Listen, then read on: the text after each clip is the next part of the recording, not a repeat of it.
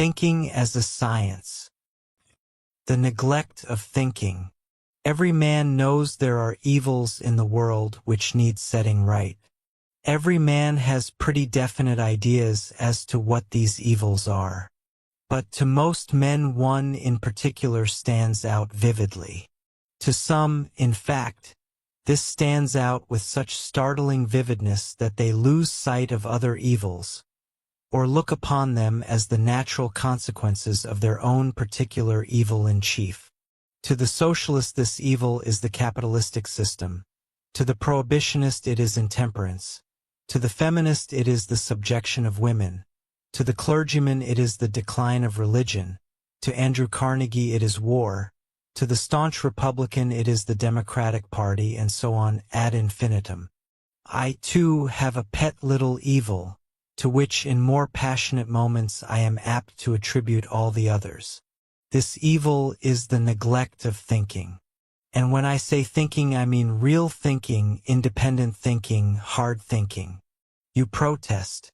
You say men are thinking more now than they ever were.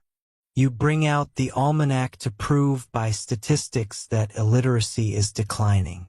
You point to our magnificent libraries. You point to the multiplication of books. You show beyond a doubt that people are reading more now than ever before in all history. Very well, exactly. That is just the trouble. Most people, when confronted with a problem, immediately acquire an inordinate desire to read up on it. When they get stuck mentally, the first thing such people do is to run to a book. Confess it. Have you not often been in a waiting room or a Pullman, noticed people all about you reading, and finding yourself without any reading matter? Have you not wished that you had something to occupy your mind? And did it ever occur to you that you had within you the power to occupy your mind, and do it more profitably than all those assiduous readers? Briefly, did it ever occur to you to think? Of course you thought, in a sense. Thinking means a variety of things. You may have looked out of your train window while passing a field, and it may have occurred to you that that field would make an excellent baseball diamond. Then you thought of the time when you played baseball, thought of some particular game perhaps, thought how you had made a grandstand play or a bad muff, and how one day it began to rain in the middle of the game, and the team took refuge in the carriage shed. Then you thought of other rainy days rendered particularly vivid for some reason or other, or perhaps your mind came back to considering the present weather, and how long it was going to last. And of course, in one sense you were thinking. But when I use the word thinking, I mean thinking with a purpose, with an end in view, thinking to solve a problem.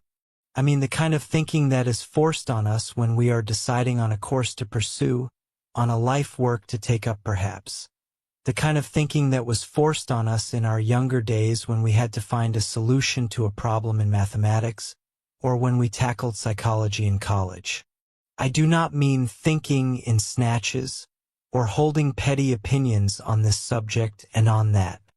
I mean thought on significant questions which lie outside the bounds of your narrow personal welfare. This is the kind of thinking which is now so rare, so sadly needed. Of course, before this can be revived, we must arouse a desire for it. We must arouse a desire for thinking for its own sake. Solving problems for the mere sake of solving problems. But a mere desire for thinking, praiseworthy as it is not enough. We must know how to think, and to that end we must search for those rules and methods of procedure which will most help us in thinking creatively, originally, and not least of all surely correctly. When they think at all, the last thing men think about is their own thoughts. Every sensible man realizes that the perfection of a mechanical instrument depends to some extent upon the perfection of the tools with which it is made. No carpenter would expect a perfectly smooth board after using a dented or chipped plane. No gasoline engine manufacturer would expect to produce a good motor unless he had the best lathes obtainable to help him turn out his product. No watchmaker would expect to construct a perfectly accurate timepiece unless he had the most delicate and accurate tools to turn out the cogs and screws. Before any specialist produces an instrument, he thinks of the tools with which he is to produce it. But men reflect continually on the most complex problems of vital importance to them, and expect to obtain satisfactory solutions without once giving a thought to the manner in which they go about obtaining those solutions, without a thought to their own mind, the tool which produces those solutions. Surely this deserves at least some systematic consideration. Some remarks of Ella Wheeler Wilcox under this head will bear quoting. Human thinking is still in as great a state of disorder and jumble as language was before the alphabet, music before the scale was discovered, printing before Gutenberg, or mathematics before Pythagoras formulated its laws. This systematization of all thought, she tells us, would be a more far-reaching improvement than all the others, for it will do for education, health, economics, government, etc., what the alphabet did for language, movable type for printing and literature, the scale for music, and the rules of arithmetic for calculation. Being the exact counterpart of these in its particular field, its mission, like theirs, will be to bring order out of chaos. I believe Miss Wilcox exaggerates matters. Incidentally, I for one do not pretend to have discovered anything revolutionary. But the importance of the subject warrants its formulation into as near scientific form as we can bring it. I beg no one to get frightened. Science does not necessarily mean test tubes and telescopes. I mean science in its broadest sense. And in this sense it means nothing more than organized knowledge. If we are to find rules and methods of procedure, these methods must come from somewhere, must be based on certain principles, and these principles can come only from close, systematic investigation. It may indeed be urged that we can think best by disregarding all rules, by not paying any attention to method. But the man who maintains this must give reasons, and once he attempts this, he himself is bordering closely on the science of the matter. In short, the settlement of even this question is part of the science of thinking. And what is to be the nature of this science? For our purposes, all sciences may be divided into two kinds, positive and normative. A positive science investigates the nature of things as they are. It deals simply with matters of fact. Such a science is physics, chemistry, psychology. A normative science is one which studies things as they ought to be. As the name implies, it seeks to establish a norm or pattern which ought to be adhered to. It studies means of reaching desired ends. To this class belong such sciences as ethics, education, agriculture. Now these normative sciences, with the exception of ethics, are nearly always referred to either as arts or applied sciences. To both of these terms I technically but strenuously object. I object to the term art to designate any set of organized rules for doing a thing, because art also means the actual doing of that thing. And this thing may be done, and often is done, in total ignorance of the rules governing it. A man may possess the art of swimming. He may be able to swim without any previous instruction, without any knowledge of how he ought to hold his body, arms, and legs, just as a dog may do the same thing. I object also to the term applied science, because to me this term implies that the science it refers to is based on one positive science only. I can think of no so-called applied science which is so based. Hygiene, not alone dependent on physiology, must derive some of its rules from the chemistry of foods, as well as from the sciences of sanitation and ventilation, themselves normative.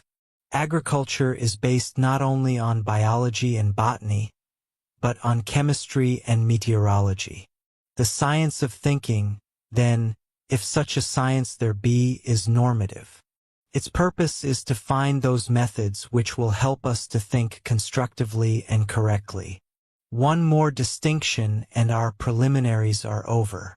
There are two other sciences with which the science of thinking is liable to become confused, one positive, the other normative. The positive science is that branch of psychology which deals with the reasoning process and examines the basis of belief. We shall make frequent use of this science in trying to find rules for thinking, but it will not be the only science we shall use, nor will that science be the subject of this book. The normative science with which the science of thinking may become confused is logic. Indeed, logic has sometimes been called the science of thinking. Now, for our purposes, logic is a part of the science of thinking, but it is not the part which we are primarily to consider. Its function is merely negative. It consists in leading us from error. The part of the science of thinking in which we are interested deals with those positive rules which will help to make us creative thinkers. Our ship is headed for the port truth. Our mind is the engine, the science of thinking the propeller, and logic the rudder. Without our engine, the mind, the propeller of the science of thinking, which transforms our mental energy most effectively into motion, would be useless. Without the propeller which gives motion, the rudder of logic would be useless. But all three are needed to reach our goal. And now I must bespeak a little patience. The next chapter and the one following it are going to deal very largely with method and methods. They will touch on classification, and a lot of other things to which the plain man has an aversion, to which, at least, he usually evinces no very active interest. But it is necessary to consider these things in order to make our study complete. Chapter 2. Thinking with Method. Most of us, at those rare intervals when we think at all, do so in a slipshod sort of way. If we come across a mental difficulty, we try to get rid of it in almost any kind of hit or miss manner. Even those few of us who think occasionally for the mere sake of thinking, generally do so without regard for method, indeed are often unconscious that method could be applied to our thought. But what is meant by method? I may best explain by an example. From somewhere or other, a man gets hold of the idea that the proper subjects are not being taught in our schools and colleges. He asks himself what the proper subjects would be. He considers how useless his knowledge of Greek and Latin has been. He decides that these two subjects should be eliminated. Then he thinks how he would have been helped in business by a knowledge of bookkeeping, and he concludes that this subject deserves a place in the curriculum. He has recently received a letter from a college friend containing some errors in spelling. He is convinced that this branch of knowledge is being left in undeserved neglect. Or he is impressed by the spread of unsound theories of money among the poorer classes, and he believes that everybody should receive a thorough course in economics and finance. And so he rambles on, now on this subject, now on that. Compare this haphazard, aimless thinking with that of the man of method. This man is confronted with the same general situation as our first thinker, but he makes his problem a different one.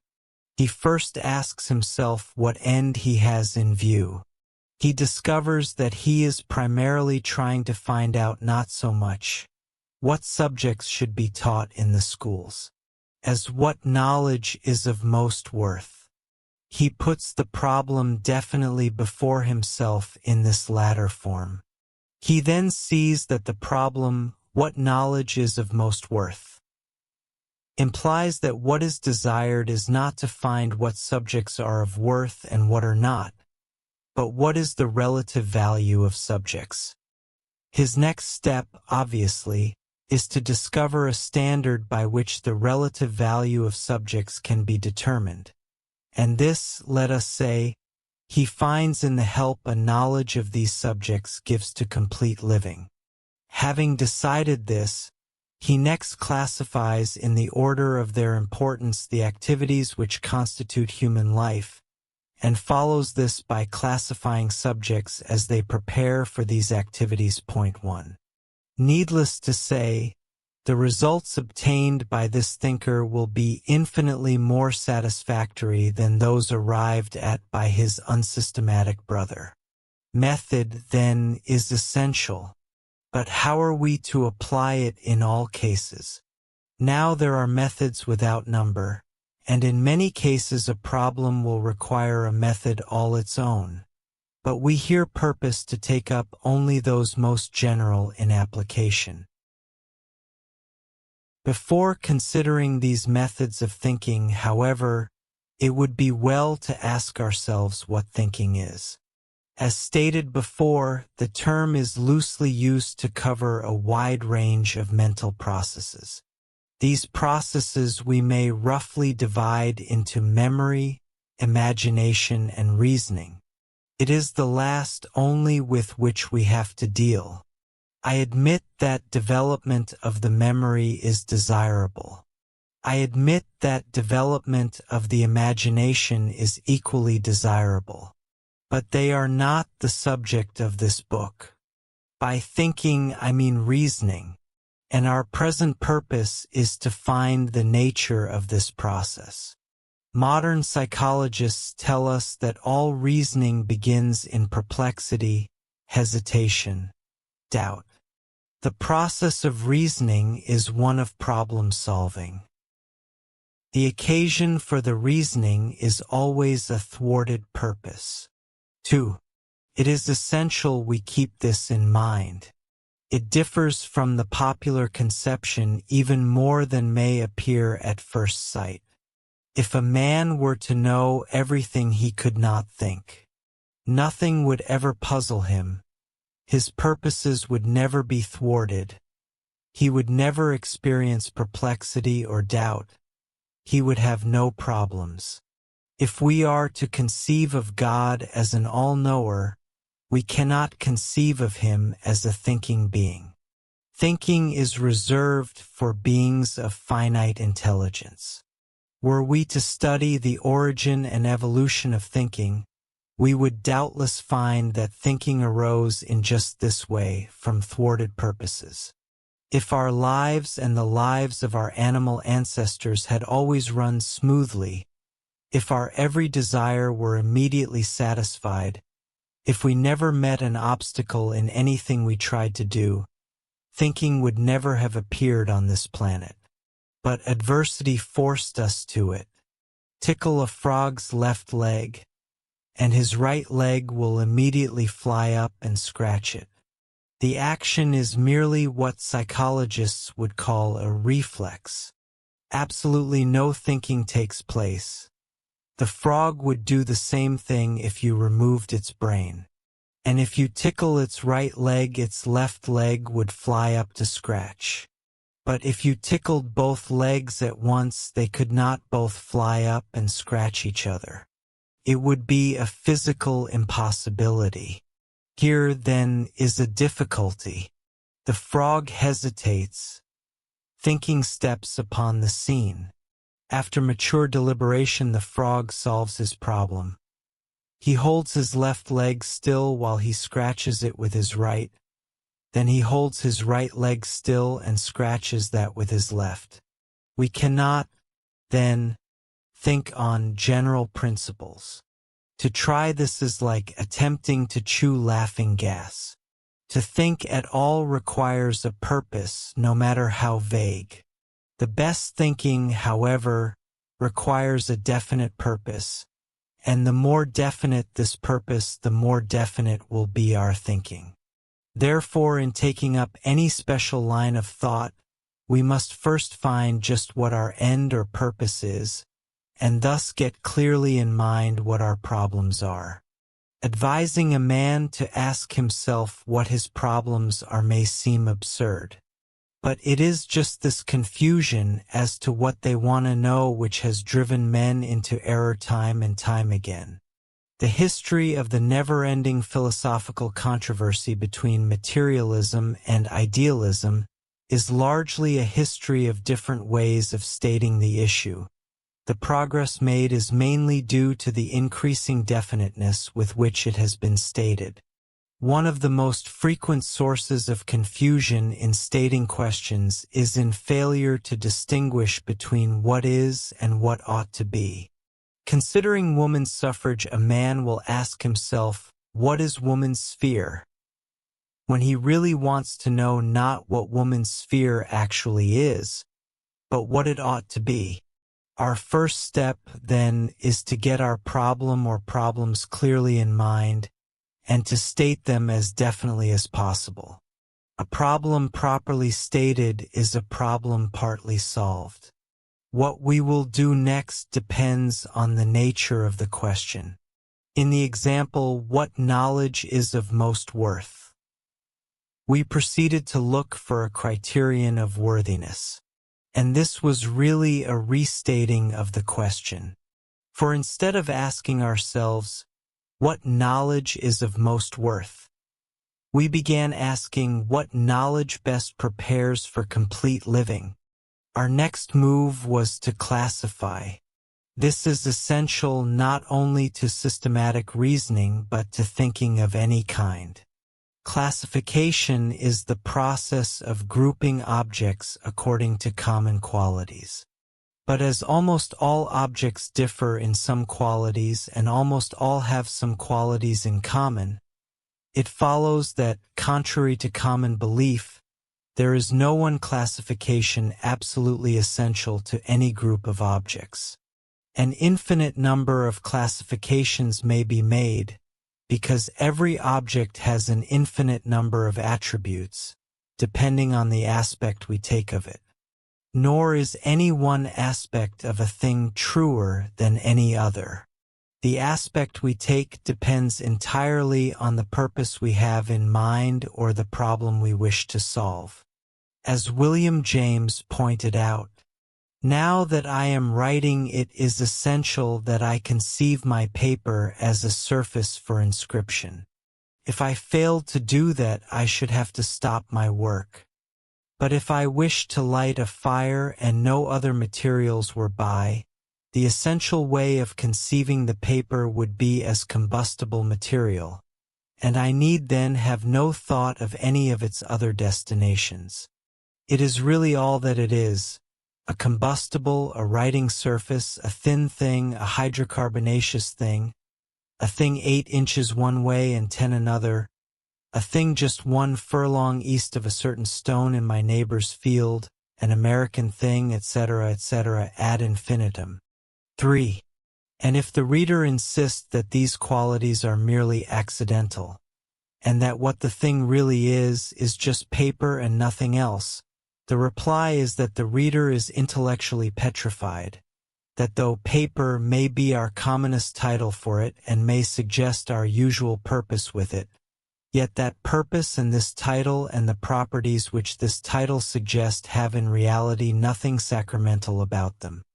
So because you have classified something from one aspect, do not imagine that you are necessarily precluded from classifying it from any other.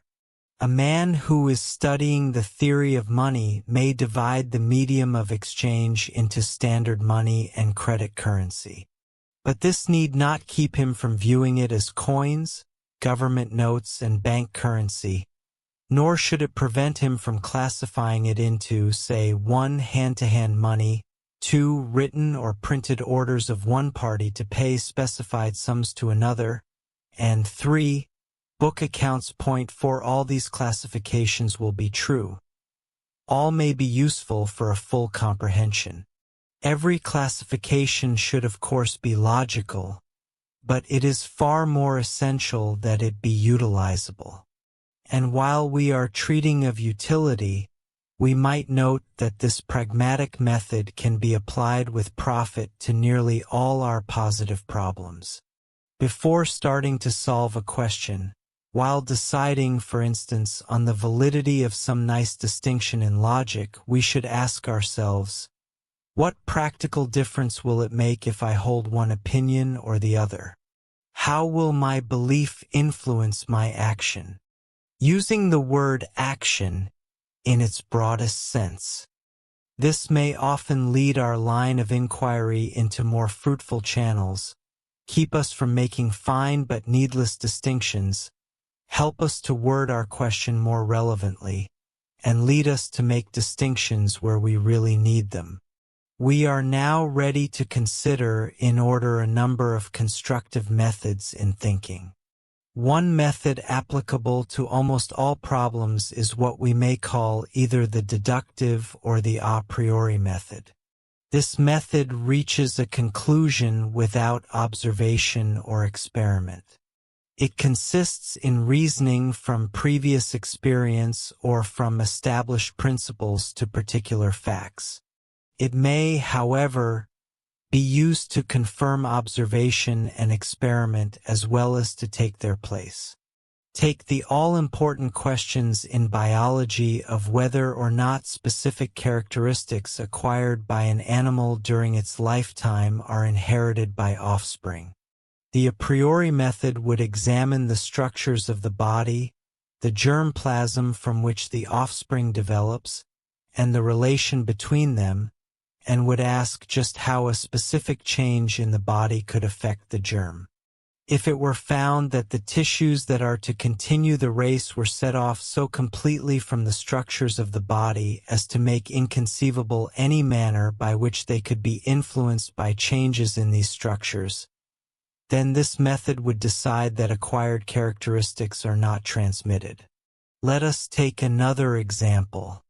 Both the supporters and opponents of woman suffrage have often decided the question without consulting at all the actual results achieved in the states where women vote.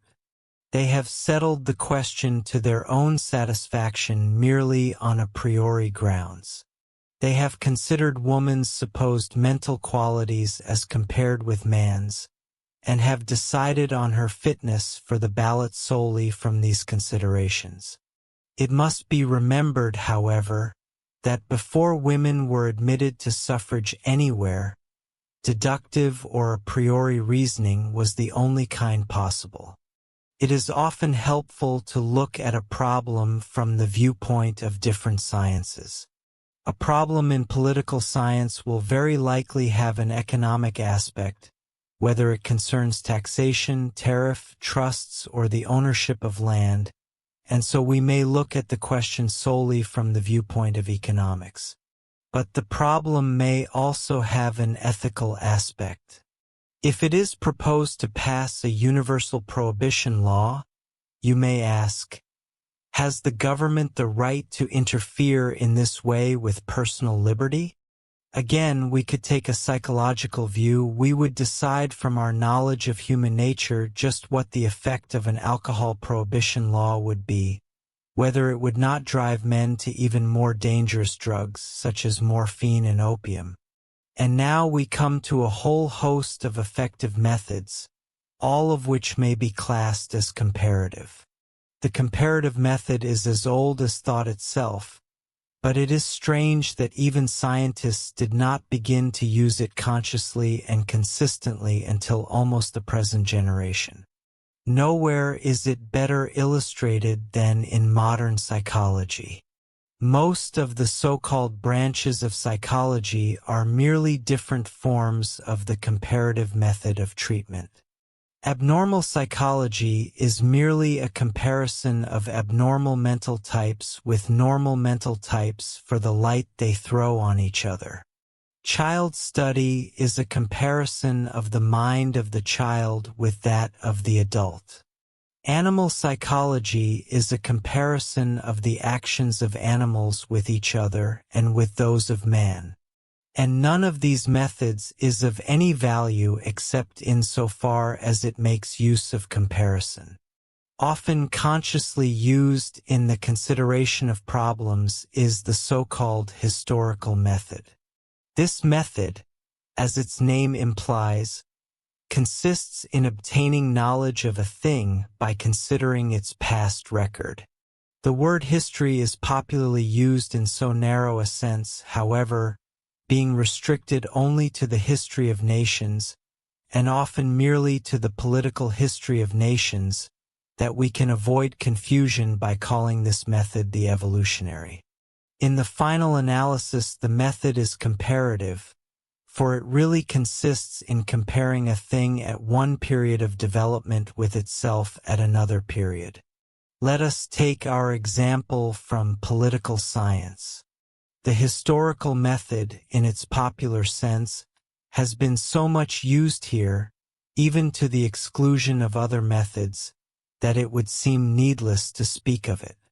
But often the method has been abused, and often it has not been given broad enough treatment. It traces the growth of an institution, or of an idea, personal liberty, say, through successive periods. It notes what the path has been, and judges of the probable future tendency.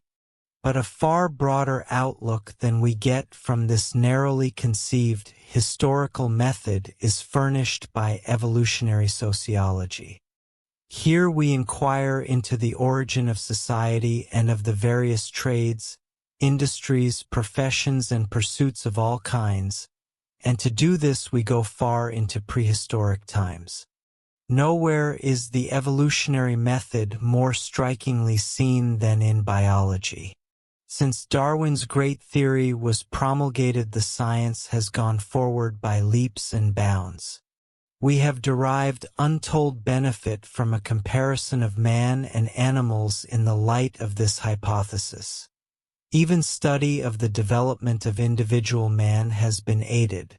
The discovery of the fact of evolution constituted an incalculable advance. But the method for study which it furnished was of even greater importance. I have spoken of the comparison of man and animals in the light of this evolutionary hypothesis. This brings us to a point which must be kept in mind in practically all observation. We are often exhorted to observe. Presumably we are to do this on general principles. Such advice is about as foolish as asking us to think on general principles. Imagine for the moment what would happen if you started right now to observe as much as you could. You might begin with this book and notice the size of the type, the amount of margin, the quality of the paper, the dimensions of the page, the number of pages. But you have by no means exhausted the number of properties possessed by this book. You must observe that it is also combustible, that it is destructible, that it is machine-made, that it is American-printed, that it is such and such a price, that it weighs so many ounces, that it is flat, that it is rectangular, that its thickness is so much. The absurdity is obvious. If we started out merely to observe with no definite purpose in mind, we could keep it up forever and get nowhere. 9 out of every 10 observations would never be put to use. We would be sinfully wasting our time. To observe most profitably, just as to think most profitably, we must have a definite purpose. This purpose must be to test the truth of a supposition. A concrete example will make this clear. A man has been shipwrecked on an island and believes himself to be alone there. One day, as he is walking along the beach, he discovers footprints. How did they get there? His first assumption is that they are his own. It occurs to him, however, that he had not been near the spot for over a week, and that yesterday's storm would have washed any footprints away. This objection is confirmed by making a footprint himself and comparing it with the one observed, and noticing that they differ markedly. The footprints being those of someone else, how did the man who made them get there? The first supposition is that he came in a boat. The idea of a small boat is dismissed because of the assumed great distance of this island from other land. Therefore the man must have come in a large vessel. But the footprints lead to a wet part of the sand and the tide is just going down. In this case they are very recent, made not more than a half-hour ago. This being so, the man who made them could not have had time to get back to any ship and sail out of sight. If he came in a ship, it should be still in view. The discoverer of the footprints climbs a tree from which he can view the sea around the entire island. He can sight no vessel. The supposition or hypothesis that the unknown came in a ship is abandoned. Then the suggestion comes that the unknown has been on the island during the entire time that the shipwrecked man thought himself alone. This suggestion is tested in a manner similar to the others. The example sums up roughly the general process of all thought and brings out the motive and value of observation. Let us analyze it. The first thing to happen is the arousal of a feeling of perplexity, the appearance of a problem. The man has been shambling along, doubtless thinking in that loose sense referred to. He has perhaps kicked several stones loose that would have set a geologist worrying, and has picked branches from bushes which would have puzzled a botanist. But this man has not had his curiosity aroused until he has come to these footprints. His thinking starts with his perplexity. After this doubt has been aroused, the most obvious solution suggests itself: my own footprints.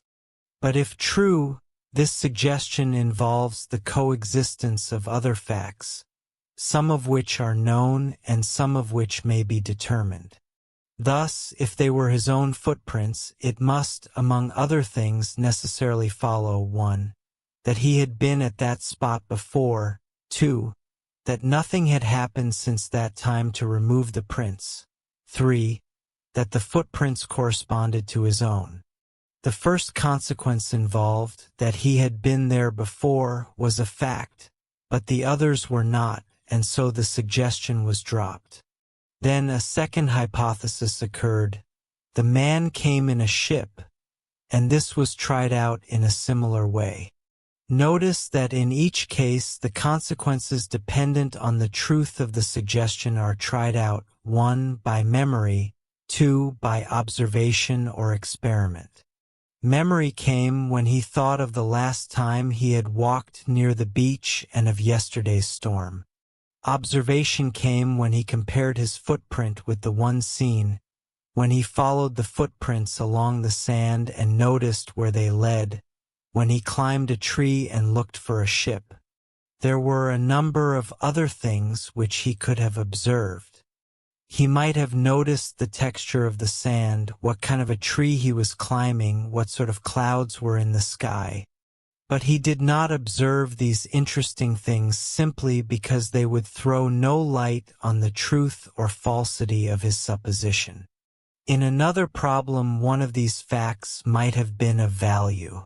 It is almost possible to sum up the whole process of thinking as the occurrence of suggestions for the solution of difficulties and the testing out of those suggestions. The suggestions or suppositions are tested by observation, memory, experiment. Supposition and observation alternate. The first facts observed, in the case foregoing, the footprints, make the problem, they suggest the supposition. A supposition is that the man came in a boat. If the man came in a boat, such and such would be the case. The boat would still be visible, etc.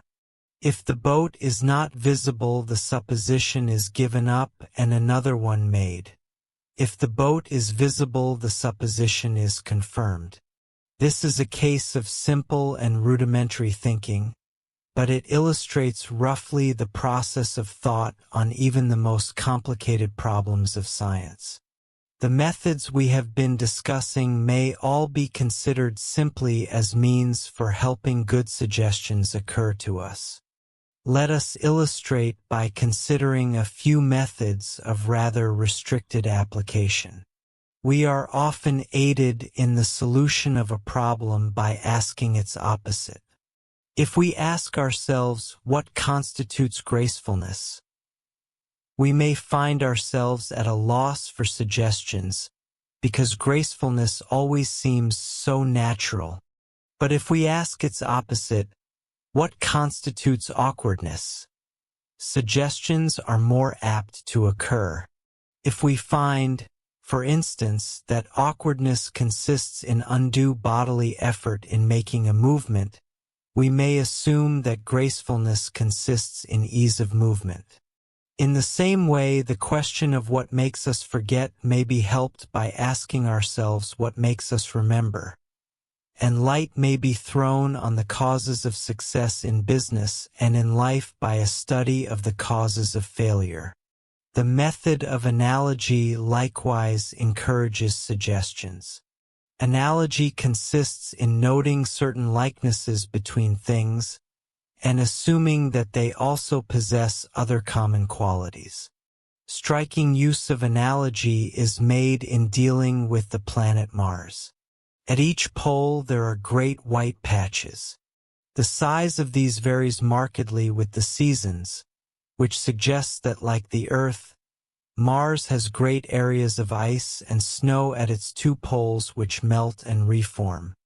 The general surface is reddish, but 3/8 of it is covered by blue-green tracks, and these are usually inferred to be seas. These again are connected by an intricate system of blue-green lines, which some scientists believe to be canals, but on this there is much controversy. In Mars we have at once an illustration of the possibilities and dangers of analogy. In the whole discussion of constructive method thus far, I have left out the two most common and useful methods of all. The first of these we may designate by a somewhat formidable title, empirical observation. Empirical, at least for our present purposes, means merely that which comes within experience. But the term is generally opposed to scientific. Thus Dewey gives an example. A says, "It will probably rain tomorrow." B asks, "Why do you think so?" And A replies, "Because the sky was lowering at sunset." When B asks, "What has that to do with it?" A responds, "I do not know, but it generally does rain after such a sunset." He does not perceive any connection between the appearance of the sky and the coming rain. He is not aware of any continuity in the facts themselves, any law or principle, as we usually say. He simply, from frequently recurring conjunction of the events, has associated them so that when he sees one he thinks of the other. 5. This, however, is not what I mean to imply by the term empirical observation. I mean rather thinking on the basis merely of facts which occur in the natural course of events, which have not been systematically produced by ourselves or others for the purpose of solving a problem. Logicians usually call this method simply observation and oppose it to experiment. But I object to calling this simply observation because experiment itself is really observation. Only in one case we observe merely events which happen to occur, and in the other we observe the results of events which we have made occur. The true way of distinguishing these two methods would be to call one empirical observation and the other experimental observation. This empirical method, if indeed I am justified in calling it a method, is the most common in all thinking. To give examples of it would be to show how men generally think. But the method has real value, and may even be the most important of all, for if we thought without it our ideas would doubtless be original but very dangerous. Let us apply it to some of the problems considered under other methods. Empirical observation is used where experiment is impossible, often, unfortunately, where experiment is merely inconvenient. In political science, the empirical method would consist in noting the effect of certain laws, e.g., tariffs of different countries and of the same country at different periods, and noting economic conditions at the time the different tariffs were in effect. Allowance would be made for other factors which could influence the country's economic condition, and the effect of the tariff could then be determined. The empirical method of dealing with meteorology, the science of weather, would consist in making a study of cloud formations, wind velocity, moisture in the air, temperature, etc., and noting what conditions usually or perhaps invariably followed certain of these conditions. From this, conclusions could be drawn as to what weather to expect following certain conditions. But valuable as empirical observation is, and often as we must use it, it should never be employed when we can experiment. When the empirical method is rightly used, allowance always has to be made for certain irrelevant factors. But making allowances is always sheer guesswork. The experimental method consists not in making allowances for certain factors, but in eliminating those factors. In our example from political science, experiment is practically impossible, because the factors which may influence economic conditions are innumerable, and even were they few, no country could survive the dangers of being experimented upon, to say nothing of its permitting it. Experiment is similarly impossible in dealing with weather conditions directly. It is impossible in astronomy. I say probably because there are still many irrelevant factors which might influence the result. For instance, if you had a different teacher for each group, one group might make greater progress not because of the method but because of the teacher. This means either that one teacher should teach both groups, or that we should multiply the number of groups and the number of teachers, and have half the teachers teaching half the groups by one method, and the other half teaching by the other method. Of course, here too, the more we could multiply the number, the better it would be.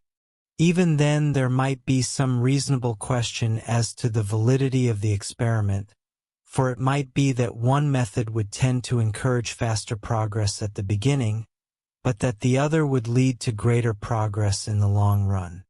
This could be determined only by carrying our experiment over a long period.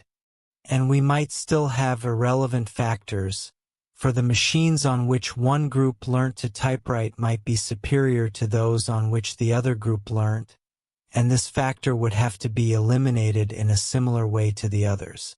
The experimental method has been well summed up by Thomson and Tate in their Natural Philosophy. In all cases when a particular agent or cause is to be studied, experiments should be arranged in such a way as to lead, if possible, to results depending on it alone.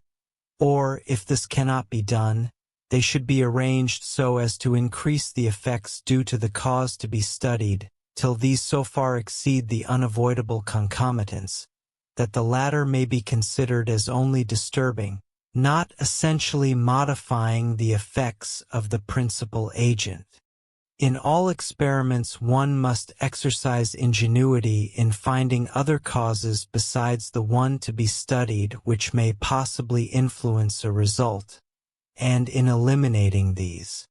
It might benefit the reader considerably if he were to think out for himself how he would apply experiment in its most thoroughgoing form to solve a given question, say the inheritance of acquired characteristics. I have now cited enough methods to at least indicate what thinking with method means. To satisfy a certain human craving, all of these have been named, though sometimes arbitrarily. Of course, each may have to be modified to some extent to adjust it to different problems. I must repeat, there are methods numberless, and some problems will require methods all their own. But what is important is that every problem should be dealt with by as many methods as possible. Doubtless you have used, at some time or other in the course of your thinking, nearly every one of the methods I have so far suggested. But the point is not that you have never used these methods at all, but that you have not used them often enough. You were unaware what method you were using.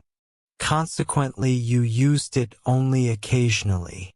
You used it only when you stumbled on it accidentally.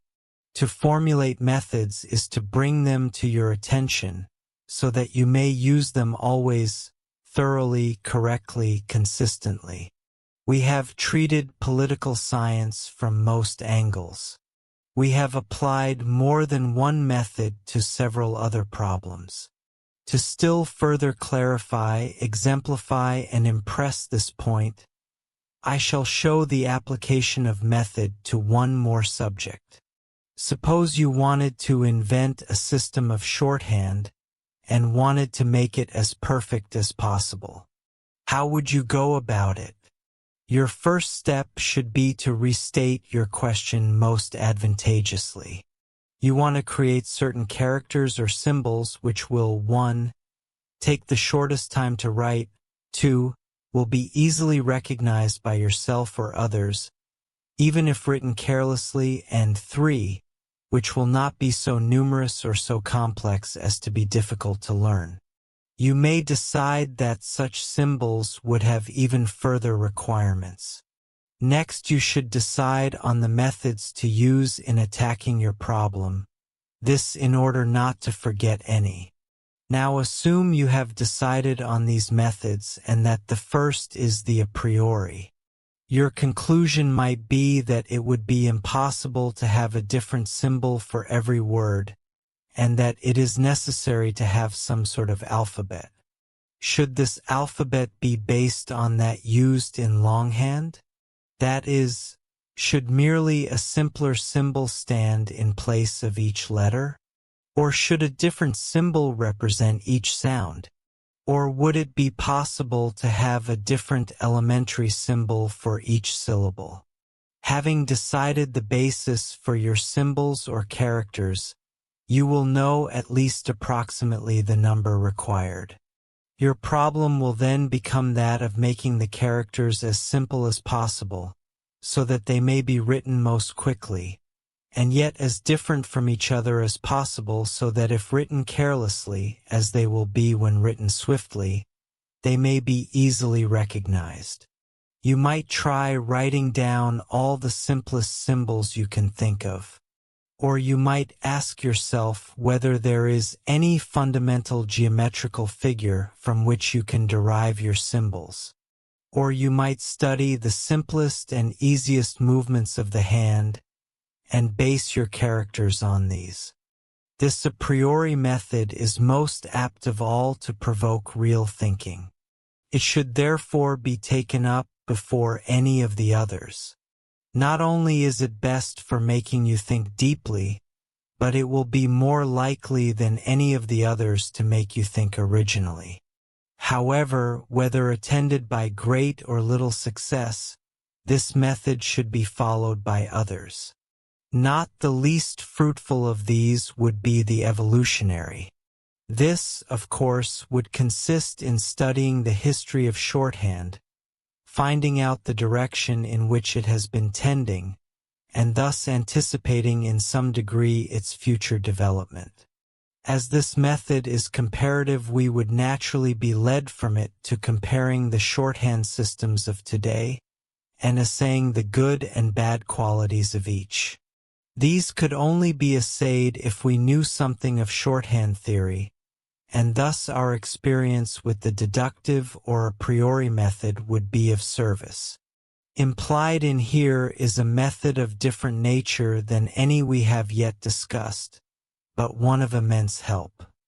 In turning from the deductive method to a study of shorthand systems which others have developed, you have an opportunity to compare the results of your own thinking with those obtained by others. If you have failed to solve the question in as good a manner as these others, you can ask yourself wherein and why your own reflections and ingenuity fell short. If you follow this method with all problems, i.e., thinking a thing out for yourself before looking up what others have thought, you will soon improve your thinking surprisingly. The method is capable of application in every problem, from inventing an adding machine to trying to find how the plumber got that $3.46 on the bill. But to return to shorthand, we still have the empirical and experimental methods. In this particular case, the difference between them would be simply one of degree. We could find, for instance, what systems were used by the fastest shorthand writers. But we could get nothing conclusive from this, for we would have to make allowance for the natural ability and length of training of these writers. From merely looking at two outlines or characters, it is often difficult to tell which can be written faster. This could only be tested by writing hundreds in a row and finding the time it took to write the same number of each. Of course, such experiment is capable of indefinite expansion. In dealing with method heretofore, I have at times come dangerously near to making a false assumption. I have been talking as if a man who took up political science, shorthand, or any other subject were dealing with only one problem. As a matter of fact, he is dealing with a whole series of problems. Just how many it is difficult to say, because no problem worthy of the name is an indivisible unit, and may always be broken into smaller problems. The whole science of aesthetics is included in the simple question, what is beauty? The science of ethics is merely the answer to, what is right conduct? And metaphysics may be reduced to the problem, what is reality? But when we come to deal with any of these, we instinctively break them up into smaller and more concrete problems, making the treatment easier, just as a general attempts to split his enemy's forces, so that he can annihilate one section at a time. Often, indeed, the very division of the larger problem into smaller problems constitutes its solution, for we finally come to a problem which practically answers itself, and which we recognize as being included in or a particular form of some more general problem to which we already know the answer. A man sets before himself the question, what is the proper sphere of government? Perhaps he will first of all consider certain different specific activities which might possibly be supposed to come within the sphere of governmental interference. He might ask himself, for instance, should the government interfere with freedom of contract? Notice that he has here temporarily made his problem narrower. He has chosen to break it up in order to deal with it part by part. But even when he came to cope with this smaller problem, he would probably find it necessary to break this up, and he would therefore take a specific example. Suppose a man works for so much an hour, and that 9 hours work a day gives him the minimum amount on which he can live and support his family. Would it be wise to limit the legal working day of such a man to 8 hours?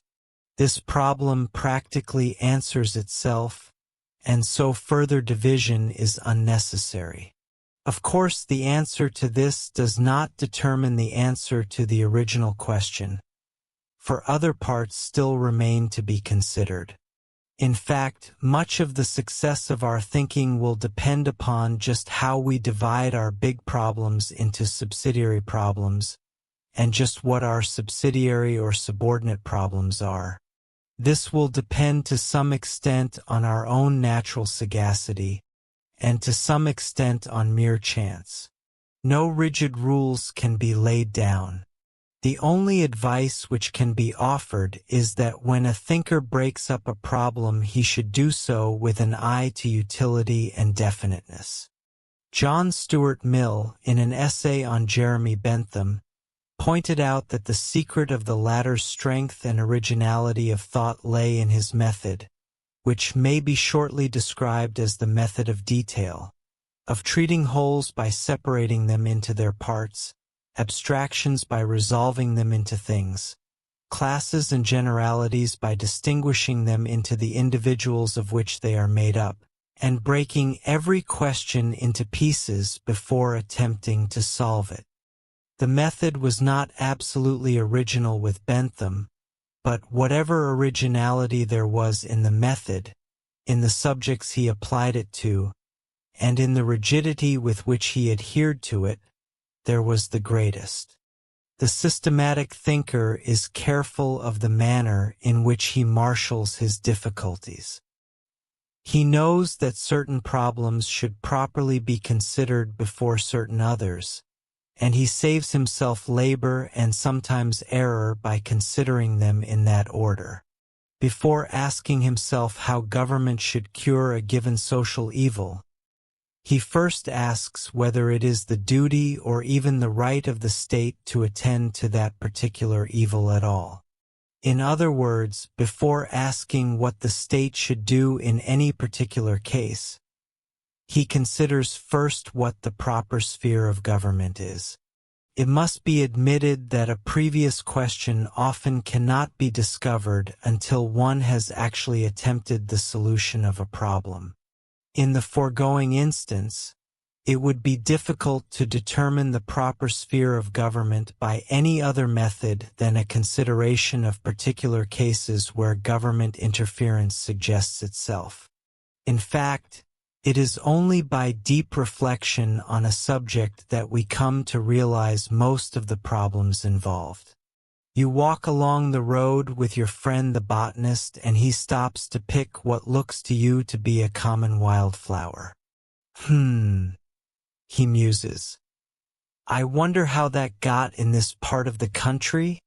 Now that is no problem to you, simply because you do not happen to know why that particular flower should not be there, and what men do not know about they take for granted. Knowledge furnishes problems, and the discovery of problems itself constitutes an intellectual advance. Whenever you are thrashing out a subject, write down every problem, difficulty, and objection that occurs to you. When you get what you consider a satisfactory solution, see whether or not it answers all of them. I have stated that method is essential to good thinking. I have given rules and examples of methodic thinking, but I do not want to create a false impression. If a man has not within him the materials of a thinker, no amount of method can make him one. Half the thinking process, as pointed out, depends on the occurrence of suggestions. The occurrence of suggestions depends on how ideas are associated in a man's mind. While this depends to some extent on the education and the whole past life and environment of the individual, it depends far more on inborn mental qualities. All method can do is to awaken the most fruitful associations of ideas already in mind. Hence, the more methods we adopt, the greater the number of views we take of any problem, the more solutions will suggest themselves. There is one further reason why we should take as many different viewpoints as possible. In our example of the inheritance of acquired characteristics in animals, if we had been sure that the results of our deductive reasoning were correct, it would have been a sinful waste of time to experiment. But when we attack a problem by several methods, we can compare the results from each. If these results agree, we have good evidence that our solution is correct. But if we have adopted quite a number of viewpoints, and have not let the results of one influence those of the next, they are almost certain to be at variance. This means that we have erred in applying one or several methods. How are we to find which of the methods it was, and how are we to prevent such errors? This is the subject of our next chapter, but it could be applied quite easily to most questions. Suppose you wanted to determine beyond question which of two methods of teaching a given subject was the better. We shall assume for the moment that you have unlimited time and money to experiment. It may be thought that we could settle this simply by teaching one person according to one method and another person according to the other, and that we could determine the relative merits of each method from the progress made by each pupil. This, however, would be practically of no use whatever. One pupil might be naturally brighter than the other, and so would naturally learn quicker, even were he taught by an inferior method. To make the experiment of any use, we should first take two groups of pupils, the larger the better. For it is obvious that if we take a great number of pupils and place them in two groups, the differences between the individuals will tend to offset one another. Let us say the subject is one in which the progress can be quantitatively measured, say typewriting, and let us suppose there are 50 pupils in each group. If after a given time all the pupils in one group had attained a greater speed with accuracy than all the pupils in the other, the test would be almost unquestionable.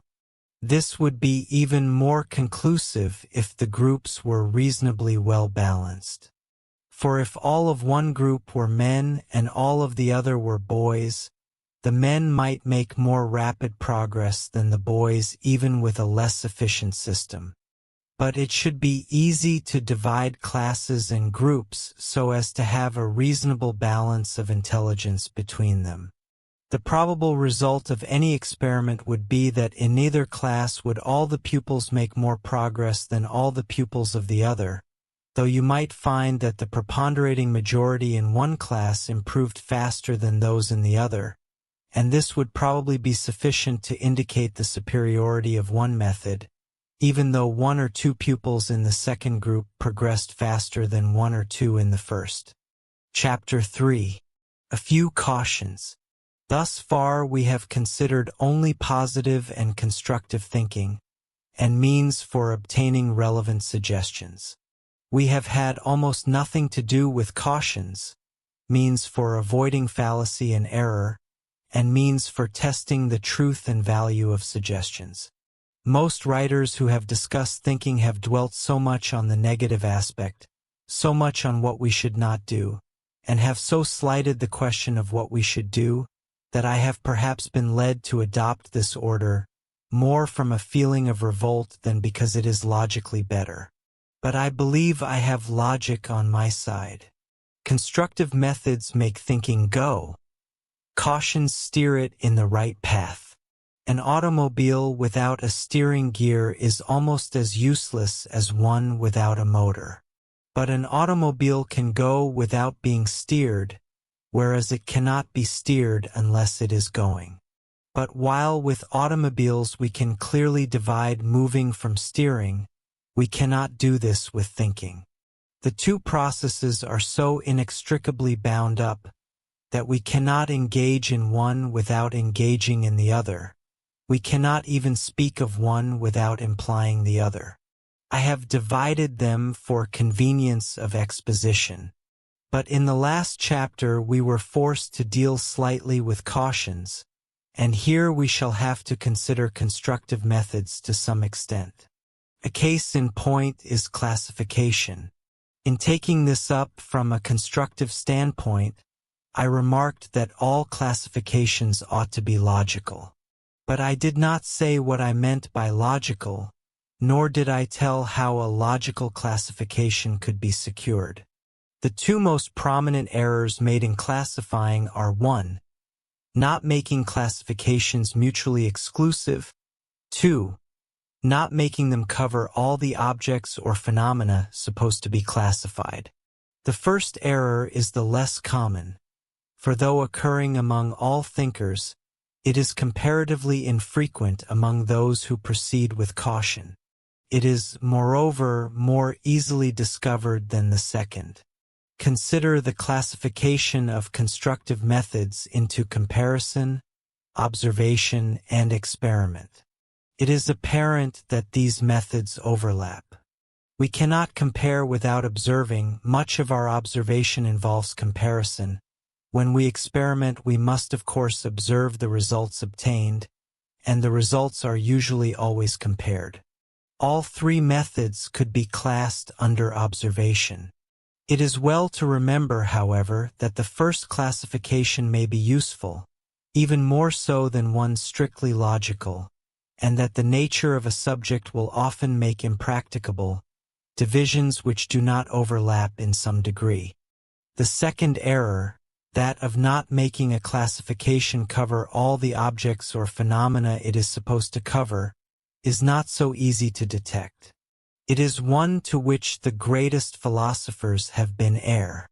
Some of our socialist friends say there are but two kinds of people, capitalists and laborers, the people who live on others and the people who are lived on. They overlook that class of farmers who own a little piece of land and do their own tilling.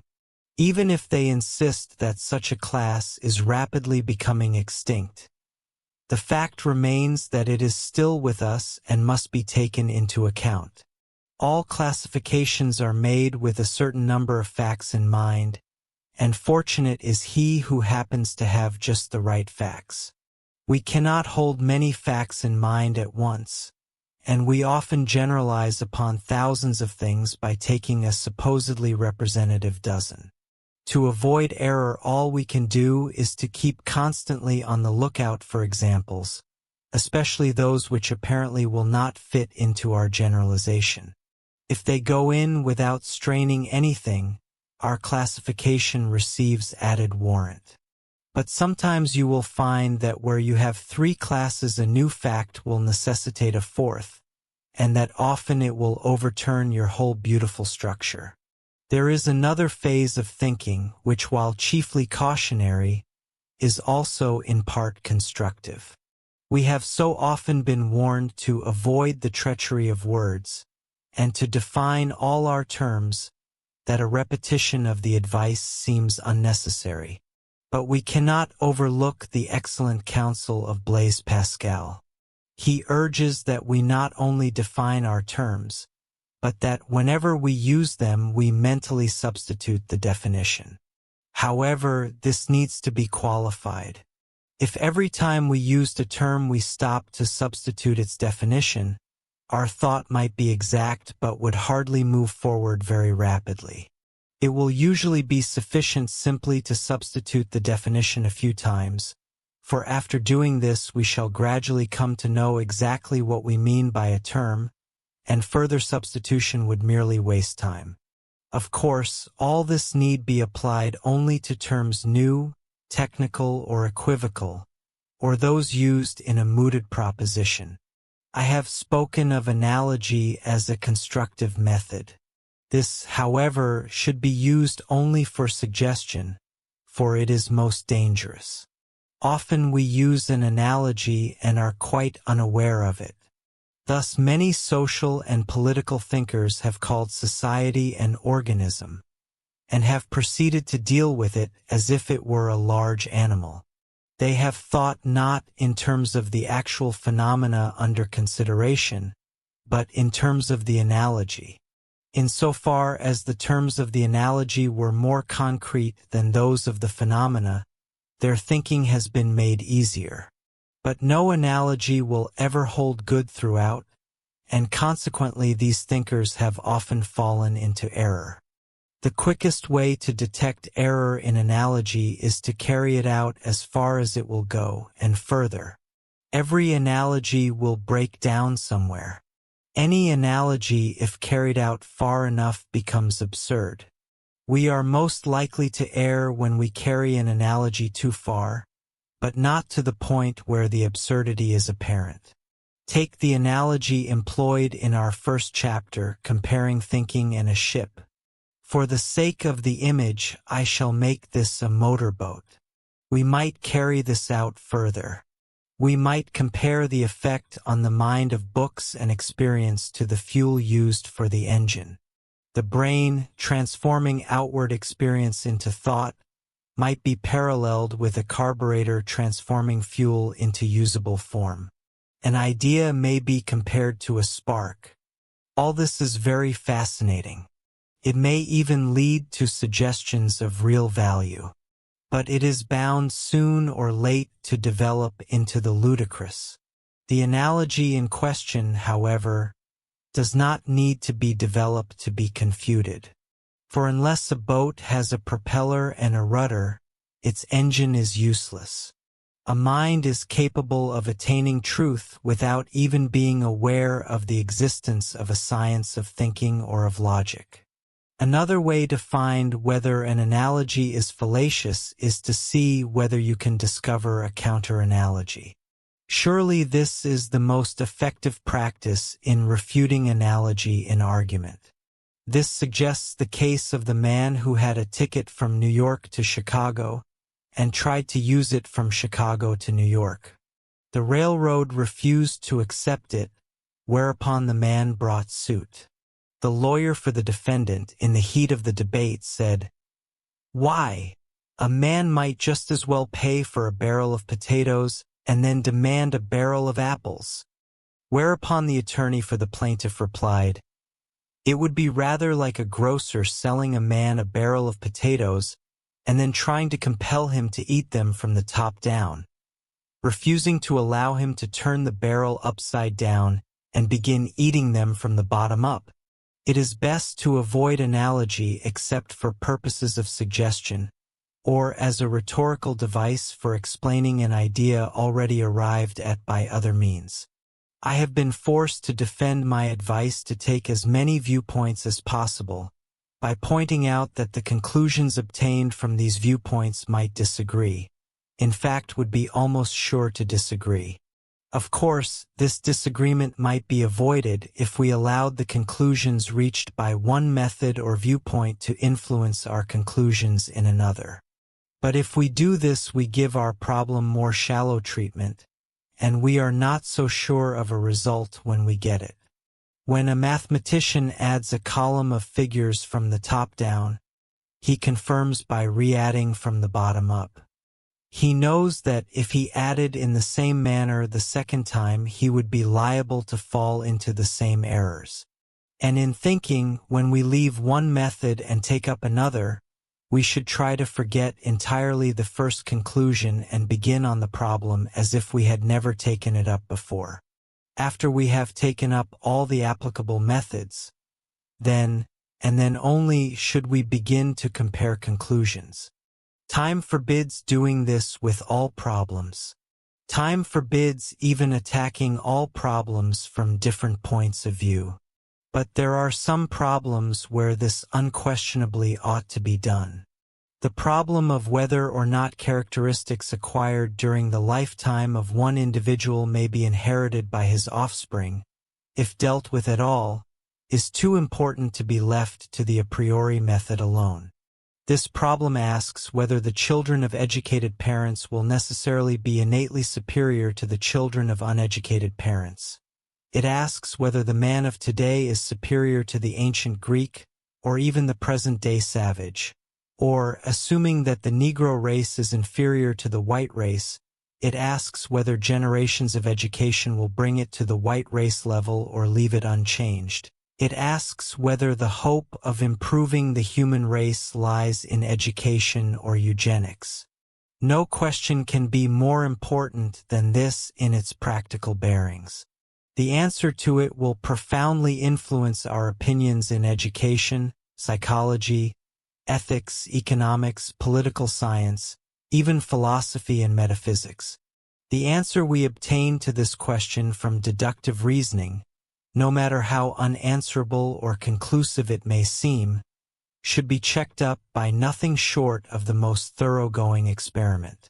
Unfortunately, the experiments needed for this particular question cannot be carried on by the layman. It is equally to be regretted that scientists have been none too thorough in carrying them out themselves. But we should remember that any result we arrive at should be subject to revision, and that if we take up this problem at all, we should at least make it our duty to read about and criticize all the experiments that come to our notice. A question has perhaps just occurred to the reader. If the deductive method is to be checked up by experiment, and the results of the experiment are always to be taken, why not experiment first and omit theory altogether? Leaving aside the fact that theory is the best guide for experiment, that were it not for theory and the problems and hypotheses that come out of it, we would not know the points we wanted to verify and hence would experiment aimlessly. A more serious objection is that experiment is seldom if ever perfect, for it nearly always involves some unverified assumption. I have referred to empirical observation and experiment as two different methods. But the difference is mainly, if not solely, one of degree. If we experimented to find out whether acquired characteristics were inherited, it is obvious that our experiments would have to be confined to animals. If we found, let us say, that no acquired characteristic was ever transmitted to offspring, we could not say that this would be equally true of man, but would be justified in concluding only that the acquired characteristics of animals are not transmitted to descendants. Nay, we could not go even this far. We would have to confine ourselves to the statement that certain acquired characteristics of the few score animals we had experimented upon were not transmissible. But even this statement would involve assumption. We could say only that certain acquired characteristics of the few score animals we had experimented upon had not been transmitted in these particular instances. We would have to limit ourselves to a bare statement of fact. We could draw no conclusion whatever.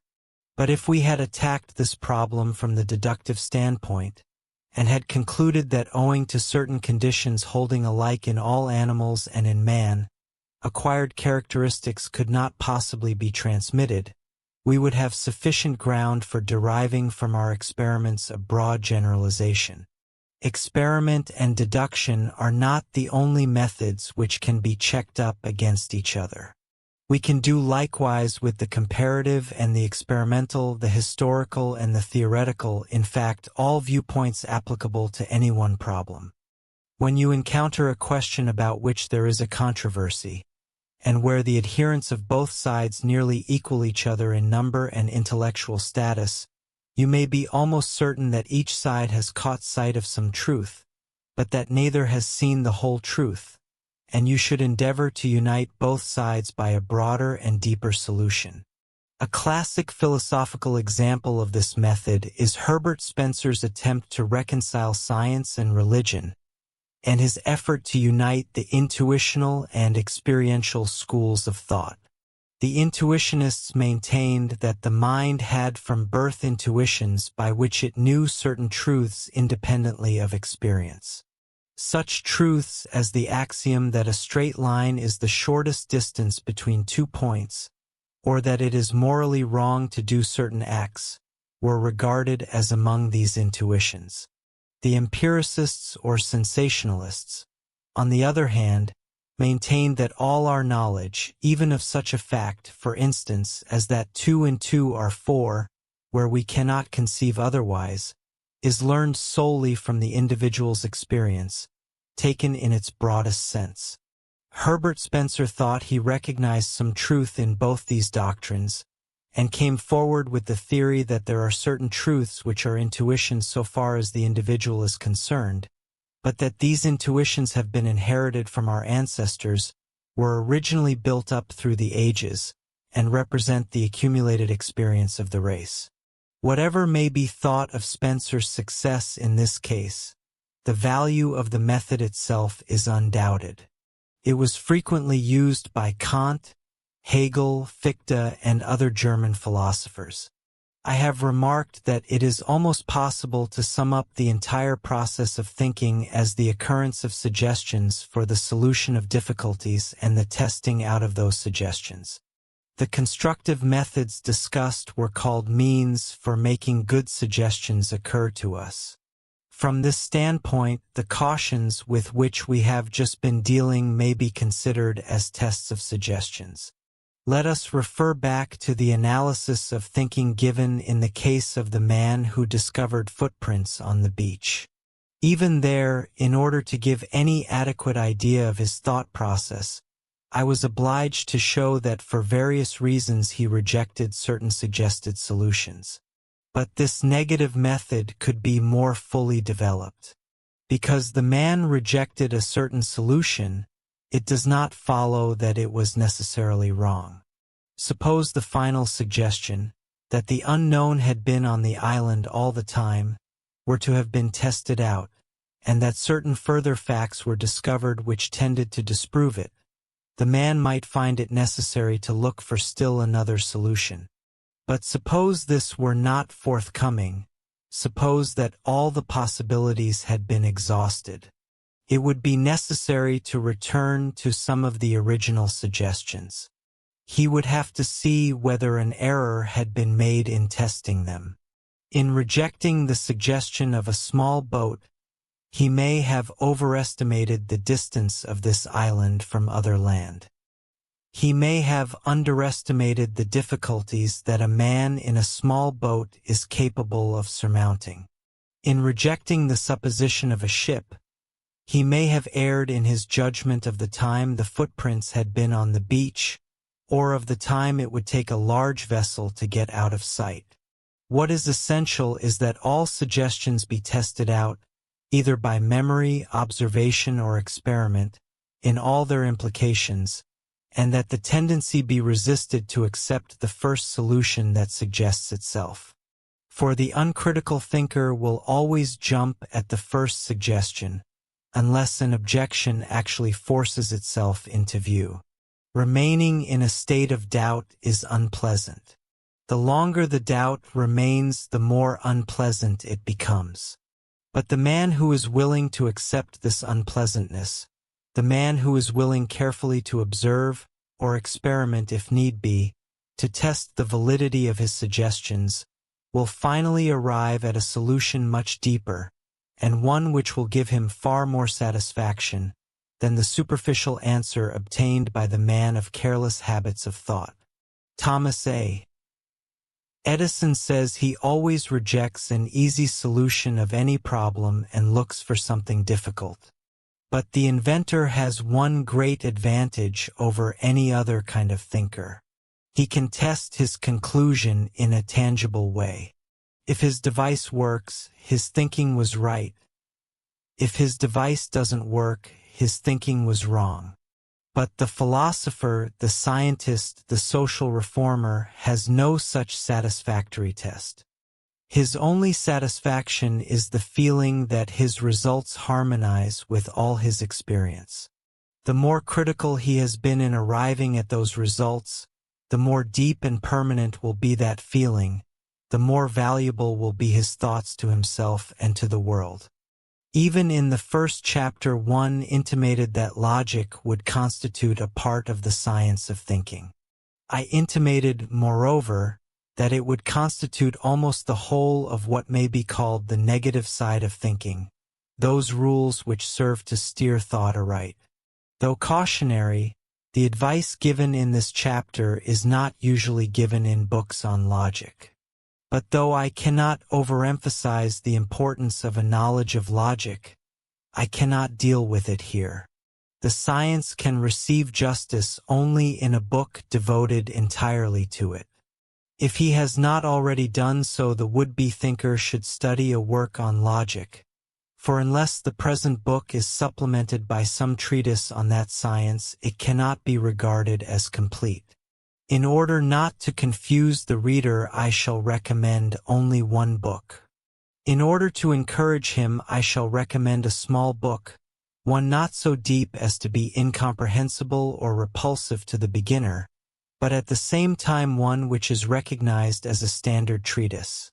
Elementary Lessons in Logic by Stanley Jevons. Chapter 4. Concentration. What is the hardest task in the world? To think. Emerson. We have been dealing with the subject of thinking. We have considered it from both a positive and negative side. But while we have devoted our attention to thinking, we have neglected the thinker. In more scientific terms, we have treated thought from the logical side. We are now to treat it from the psychological. Few people will admit specific faults in themselves of any kind, especially if these happen to be intellectual. But almost any man is willing to confess that he cannot always concentrate when he wants to, in fact, that he is one of the countless victims of mind wandering. Most of us imagine we know just what we mean by both these terms. But if we are to judge by most of what has been written, no two terms are more misconceived.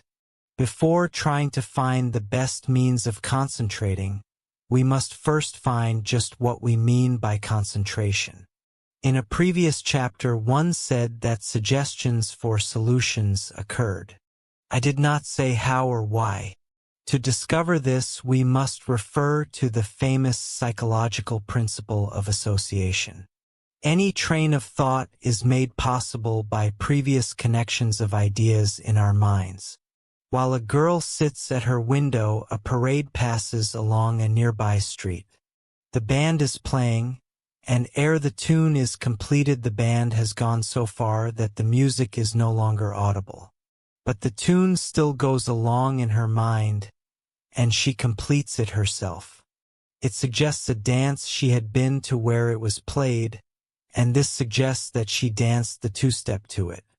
The two-step suggests the more modern one-step, and this leads her to compare the familiar dancing of today with the distant and respectful minuet.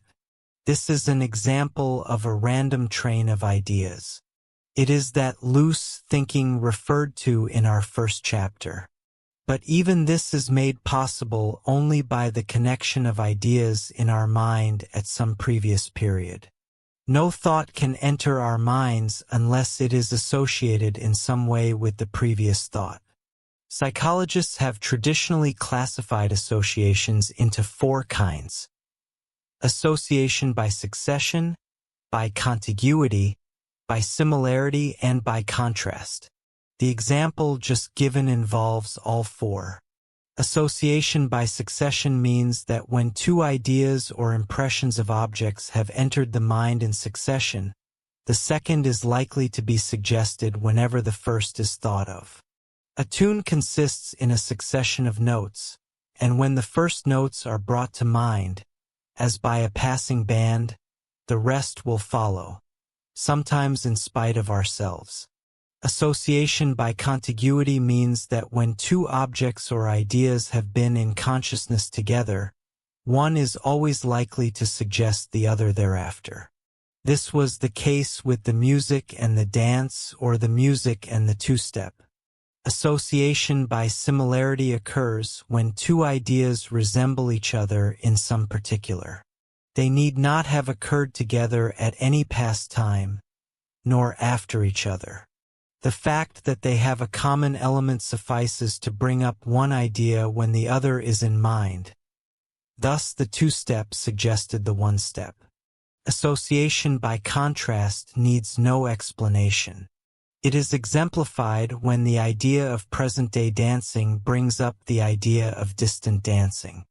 Any attempt to show why the mind acts in this way, any explanation of the way in which the different kinds of association are made possible, would bring us into physiological psychology, would involve a study of the brain and the nervous system. For our purposes, it is sufficient to keep in mind that such associations do take place. Without them, no idea can occur. Without them, thought is impossible. The bearing of all this on concentration has yet to be made plain. We must remember that every idea has more than one associate. In fact, that each idea generally has a cluster of possible associates. Instead of suggesting the minuet, the one-step may have made the foxtrot or the three-step occur to the young lady. It may have made her think of a young man with whom she danced it, or the trouble she had in learning it. Each of these suggestions, in turn, would also have potential connections with a cluster of ideas. When we are thinking at random, when we are daydreaming, as in the example given, the strongest association or the first to be aroused is the one we dwell upon.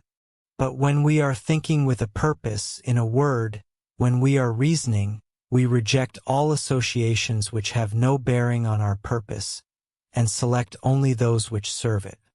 Concentration does not, as popularly supposed, mean keeping the mind fastened on one object or idea or in one place. It consists in having a problem or purpose constantly before one. It means keeping our thought moving toward one desired end. Concentration is often regarded as intense or focused attention. But the fact is that all attention is focused attention. Psychologists are fairly well agreed that we can attend to only one thing at a time.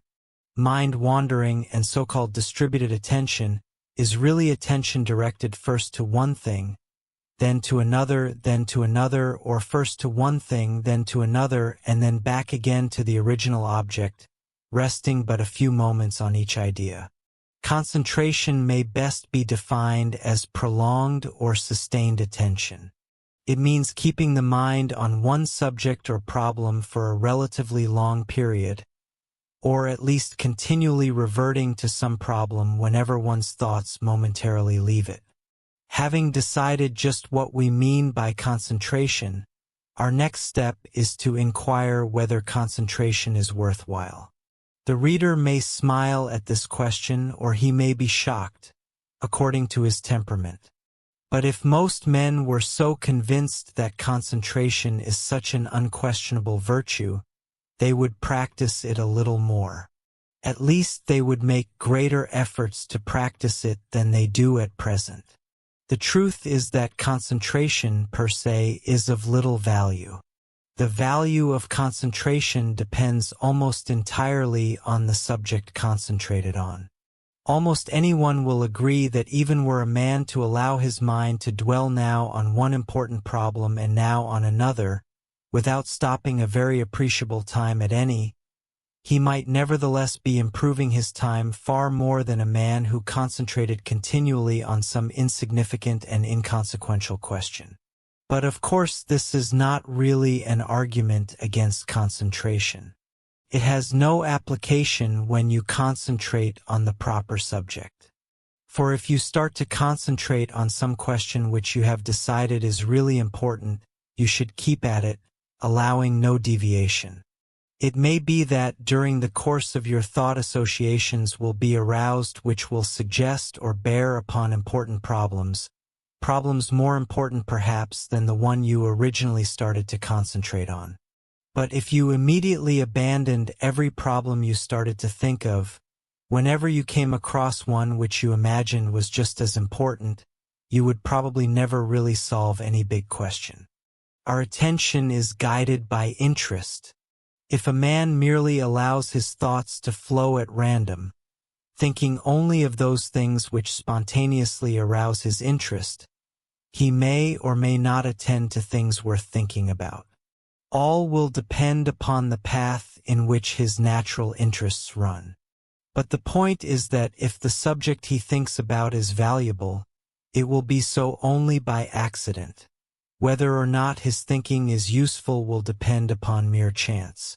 If, however, he consciously chooses a subject, chooses it because he believes it to be important, then his thinking will be worthwhile. But there is another reason why concentration is necessary. Suppose a man started to put up a barbed wire fence, got as far as driving in all the posts, then lost interest in the fences and decided to grow potatoes in his field, plowed up the ground, lost interest in the field and neglected to plant the seeds, decided to paint his house, got the porch done, lost interest. That man might work as hard as any other man, but he would never get anything done. So with the mind wanderer and the concentrator. The mind wanderer thinks of a problem, loses interest, and abandons it. The concentrator sticks to it until it is solved. Much of our mind wandering is due to the fact that we are not fully convinced of the importance of the problem being attacked, or that we regard other problems or ideas as more important. Concentration consists in devoting one's mind to the solution of one problem. During our train of thought, associations bring up new ideas or suggest problems which do not bear on the question at hand. Now, when we wander, when we follow up these irrelevant ideas or suggested problems, or when we happen to glance at something or hear something and begin to think of that, we do so because of a half-conscious belief that the new idea, problem, or fact needs attending to is important. I have already pointed out that if this new idea is important, it will be so only by accident. If we were consciously to ask ourselves whether any of these irrelevant problems were as important as the one we were concentrating on, or even important at all, we would find 9 times out of 10 that they were not. Therefore, before beginning to concentrate, you should assure yourself that the problem you are about to attack is one worth solving, or at least devoting a certain time to. And during that time you should think only of that problem, and unhesitatingly throw out all irrelevant suggestions coming either from your course of thought or from external sights and sounds. One qualification is necessary.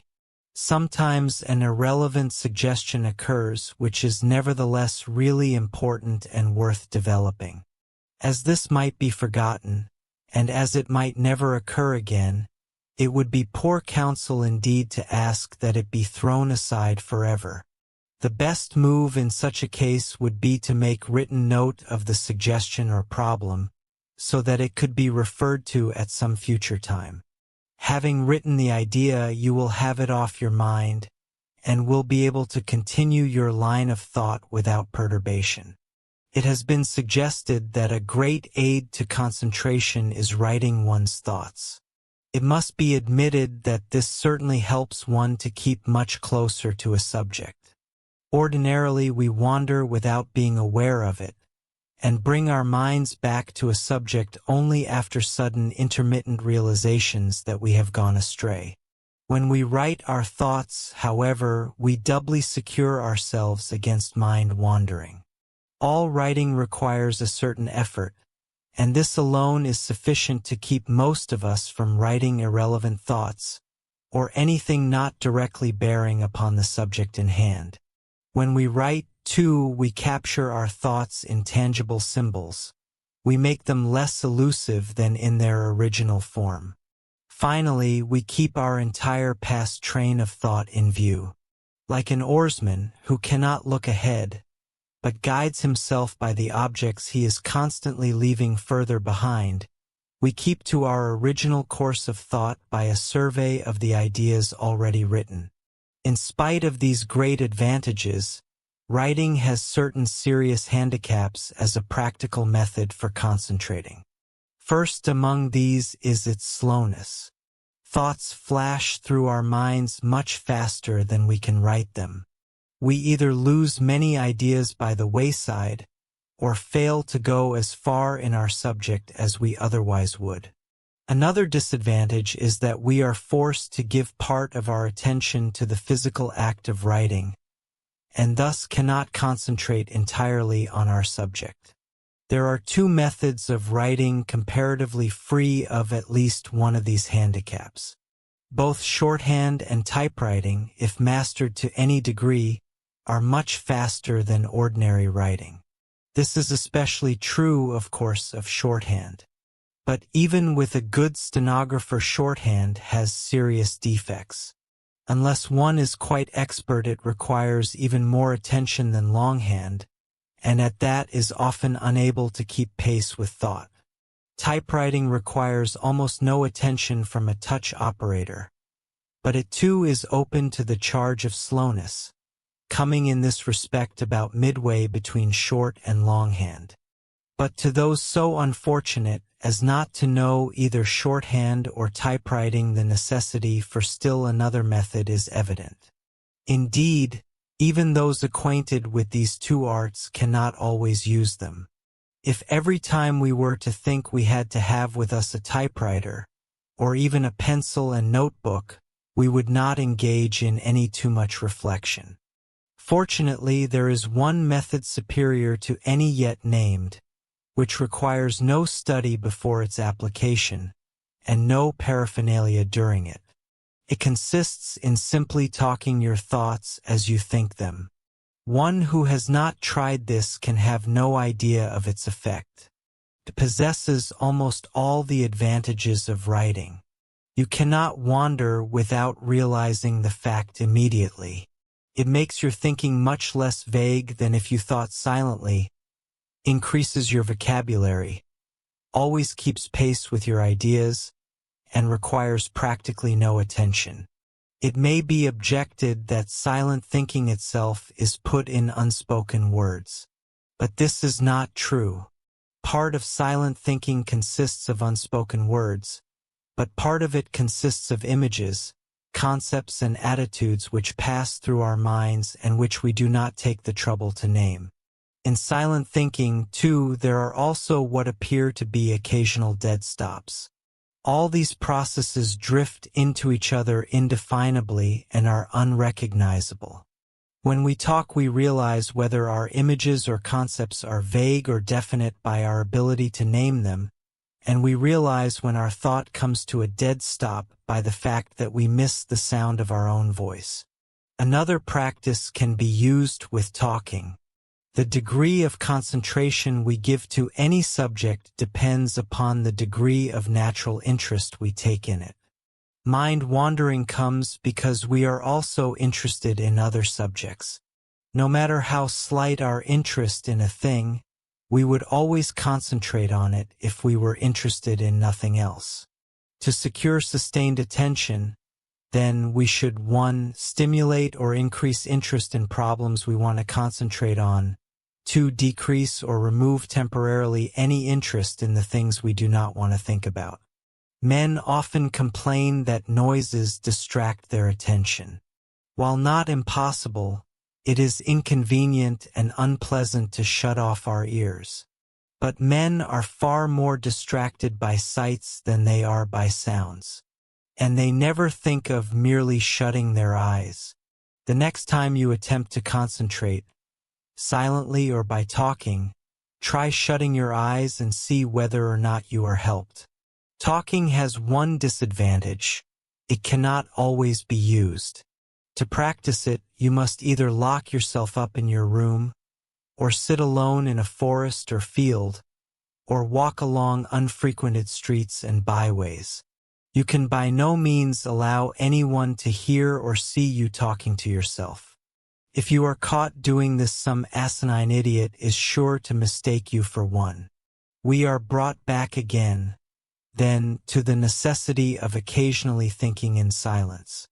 There is one other reason why we shall sometimes need to do this. Thoughts of certain kinds are so elusive that to attempt to articulate them is to scare them away, as a fish is scared by the slightest ripple. When these thoughts are in embryo, even the infinitesimal attention required for talking cannot be spared.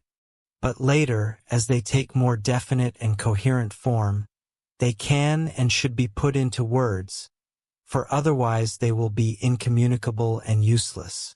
No definite rule can be laid down, however, as to what should be spoken and what thought of silently. This depends to a large extent upon the individual thinker. Some will probably find that talking helps them in almost all their thinking, others that it is often an actual hindrance. The same is true of closing one's eyes. If you do not know which is better for you, find out by experiment. At those times when you suddenly catch yourself wandering, it would be a good plan to stop occasionally and trace back your train of thought to the point where it left its original direction. In this way you would get some valuable insight into the how and why of mind wandering. You would be helped in recognizing its appearance sooner the next time it occurred. Whenever a person is left alone for a short time with no one to talk to and no reading matter, when for instance he is standing at a station waiting for his train, or sitting at a restaurant table waiting for his order, or hanging on a subway strap when he has forgotten to buy a newspaper, his thoughts tend to run along the tracks they have habitually taken. If a young man usually allows a popular tune to float through his head, that will be most likely to happen. If he usually thinks of that young lady, he will most likely think of her then. If he has often imagined himself as some great political orator making a speech amid the plaudits of the multitude, he is likely to see a mental picture of himself swinging his arms, waving flags, and gulping water. The only way a man can put a stop to such pleasant but uneducative roamings is to snap off his train of day-dreaming the first moment he becomes aware of it, and to address his mind to some useful, serious subject. His thoughts will be almost sure to leak away again. They may do this as often as 15 times in half an hour. But the second he becomes aware of it, he should dam up the stream and send his thoughts along the channel he has laid out for them. If he has never done this, he will find the effort great. But if he merely resolves now that the next time his mind wanders he will stop it in this manner, his resolve will tend to make itself felt. If he succeeds in following this practice once, it will be much easier a second time. Every time he does this, it will become increasingly easy, until he will have arrived at the point where his control over his thoughts will be almost absolute. Not only will it be increasingly easy for him to turn his mind to serious subjects, it will become constantly more pleasurable. Frivolous and petty trains of thought will become more and more intolerable. This whole idea of forcing our thought has been questioned by no less a thinker than Herbert Spencer. Let us hear what he has to say regarding his own practice. It has never been my way to set before myself a problem and puzzle out an answer. The conclusions at which I have from time to time arrived have not been arrived at as solutions of questions raised, but have been arrived at unawares, each as the ultimate outcome of a body of thoughts which slowly grew from a germ. Some direct observation or some fact met with in reading would dwell with me, apparently because I had a sense of its significance. It was not that there arose a distinct consciousness of its general meaning, but rather that there was a kind of instinctive interest in those facts which have general meanings. For example, the detailed structure of this or that species of mammal, though I might willingly read about it, would leave little impression. But when I met with the statement that, almost without exception, mammals, even as unlike as the whale and the giraffe, have 7 cervical vertebrae, this would strike me and be remembered as suggestive. Apt as I thus was to lay hold of cardinal truths, it would happen occasionally that one, most likely brought to mind by an illustration, and gaining from the illustration fresh distinctiveness, would be contemplated by me for a while, and its bearings observed. A week afterwards, possibly, the matter would be remembered, and with further thought about it, might occur a recognition of some wider application than I had before perceived, new instances being aggregated with those already noted. Again, after an interval, perhaps of a month, perhaps of half a year, something would remind me of that which I had before remarked, and mentally running over the facts might be followed by some further extension of the idea. When accumulation of instances had given body to a generalization, reflection would reduce the vague conception at first framed to a more definite conception, and perhaps difficulties or anomalies passed over for a while, but eventually forcing themselves on attention, might cause a needful qualification and a truer shaping of the thought. Eventually the growing generalization, thus far inductive, might take a deductive form, being all at once recognized as a necessary consequence of some physical principle, some established law. And thus, little by little, in unobtrusive ways, without conscious intention or appreciable effort, there would grow up a coherent and organized theory. Habitually the process was one of slow, unforced development, often extending over years, and the thinking done went on in this gradual, almost spontaneous way without strain. 6. But compare this method with that of John Stuart Mill, who speaks of the mental habit to which I attribute all that I have ever done, or ever shall do in speculation, that of never abandoning a puzzle, but again and again returning to it until it was cleared up, never allowing obscure corners of a subject to remain unexplored because they did not appear important, never thinking that I perfectly understood any part of a subject until I understood the whole. 7. Mill's method was, in short, that of conscious and vehement effort directed towards the end he had in view. He solved his problems by laborious application and study. 8. William Minto writes of Adam Smith, his intellectual proceedings were calm, patient, and regular. He mastered a subject slowly and circumspectly, and carried his principles with steady tenacity through multitudes of details that would have checked many men of greater mental vigor unendowed with the same invincible persistence. With such thinkers differing so markedly in their methods, the ordinary man is left bewildered. He may indeed decide that effort or no effort makes little difference. Let us, however, look to the psychology of the question, and see whether we can find any guiding principle. Spencer, defending his method, says, "A solution reached in the way described is more likely to be true than one reached in pursuance of a determined effort to find a solution. The determined effort causes perversion of thought. When endeavoring to recollect some name or thing which has been forgotten, it frequently happens that the name or thing sought will not arise in consciousness. But when attention is relaxed, the missing name or thing often suggests itself.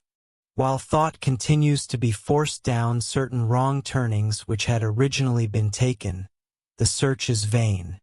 But with the cessation of strain, the true association of ideas has an opportunity of asserting itself. And similarly, it may be that while an effort to arrive forthwith at some answer to a problem acts as a distorting factor in consciousness and causes error, a quiet contemplation of the problem from time to time allows those proclivities of thought which have probably been caused unawares by experiences to make themselves felt and to guide the mind to the right conclusion. Spencer's first argument that an effort to recollect something is often without results, while the thing is remembered later when we are not trying to think of it, is true as to fact. But it does not show that the effort was unfruitful. As pointed out in the discussion of association, one idea is associated with not only one other idea but with an entire group. This may give a possible explanation of why it is so often difficult to recollect anything when we make a determined effort. The attempt partly arouses a whole cluster of ideas, each of which tends to return, but is prevented from doing so by all the others. It is analogous to a crowd of people all struggling to get through a narrow doorway. They cause such a jam that for a time no one succeeds. When the pushing and jostling cease, one person at a time is able to pass through. When effort is abandoned, probably all but one of the associates become dormant, and this one slides into consciousness at the slightest provocation. Whether or not this explanation is true, it is a fact that though an effort may not produce results at the time, still if it had not been made, the associate which finally comes to mind would probably never have occurred at all. The reader has possibly found that when learning some skilled movement such as bicycle riding, skating, or swimming, his first attempts seemed without result, but after an interval of a week or a month, when trying again, he suddenly discovered that he could do what he wanted from the very start. Surely no one would contend that this could happen without the previous effort. I must also question Spencer's remark that, with the cessation of strain, the true association of ideas has an opportunity of asserting itself. The brain has no hidden mechanism by which it can separate the true from the false. To be sure, if we use no effort, the most usual and strongest associations will be more likely to assert themselves, and it may be that often these will have more warrant than unusual and weaker associations. Outside of this, there is no superiority. But the main reason why we cannot follow the method of Herbert Spencer is that we are not all Herbert Spencers. His thought naturally tended to serious and useful channels. Consequently, he did not have to force it there. If the reader is one of those rare and fortunate beings whose thoughts run only to useful subjects, and who always concentrate from pure spontaneous interest, I sincerely advise him not to force himself. And if such a being happens to be reading the present chapter, one assure him he is criminally wasting his time, and that he should drop the book or turn to the next chapter with all possible haste. But if the reader numbers himself with the miserable majority whose minds are ever running away with them, he will find it necessary to use effort in thinking, at least for a while. One remark of Spencer is undoubtedly true. This is that an effort to arrive forthwith at some answer to a problem acts as a distorting factor in consciousness and causes error. And here, strange to say, his practice is in substantial agreement with the apparently opposite method of John Stuart Mill. For note that Mill speaks of again and again returning to it, a puzzle until it was cleared up. Both imply their agreement rather than state it outright. Spencer by his use of the word forthwith, and Mill by his words again and again. Here the practice of both differs from that of the vast majority of men. Yet neither thinker seemed to be clearly conscious how it differed. The average man, that mythical creature, when he has just been confronted with a problem, may wrestle with it with all the vigor of a great thinker. But as he sees difficulties multiplying about him, he gradually becomes more and more discouraged. Finally, he throws up the problem in disgust, contenting himself with the reflection that it cannot be solved, or that it will take somebody who knows more than he to solve it.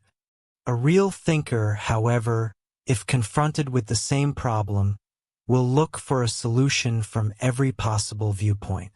But failing an answer, he will not give up.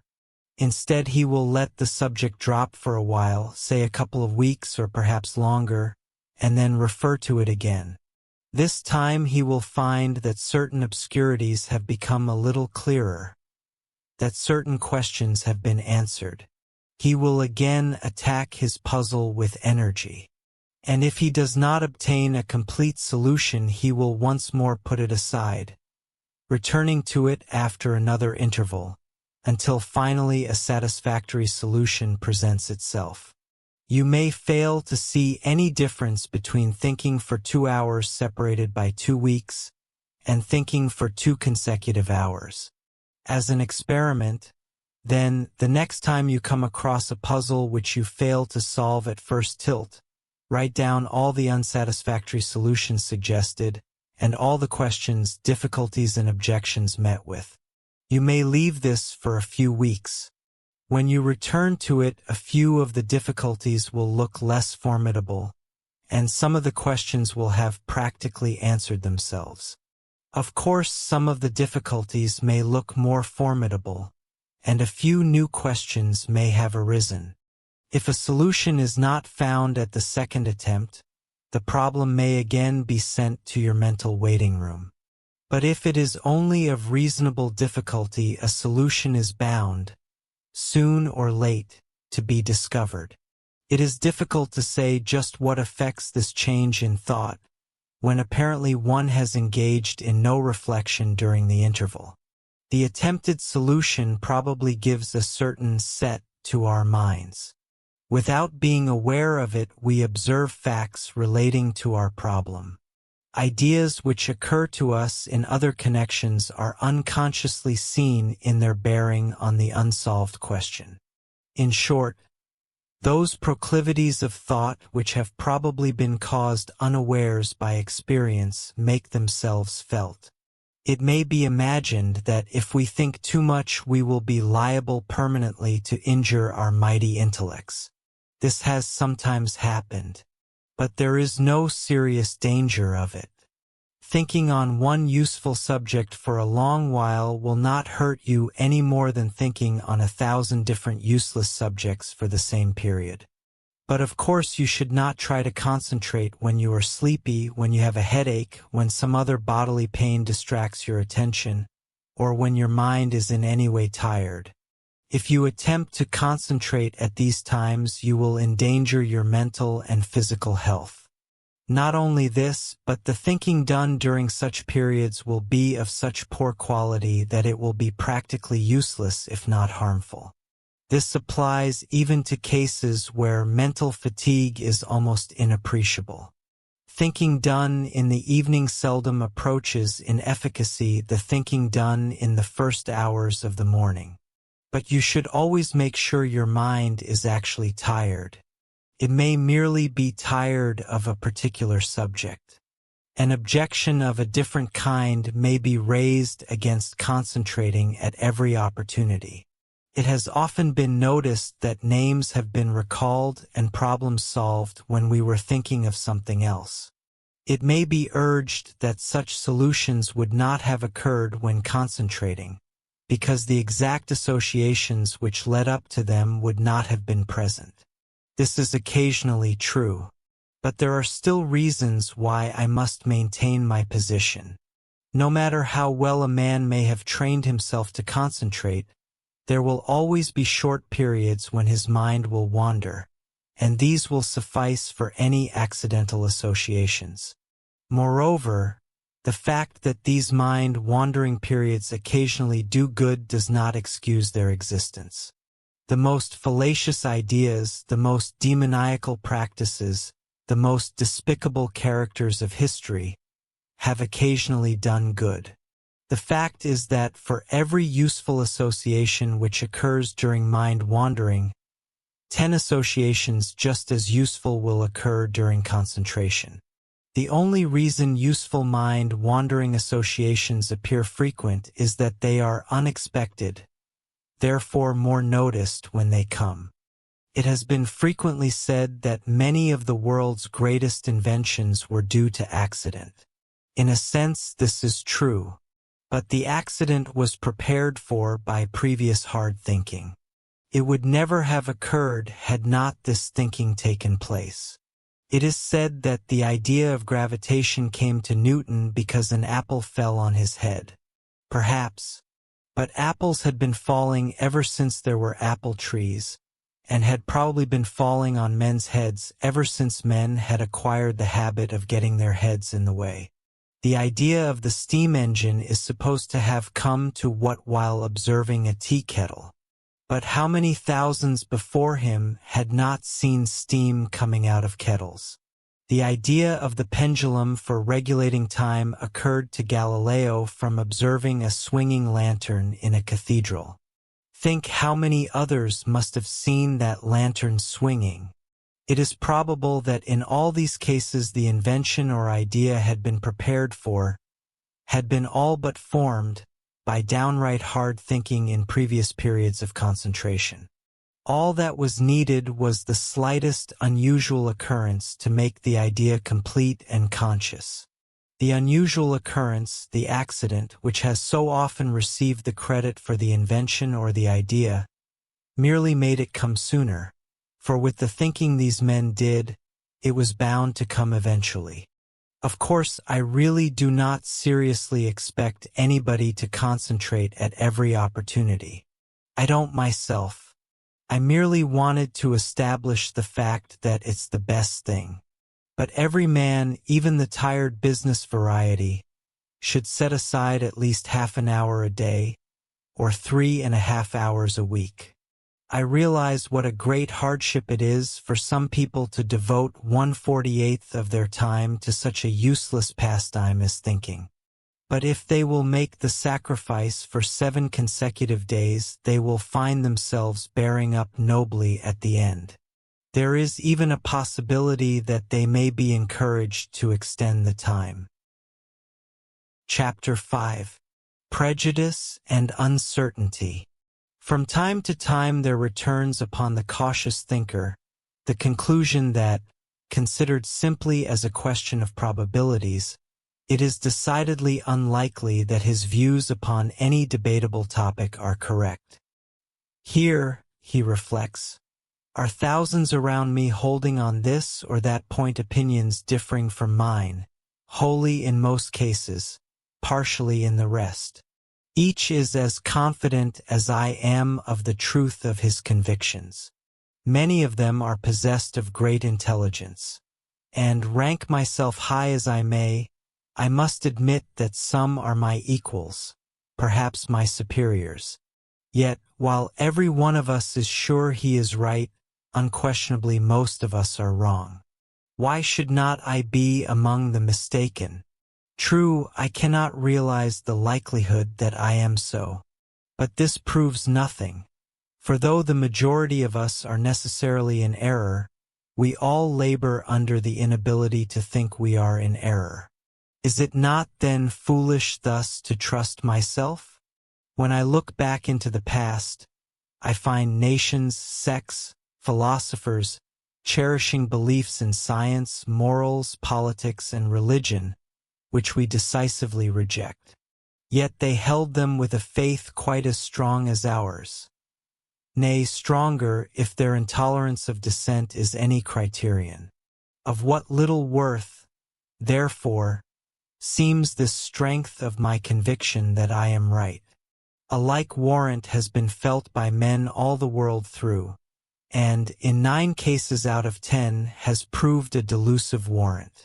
Is it not then absurd in me to put so much faith in my judgments? 9. I trust the reader will pardon this second, rather extended quotation from Herbert Spencer. But the thought expressed must be kept in mind if we are to approach our present subject in the proper spirit. Our subject is prejudice. Our object is to free ourselves as much as possible from our own prejudices. But before we can get rid of a thing, it is first necessary to recognize that thing when we see it. Prejudice is often confused with intolerance. They are not the same. A man may be prejudiced and not intolerant. You may think that your alma mater, your city, or your country is the greatest in the world, for little other reason than simply that it is yours. Your opinion is prejudiced. But you may not protest if any other man thinks that his alma mater, or his city, or his country is the best in the world. In fact, you may not have much respect for him if he doesn't think so. And your opinion is tolerant. On the other hand, a man may be intolerant and not prejudiced. You may decide, solely on the evidence and on grounds of pure reason, that paper money, fiat money, is always a harmful form of currency, and you may be justly wrathful against the man who advocates it. You may even wish him suppressed. Yet you may be able to answer all his arguments. But you fear that if he is allowed to air his views, they will take hold on minds as shallow as his own. You fear that once they have taken root, it will be difficult to dislodge them, and that in the meanwhile they may do harm by being put into practice. You are intolerant, but you are not prejudiced. It is well to remember this distinction when accusations of prejudice are flying through the ozone. One thing more must be kept in mind. Prejudice has less connection with truth and falsity than is generally supposed. The fact that a man is unprejudiced does not make his opinion right. And the fact that a man is prejudiced does not necessarily make his opinion wrong, though it must be admitted that if it is right, it will be so only by accident. It is often thought that prejudice can be immediately recognized.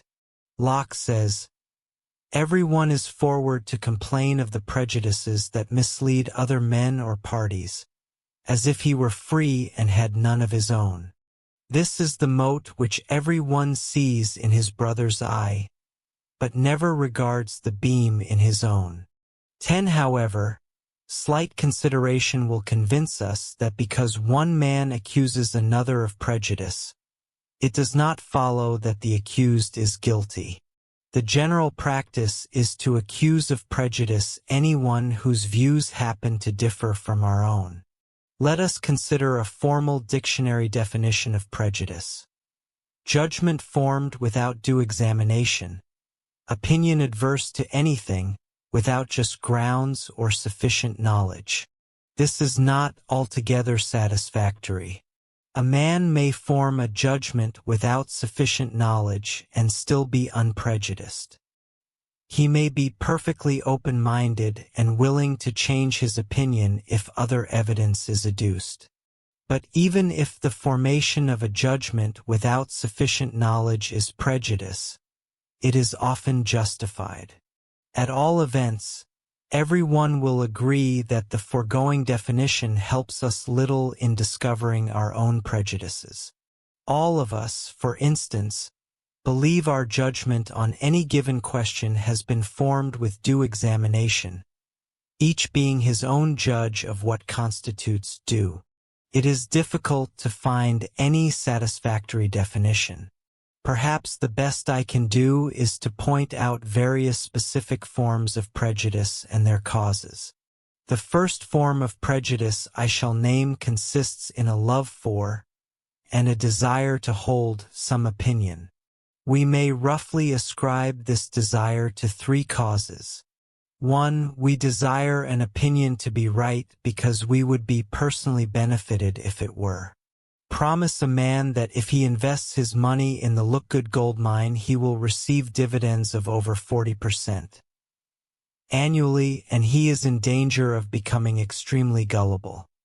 He shirks looking up the previous record of the promoters or directors because he has a secret and indefined fear that if he does he will find their pictures in the rogues gallery.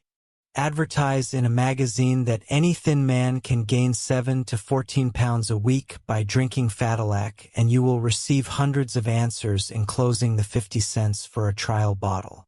Not one desperately slim man in 10 will stop to ask himself how the miracle can be performed. In fact, he will do his worst to argue himself into the matter. He will tell himself that the advertisement is in a reliable magazine, that the company would not dare to make an assertion like that unless it could make good that. But we may pass over the more obvious benefits, and proceed to those causes of prejudice less consciously selfish or directly beneficial. If an economist were to write a book attempting to prove that bankers were really unnecessary and could be dispensed with, it is a rather sure guess that a banker would not regard very highly the intellectual powers of that economist. If he considered his arguments at all, it would be only with the view of refuting them. In an even less conscious way, a rich man is likely to oppose socialism or communism, not so much because he has evidence of intrinsic worth against them, but because he fears that if such systems of society were put into effect he would lose most of his wealth. The man who has nothing is likely to look with favor upon these schemes, because they offer him promise of better things. The mere fact that we are ignorant of a certain thing will prejudice us against it, while knowledge of it will prepossess us in its favor. 10 chances to 1 a person who has been taught Esperanto will favor the adoption of an international language, and the adoption of Esperanto in particular. Most of the remarks on the uselessness of the classics come from those ignorant of them, while those who, in order to get a college degree or for some like reason, have been forced to study Greek and Latin, will generally always exaggerate their importance. Most of the opposition to simplified spelling is due to the fact that having taken the time and toil to master our atrociously inconsistent spelling, people have a vague fear that if a phonetic system were adopted, children, the ignorant classes and persons of poor memories would be able to spell just as well as they, without 1/4 the trouble of learning. Not that they are conscious of this childish and unworthy attitude, for usually they are not, but the motive is operative nonetheless. Of course, in all the foregoing cases of prejudice, as in those to follow, none of the victims ever uses any of his real reasons in argument, though he will bring forward nearly every other reason on earth to justify his belief. And to do him justice, it must be admitted that he is often unaware of the true cause of his inclination to one side rather than another. Though it is less directly selfish, the patriotic bias may fairly be classed with the prejudices we have just been considering. At this time, the most stupendous war of all history is raging. But I know of no German or Austrian or Turk or Bulgarian who has so far admitted that the British or the French or the Russians or the Italians or the Belgians or the Servians or the Montenegrins or the Japanese can by any possibility have right on their side. Nor do I know of any Japanese or Montenegrin or Servian or Belgian or Italian or Russian or Frenchman or Englishman who believes that the Bulgarians or the Turks or the Austrians or the Germans are in the right. Philosophers and men of science are no exception. Münsterberg, Eucken and Haeckel write publicly in favor of Germany, and 50 of England's foremost authors unanimously sign a pronunciamento in support of their native country. Yet nobody is surprised. 2. Another reason why we desire an opinion to be right is because we already happen to hold it. As one writer expresses it, we often form our opinions on the slightest evidence, yet we are inclined to cling to them with grim tenacity. There are 2 reasons for this. When we have formed an opinion on anything, the chances are that we have communicated it to someone, and have thereby committed ourselves to that side. Now, to reverse an opinion is to confess that we were previously wrong. To reverse an opinion is to lay ourselves open to the charge of inconsistency. To be inconsistent, to admit that our judgments are human and fallible. This is the last thing we can ever think of. Inconsistency, said Emerson, is the hobgoblin of little minds, and if by this he meant inconsistency in the sense of changing opinions already formed, we must agree with him. The hypothesis maker has a specific form of this fear of inconsistency. This type of theorist makes a supposition to account for certain facts. When he meets with certain allied facts for which the supposition apparently does not account, he either ignores said facts or cuts and trims them, or bullies them into his theory. Hypotheses per se have never done any harm. In fact, they are indispensable in all thought, especially as an aid to observation. But it is the desire to prove an hypothesis correct, simply because it is our hypothesis, or because it is a fascinating hypothesis, which has done harm. Darwin says that he had made it a habit, whenever a published fact, a new observation or thought came across me, which was opposed to my general results, to make a memorandum of it without fail and at once. For I had found by experience that such facts and thoughts were far more apt to escape from the memory than favorable ones. The second reason for desiring to cling to an opinion because we already hold it is one which could probably best be explained by physiological psychology and a study of the brain. We feel almost a physical pain when a tenet we have long cherished is torn up and exposed. The longer we hold an opinion, the harder it is for us to get rid of it. In this respect, it is similar to habit. Nor is the comparison an analogy merely. An opinion is a habit of thought. It has the same basis in the brain and is subject to the same laws as a habit of action. It is well known that the opinions of a man over 40 are pretty well set. The older a man grows, the harder it is for him to change an opinion, or for others to change it for him.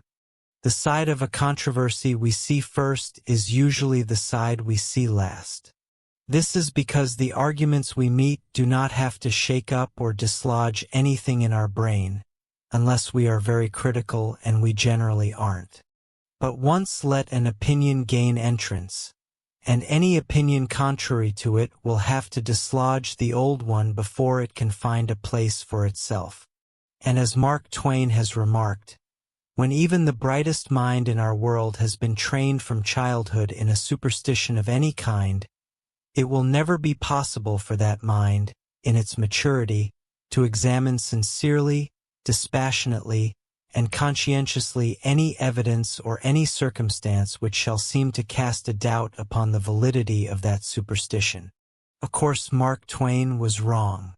Of course, we are the reasoning race, as he cynically intimates we are not. To religion, for instance, the most important question which can engage our understanding, each of us always gives independent thought. It is a mere accident, of course, that almost all of the 400 million Chinamen are Buddhists. It is a mere accident that the overwhelming mass of East Indians are Brahmins. It is only by chance that practically all Turks, Persians, and Arabians are Mohammedans. And it merely happened to happen that England is Protestant and Ireland is Catholic. But it is unsafe to bring this question of religion too near home. We now come to our third cause of desire. 3. We desire an opinion to be wrong because we would be forced to change other opinions if it were not. Or we desire an opinion to be right because then we would be able to retain our other opinions. This is a most widespread form of prejudice. But I believe it is, fortunately, the most defensible. Its defensibility, however, depends mainly on the opinions we fear to change. These we may divide into two kinds: those which have been formed without thought, borrowed opinions, etc. The greatest opposition to the theory of evolution came from those conservative Christians who saw that it undermined any literal interpretation of Genesis. If these Christians had investigated the sources of that book, had considered its probable authority, had given thought to the possibility of inspired writing, and had finally decided in favor of the biblical narrative, then, right or not, their opposition to Darwin's theory would have been free at least from this sort of prejudice. But most of this opposition had come from persons who had not thought of Genesis, but had accepted it from the first, because it had been dogmatically hammered into their heads since childhood. Hence it was prejudice, pure and simple. B. The second kind of opinions we fear to change are those resting mainly upon evidence. William James gives an example. Why do so few scientists even look at the evidence for telepathy, so-called? Because they think, as a leading biologist, now dead, once said to me, that even if such a thing were true, scientists ought to band together to keep it suppressed and concealed. It would undo the uniformity of nature, and all sorts of other things without which scientists cannot carry on their pursuits. 11. Darwin writes that when a youth he told Sedgwick, the geologist, of how a tropical volute shell had been found in a gravel pit near Shrewsbury. Sedgwick replied that someone must have thrown it there, and added that if it were really embedded there, it would be the greatest misfortune to geology, as it would overthrow all that we know about the superficial deposits of the Midland counties, which belong to the glacial period. Another trouble with the attitude of doubt is that when not properly utilized it hinders rather than aids the acquisition of truth. This is especially the case when it takes the form of fear of prejudice. If guided by this fear, in our anxiety not to discriminate in favor of one side of a question, we are apt to discriminate in favor of the other. In an attempt to give an opposing argument due consideration, we are liable to give it undue consideration. Instead of removing prejudice with reason, we may be trying to balance one prejudice with a counter-prejudice. When a person disagrees with him, a very conscientious thinker, fearing that he may be prejudiced, and in order to prove himself broad-minded, will often say regarding an objection, "Well, there may be something in that." Now your only excuse for ever saying, "There may be something in that," will be as an attitude to assume in experimenting or observing, or looking up material or arguments to find whether there actually is anything in it. Then, if you do not find anything in it, you are justified in saying so, and you ought to. It is useless to stimulate doubt unless you intend, on grounds of reason, to settle the doubt. The doubtful attitude should be maintained only so long as you are actively searching for evidence bearing on a question. Maintained at any other time or used in any other way, it means merely uncertainty, indefiniteness, vagueness, and leads nowhere. It is important that we be unprejudiced. It is even more important that our views be definite, and if our definite views are wrong. But the words of Thomas Huxley on this subject cannot be improved. A great lawyer-statesman and philosopher of a former age, Francis Bacon, said that truth came out of error much more rapidly than it came out of confusion. There is a wonderful truth in that saying. Next to being right in this world, the best of all things is to be clearly and definitely wrong, because you will come out somewhere. If you go buzzing about between right and wrong, vibrating and fluctuating, you come out nowhere. But if you are absolutely and thoroughly and persistently wrong, you must some of these days have the extreme good fortune of knocking your head against a fact, and that sets you all straight again. 13. When you find yourself fluctuating back and forth between two opinions, you might find it helpful to hold an internal debate. State to yourself as strongly as possible the case for the affirmative, and then put as convincingly as possible the case for the negative, holding a refutation if necessary. You may even elaborate this by writing the arguments for both sides in parallel columns. Of course, you should never use an argument which you can see on its face to be fallacious, nor a statement which represents merely a prejudice and nothing more. You should use only such arguments as you think a sincere debater would conscientiously employ. By thus making your reasons articulate, you will often find that there is really no tenable case at all for one side, and you will seldom fail to reach a definite conclusion. This method of arriving at a decision may be voted childish and even artificial, but nothing is to be despised which can render intellectual help. One word more on this. There is a type of individual, most often met with among writers, who fears to make a statement of his thought definite, because he has a faint suspicion that it may be wrong. He wishes to allow himself plenty of loopholes to slip out of an intellectual position in case anyone should attack it. Hence he never says outright, "Such and such is the case." Instead, his talk or writing is guarded on all sides by such expressions as, "It is probable that," "It is possible that," "The facts seem to indicate that," or "Such and such is perhaps the case."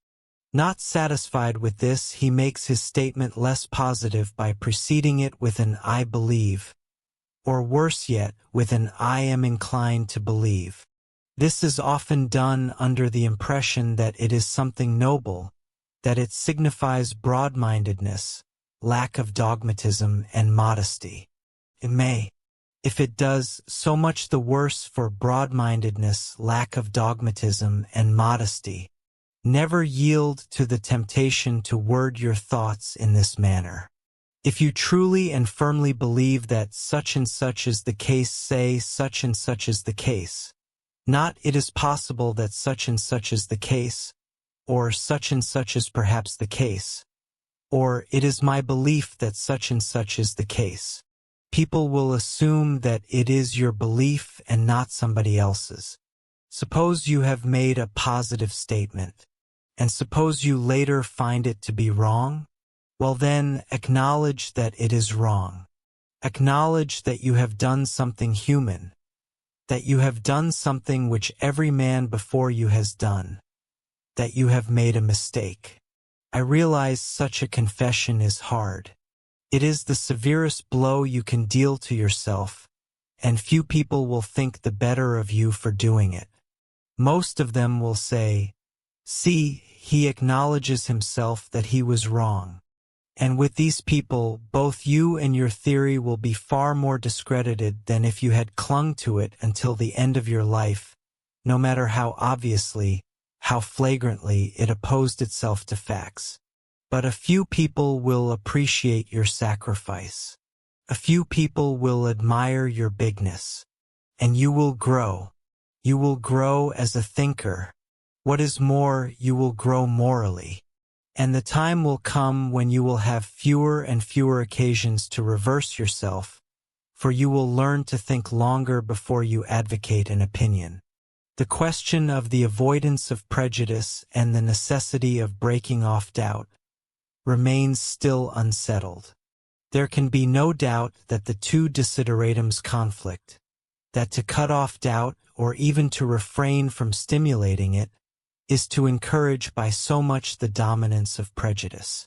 The answer to this question will depend entirely upon the particular problem under consideration. No rules can be laid down. Everything will depend upon the importance of the question, upon the possibility or frequency of occasions when we may be called to act upon the answer, and upon the way in which the answer will affect conduct when we do act upon it. Where the importance of the question is trifling, it would be foolish to sound our prejudices too deeply, or to go to any elaborate pains to collect evidence. Where immediate, unhesitating action is required, remaining in doubt might be fatal. Any decision would be better than no decision. When the importance of the question is vital, or when the possibility of having to act on the answer is distant, we can afford to preserve our doubts, to suspend final judgment for years, perhaps during our entire life, and we should spare no pains to investigate fully all that relates to the question. Just how much trouble to take, how long to keep alive the attitude of doubt in any particular question, will have to be decided by the individual. His own judgment must be the sole criterion. If this is the most prevalent form of prejudice, it is also the most difficult to get rid of. This requires moral courage. It requires the rarest kind of moral courage. It requires just as much courage for a man to state and defend an idea opposed to the one in fashion as it would for a city man to dress coolly on a sweltering day, or for a young society woman to attend a smart affair in one of last year's gowns. The man who possesses this moral courage is blessed beyond kings, but he must pay the fearful price of ridicule or contempt. There is another form of this prejudice of imitation radically opposed to this. Just as with fashions in clothes there are people who strive to imitate others, so there are people who devote themselves entirely to being different. Their greatest fear is that they will be taken for one of the mob. They dress themselves as uniquely as possible in order to acquire individuality. We have these same people in the realm of thought. They are in constant trepidation lest they say something that everybody else says. They say things not for the sake of truth but for humor or paradox. Their great delight is to affirm or defend something new regardless of its truth. Something deliciously radical which will shock everybody else and startle even themselves. The worst part of this is that these people gradually come to regard their propositions as true, just as a liar finally comes to believe his own lies. The only cure for such a mental condition is a constant sincerity in every opinion we advance. People are often led into the fault by a motive not incommendable in itself, the desire for originality. But they choose the wrong path to their goal. If you make originality and radicalness your aim, you will attain neither truth nor originality. But if you make truth your aim, you will very likely get truth, and originality will come of itself. There are hundreds of prejudices, hundreds of forms of prejudice. There is, for instance, the prejudice of conservatism, which manifests itself in a vague fear that if the present order were changed in any particular, if women were given the vote, if socialism were to triumph, if a new filing system were to be installed at the office, all would be lost. But I cannot deal adequately with all the forms of bias which flock to mind. The distinguishing mark of the great thinkers of the ages was their comparative freedom from the prejudices of their time and community. In order to avoid these prejudices, one must be constantly and uncompromisingly sounding his own opinions. Eternal vigilance is the price of an open mind. Prejudice is not the only danger which lies in wait for the would-be thinker. In his very efforts to get rid of prejudice, he is liable to fall into an even greater intellectual sin. This sin is uncertainty. As uncertainty and doubt are nearly synonymous, the reader will probably be surprised at this statement because of the praise I have hitherto accorded to the doubtful attitude. But the doubtful attitude, necessary and praiseworthy as it is, should not be maintained always. We think in order to have opinions. We have opinions in order to guide action, in order to act upon should occasion require. Herbert Spencer, even after his remarks quoted at the beginning of this chapter, which imply the need of extreme caution, adds, "In daily life we are constantly obliged to act out our inferences, trustless as they may be. In the house, in the office, in the street, there hourly arise occasions on which we may not hesitate. Seeing that if to act is dangerous, never to act at all is fatal.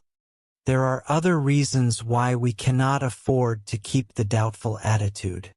If our lives were interminable, if we had limitless time for thinking, we could afford to remain in doubt indefinitely. But life is fleeting. So if you have examined facts obtainable on such a question as psychic phenomena, have kept your mind open for a certain time, and have decided that communication with the dead is impossible, you are justified in discontinuing to look for evidence on that question. Every hour devoted to examining such evidence would be an hour taken away from thought on some other subject. And the law of diminishing returns is just as applicable in thinking as in economics. Some readers may object to calling the last case prejudice. They may say that Sedgwick was perfectly justified. That, however, is not the present question. Prejudice itself may sometimes be justified. But Sedgwick tacitly admitted that he not only believed the shell had not been embedded, he actually desired that it had not been. And our desires always determine, to a great extent, the trouble we take to get evidence, and the importance we attach to it after we have it. Emerson's remark that inconsistency is the hobgoblin of little minds is true in a double sense. For not only is it harmful to fear to change an opinion which we have entertained, it is even harmful at times to fear to hold simultaneously two opinions incongruous with one another. If a thought springs up in your mind, and you come to see after a time that it is inconsistent with another thought, do not immediately try to throw out one or the other. Instead, think the new thought out in all its bearings and implications, just as if you had never had the first. Perhaps follow the same practice with the first idea. By and by one will reveal its falsity and the other its truth. Or more likely you will find that there was some truth in each idea, and you will reconcile the two in a truth higher, deeper, or more comprehensive. I have set down these three cases of prejudice to help the reader in recognizing the same or similar prejudices in himself. And the mere recognition of prejudices as prejudices will do much toward their elimination. But though we all strenuously maintain our anxiety to get rid of prejudices, the real reason most of us have them is that we do not want to get rid of them. We are all willing to get rid of prejudice in the abstract. But when someone troubles himself to point out any particular concrete prejudice of ours, we defend it and cling to it like a dog to his bone. The only way we can get rid of this desire to cling to our prejudices is thoroughly to convince ourselves of the superiority of the truth, to leave not the slightest doubt in our own minds as to the value of looking with perfect indifference on all questions, to see that this is more advantageous than believing in that opinion which would benefit us most if true, more important than being consistent, more to be cherished than the comfortable feeling of certainty. When we really do desire to get rid of our prejudices, we will put ourselves on the path of getting rid of them, and not before then. One more prejudice has yet to be considered. This may be called the prejudice of imitation. We agree with others, we adopt the same opinions of the people around us because we fear to disagree. We fear to differ with them in thought in the same way that we fear to differ with them in dress. In fact, this parallel between style in thought and style in clothing seems to hold throughout. Just as we fear to look different from the people around us because we will be considered freakish, so we fear to think differently because we know we will be looked upon as queer. If we have a number of such dissenting opinions, we will be regarded as anything from a mere crank to a fanatic or one with a screw loose. When our backs are turned, people will wisely point their index fingers to their temples and move them around in little circles. Our fear of freak opinions is only equaled by our dread of ideas old-fashioned. A little while ago it was considered popular to laugh at the suffragettes, and everybody laughed. Now it is getting to be popular to laugh at the anti-suffragettes. A little while ago it was considered quite comme il faut to fear socialism. Now it is becoming proper to remark, there is really quite a good deal of truth in their theories. And soon we shall doubtless all be out and out socialists. Nor is the prejudice of imitation confined to the layman. If anything, it is even more common among so-called thinkers. I remember quoting some remark of Spencer to an acquaintance, and getting this, "Yes, but isn't Herbert Spencer's philosophy considered dead?" This same acquaintance also informed me that John Stuart Mill had been superseded. He candidly admitted, in fact seemed rather proud of the fact, that he had read practically nothing of either philosopher. I am not trying to defend Spencer or John Stuart Mill, nor am I attempting to bark at the heels of any of our present-day philosophers. But I am willing to wager that most of these same people now so dithyrambic in their praise of James, Bergson, Eucken and Russell will 25 years hence be ashamed to mention those names, and will be devoting themselves solely to post-neofuturism, or whatever else happens to be the passing philosophy of the moment.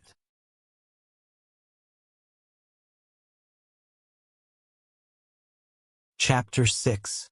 Debate and Conversation. The mind engages in many activities which have power either for evil or good. Just what influence they will exert depends on how we use them. One of the most important of these activities is debate. Debate brings in that unequaled form of incentive for all action which psychologists call social pressure, and which here means nothing more than the desire to excel a fellow being in some line of endeavor. When debating we concentrate, and we do so without conscious effort. We are too interested in defeating our opponent to wander from the subject. We are forced to think rapidly. Not least of all, we are compelled to think articulately. But with all its advantages, debate is one of the most potent sources of prejudice. In the heat of controversy, we adopt any and every argument that comes handy. Every statement of our opponent is considered only in the light of how it can be refuted. We are willing to use almost any objection against him, so long as we believe he will see no flaw in it. It is of utmost importance that we find how to avoid these pitfalls. The first thing we must do is to adopt a complete change of attitude toward an opponent's arguments. Whenever we meet with a fact which we would not like to cite in a debate, because, to put it mildly, it would not help our side, we should carefully investigate that fact. We should consider whether, if true, it changes the aspect of things. We should get rid of the idea that, in order to vindicate our side, we must answer every contention our opponent advances. For this opponent of ours will very likely be a man in full possession of his senses. At least some of his arguments will be rational. When they are, we should be willing to acknowledge it. Their truth does not necessarily make his side right. His arguments may be irrelevant. They may be outbalanced by some other reason or reasons. Attempts to prove too much are liable to put us into the position of the lawyer whose client is alleged to have been sued for putting a hole in a borrowed umbrella. The lawyer proved first that his client did not borrow the umbrella. Second, that there was a hole in it when he got it. Third, that there was nothing the matter with it when he returned it. After you have had a friendly argument with an acquaintance, you take leave either with the satisfaction that you have bested him, or with a vague consciousness that though you were right, he was just a trifle more skillful at bringing forward arguments. But having this satisfaction or dissatisfaction, you seldom think any more of the matter until the next time you meet him. Now this practice is helpful neither to your debating nor your thinking. After you have taken leave of your acquaintance, and are left to the quietude of your own thoughts, you should mentally run over your controversy. You should dispassionately consider the bearing and weight of his arguments. And then, reviewing your own, ask yourself which were valid and relevant and which were not. If you find you have used a sophism, you should resolve never to use it again, even though your opponent may have been unable to answer it. The question of morals aside, this is poor practice if you ever hope to become a thinker. In the end, it will tell against you even as a debater. You can use your debates for constructive material as well as for criticism. After a controversy, you can go over the arguments of your opponent which you could not refute or refuted but lamely, and think of the answers you might have given. Of course, you should take care that these answers are not sophistical. The question will very likely come up again. If not with the same friend, then with another, and when it does you will find yourself prepared.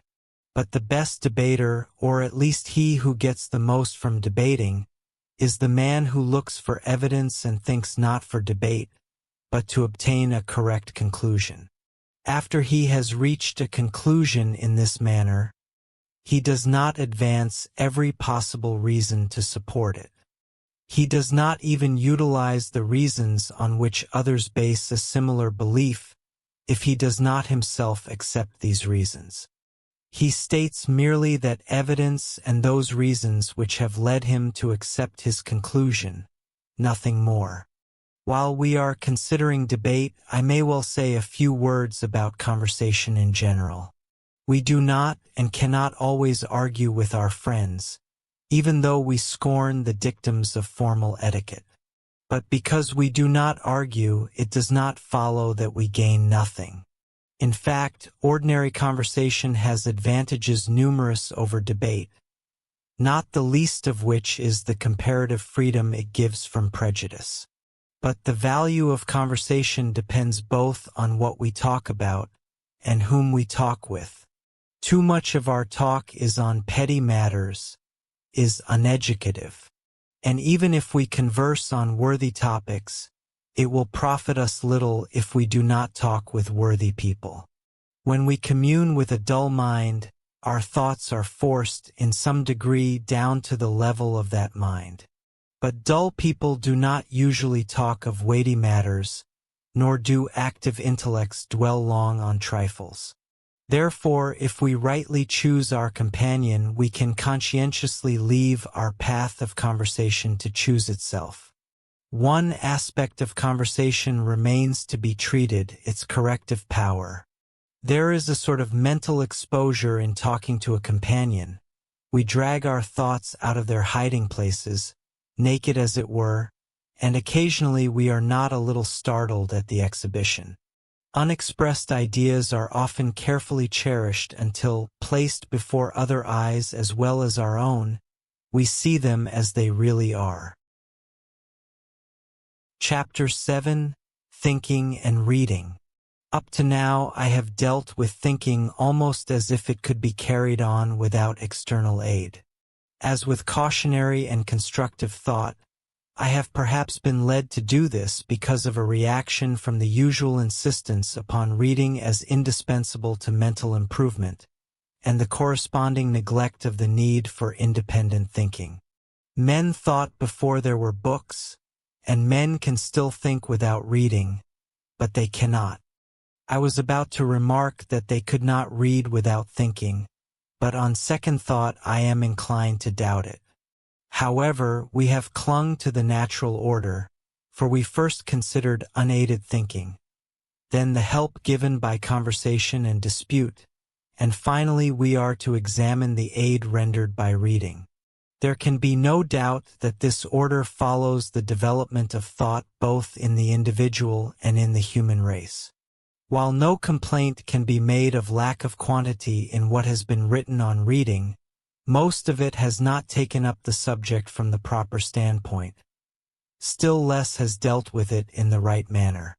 There has been counsel galore urging people to read, and recently there has been a great deal of advice on what to read.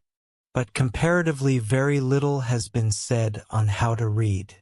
At one time reading was regarded an untainted virtue. Later it was seen that it did us no good unless we read good books. And now there is a dawning consciousness that even if we read good books, they will benefit us little unless we read them in the right way. But even where this consciousness has been felt, little attempt has been made to solve the problem systematically. Leisurely discourses, pretty aphorisms, and dogmatic rules have been the forms in which the question has been dealt with.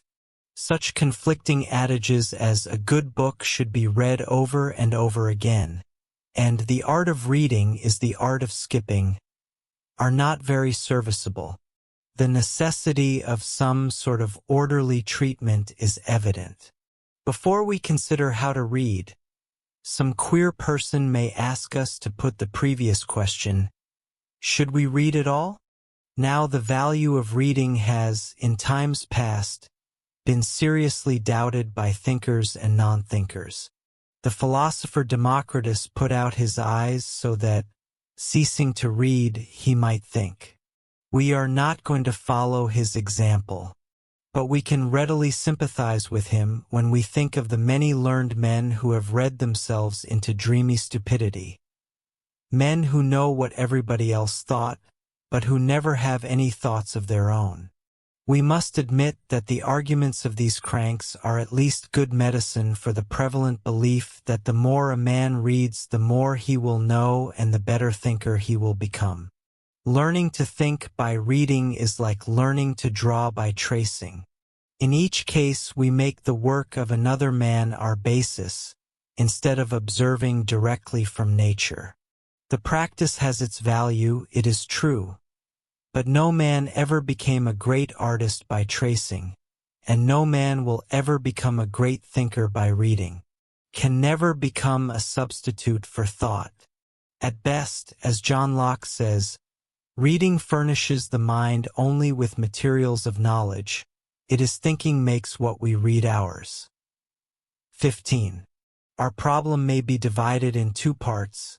1. What ratio should our reading bear to independent thinking? And 2. How should we read when we do read? It may be thought that we can learn something about the first question by investigating the practice of great thinkers.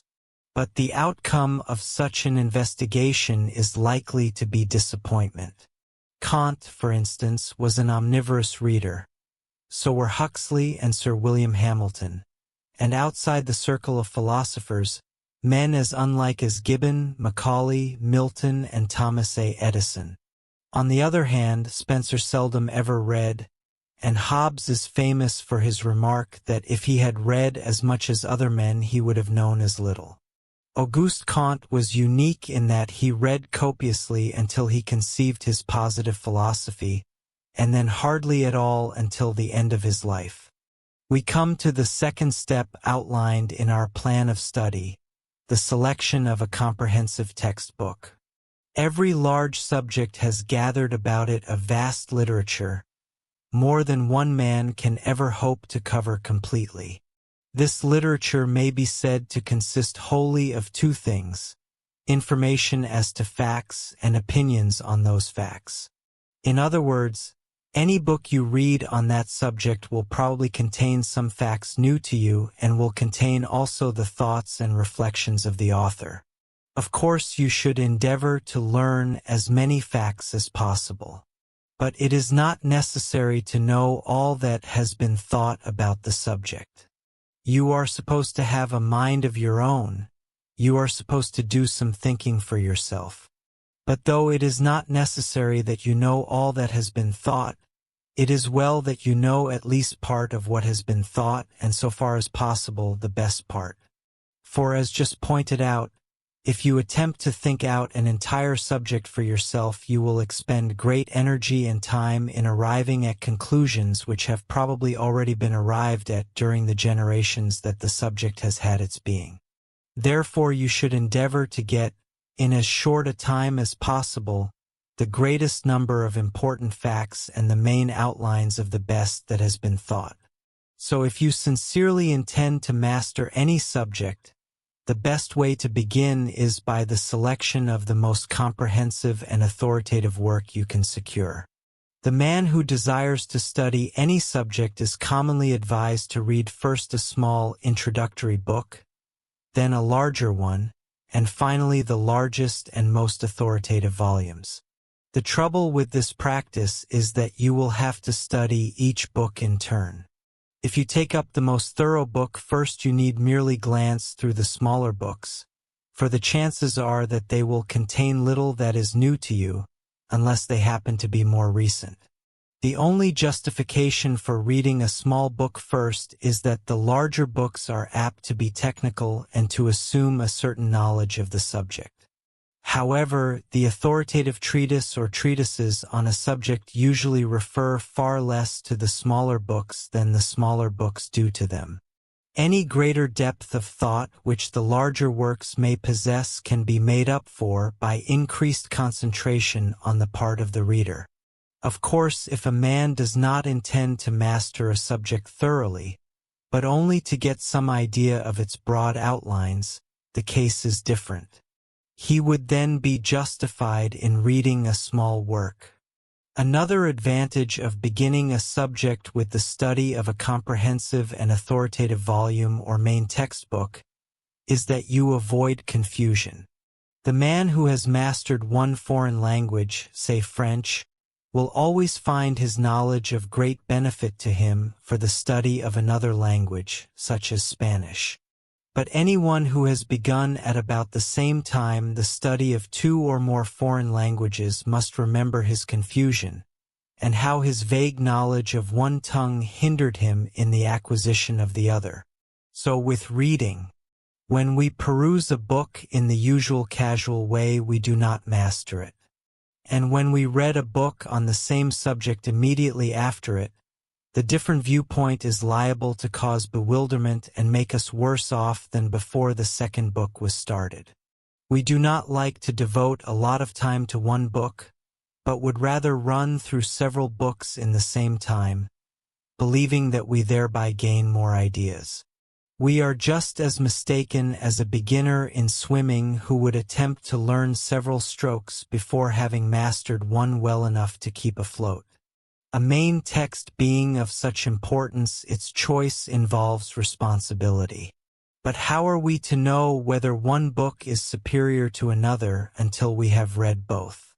And if we are confronted with this difficulty even when familiar with a subject, how much greater must be our task when we know nothing of it? These difficulties do not appear so formidable in practice. Failing other means, the best method of selecting a main text is by reputation. If we do not even know what book has the best reputation, we can easily find out by referring to so acknowledged an authority as the Encyclopedia Britannica and consulting the bibliography in the article on the subject. But reputation does not furnish the only means of selecting. By merely glancing through a book, stopping here and there to read entire paragraphs, a task of 10 or 15 minutes, we can form an estimate which later reading will usually justify. For an author betrays himself in every line he writes. Every slightest remark reveals in some manner the breadth and depth of his thought. But just how well we can judge a book in this way depends both on our own ability and on the time we devote to glancing through it. A few general requirements in a main text have been implied in stating the purpose of having one. The book with the best reputation is not necessarily the best for you. In economics, Adam Smith's Wealth of Nations, though easily the most famous book on the subject, would hardly be suitable as a main text because it has been superseded. But though recency is always an asset, this does not mean that the most recent book is always or even usually the best. The common idea, though it is usually but vaguely formulated, is that the writer of the more recent book has had all the previous books to draw upon, and has therefore been able to extract the best from all of them and add to this his own thoughts. The fallacy of this has been pointed out in the trenchant language of Schopenhauer. The writer of the new book often does not understand the old books thoroughly, and yet he is unwilling to take their exact words. So he bungles them and says in his own bad way that which has been said very much better and more clearly by the old writers, who wrote from their own lively knowledge of the subject. The new writer frequently omits the best things they say, their most striking illustrations, their happiest remarks, because he does not see their value or feel how pregnant they are. The only thing that appeals to him is what is shallow and insipid. The value of recency will depend on the subject. While it would be essential in aviation, its importance would be far less in ethics. It is not well to take as your main text a book presenting a number of different and conflicting viewpoints. One purpose of a main text is to avoid confusion. Do not start the study of psychology, for instance, by reading a history of the subject giving the views of different thinkers. Begin by taking up one definite system. Finally, be sure to select a book covering the entire field. Do not, for instance, take a volume on the tariff to begin the study of economics. We pass now to the third step advised, to read critically. By this I do not mean that we should read skeptically or to confute everything an author says. I mean simply that we should resist our natural tendency to have our minds swayed by every opinion he expresses. I mean that before allowing an idea to slip into our minds, we should first challenge its truth. We should examine its evidence. Perhaps you have listened to a debate. After the affirmative had made his impassioned plea, you were all for the affirmative. When the negative came forward and presented his case, you found yourself favoring him. Why do debaters always try to get the last say? Why is it that, in a formal debate, the affirmative, which usually has the last say, is most often the side that wins? I could state the reason bluntly, but if I did, the honorable judges of such controversies would not feel that their critical powers had been complimented. The tendency to absorb the opinions of others manifests itself to just as great a degree in reading. I have held debating up as an example merely because it brings out more strongly, more strikingly, the effects of such a tendency. But how can it be resisted? If we have thought out a subject thoroughly, if we have acquired a stock of clear and definite ideas on it, criticism in reading will largely take care of itself. By dint of our own thinking, we will know what is relevant and what is not. We shall be able to judge the truth and importance of the various arguments offered. The chances are, however, that we shall not have given much previous thinking to the subject, and that even if we have, we shall not have gone as far as the author, who doubtless availed himself of other books. Consequently, certain problems which he takes up will not even have occurred to us, and hence will not have received our consideration. But where our thinking has not helped us, and even where it has, we should look critically upon every statement of an author, instead of lazily acquiescing in it. The difference between critical and ordinary reading is that in the former we look for objections, in the latter we wait until they happen to occur to us. Even then we do not hold our objections steadily in mind. We are as likely as not to accept later arguments based upon one we have previously objected to. In order to avoid this, perhaps the best we can do when we object to any statement or believe we have found a fallacy is to make written note of it in the margin. To some extent this will prevent forgetting it. Too few or too many marginal notes are both extremes to be shunned. If we make too many, we shall be apt to lose a true sense of proportion and fail to distinguish essential criticisms from non-essentials. The only way we can keep clear of this extreme is to avoid quibbling and hair-splitting, making only such written criticisms as we feel we could unblushingly defend before the author himself.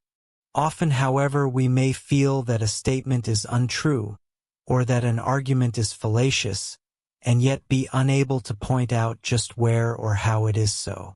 In this case, perhaps the best plan would be merely to put a question mark in the margin in order to remind ourselves that the statement has not been fully accepted.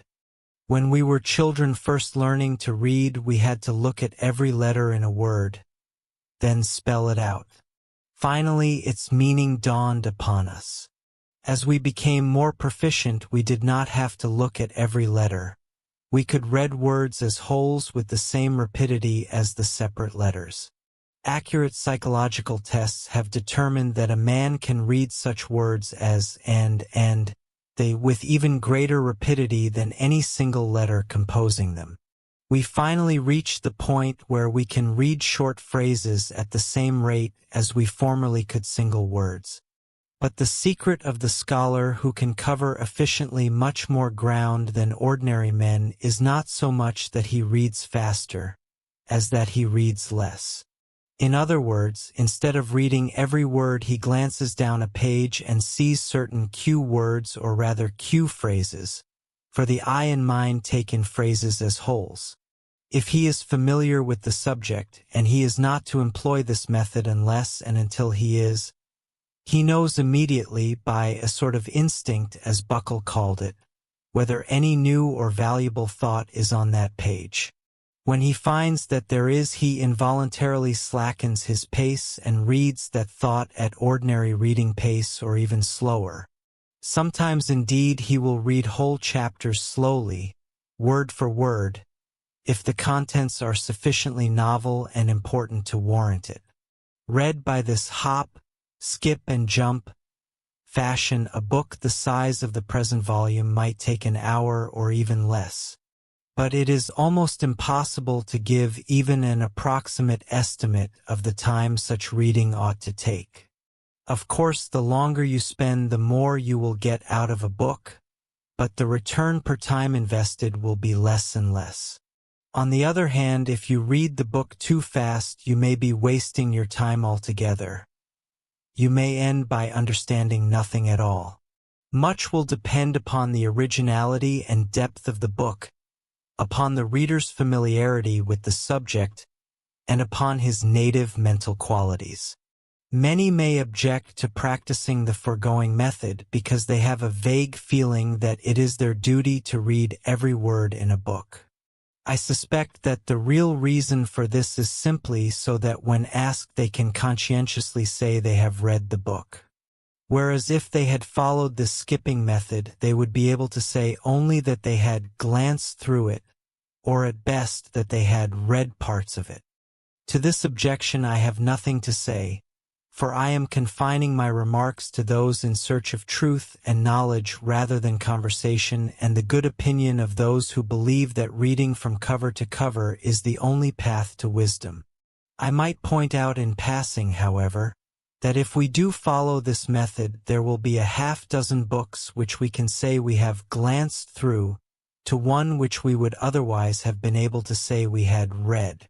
This way of dealing with a book is constructive and positive as opposed to the negative method of critical reading. For we read for suggestion only, we carry forward some line of thought of an author, which is better for intellectual development than trying to find if he was wrong and where he was wrong. Not only is this positive method more interesting, in some respects it is better even for criticism. For in carrying forward an author's line of thought, noting its consequences and implications and considering different cases where it applies, we find whether or not it leads to absurd conclusions, whether or not all concrete instances conform with it. It should be kept in mind that this method is not to be followed until the main textbook has been studied. Consequently, when it is followed, your mind will have been fortified by previous reading and thinking. Valuable thoughts of an author will tend to impress you and be remembered, while his trite or erroneous ideas will tend to be ignored. But after all, what is important is not your attitude or method at the time of reading a book, but the thinking done later. The critical attitude has its shortcomings, for when we are on the lookout for an author's mistakes, we often miss the full significance of his truths.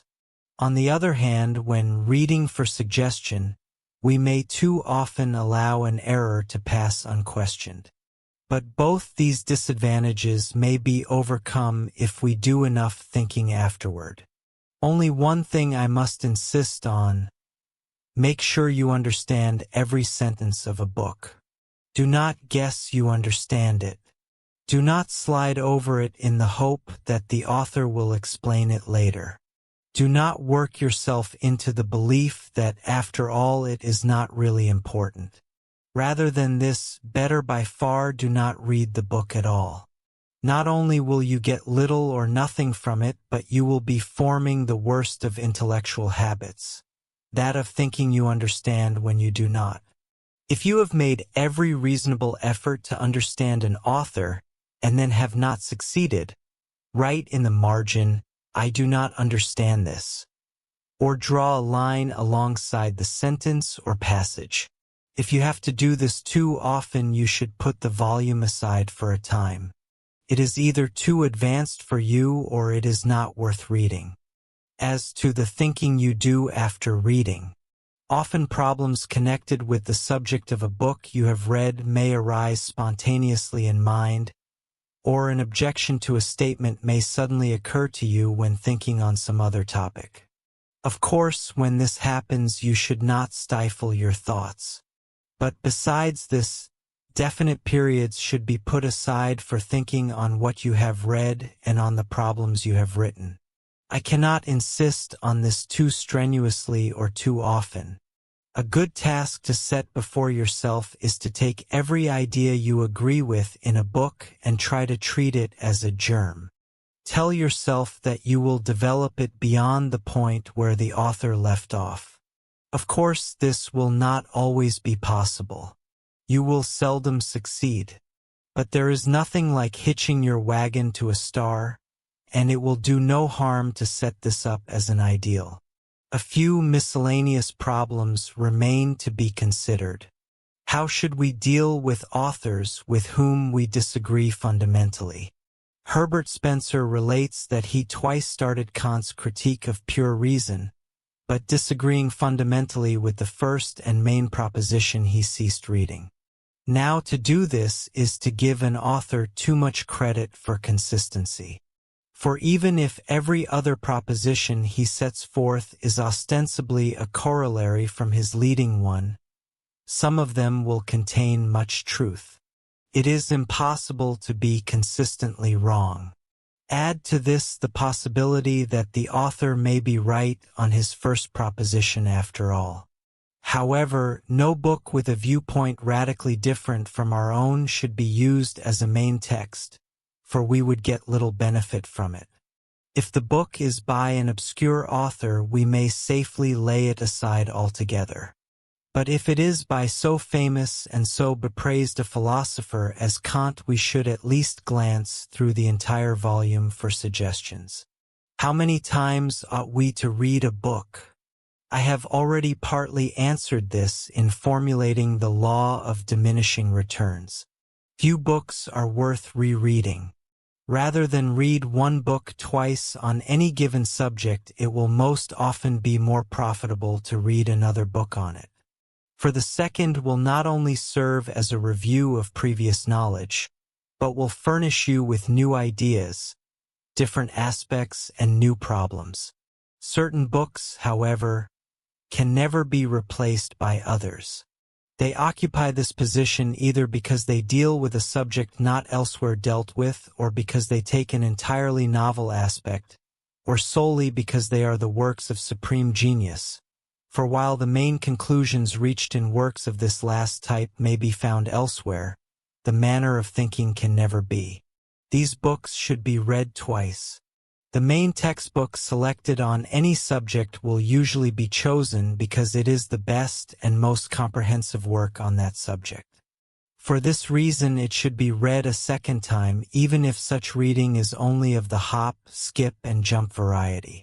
We should not reread a book immediately upon the first completion, but should always allow a long interval to elapse.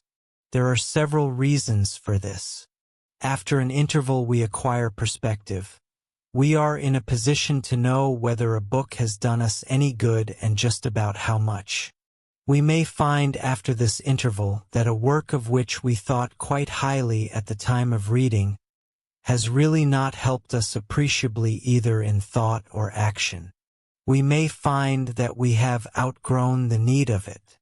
Even if we finally decide to reread, we shall find the weight of immense help to our memory.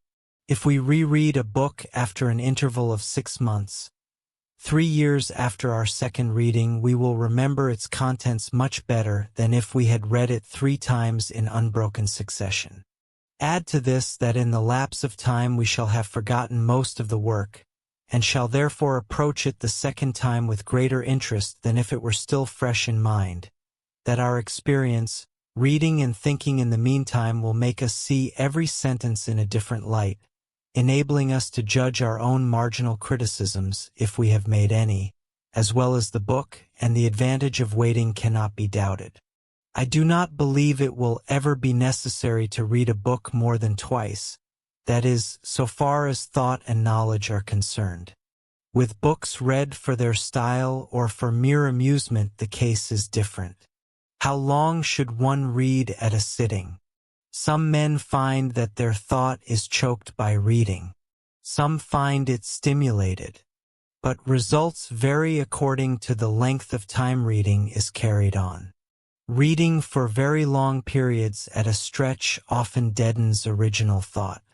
The writer finds that he nearly always derives benefit from reading for short periods, say 10 or 15 minutes.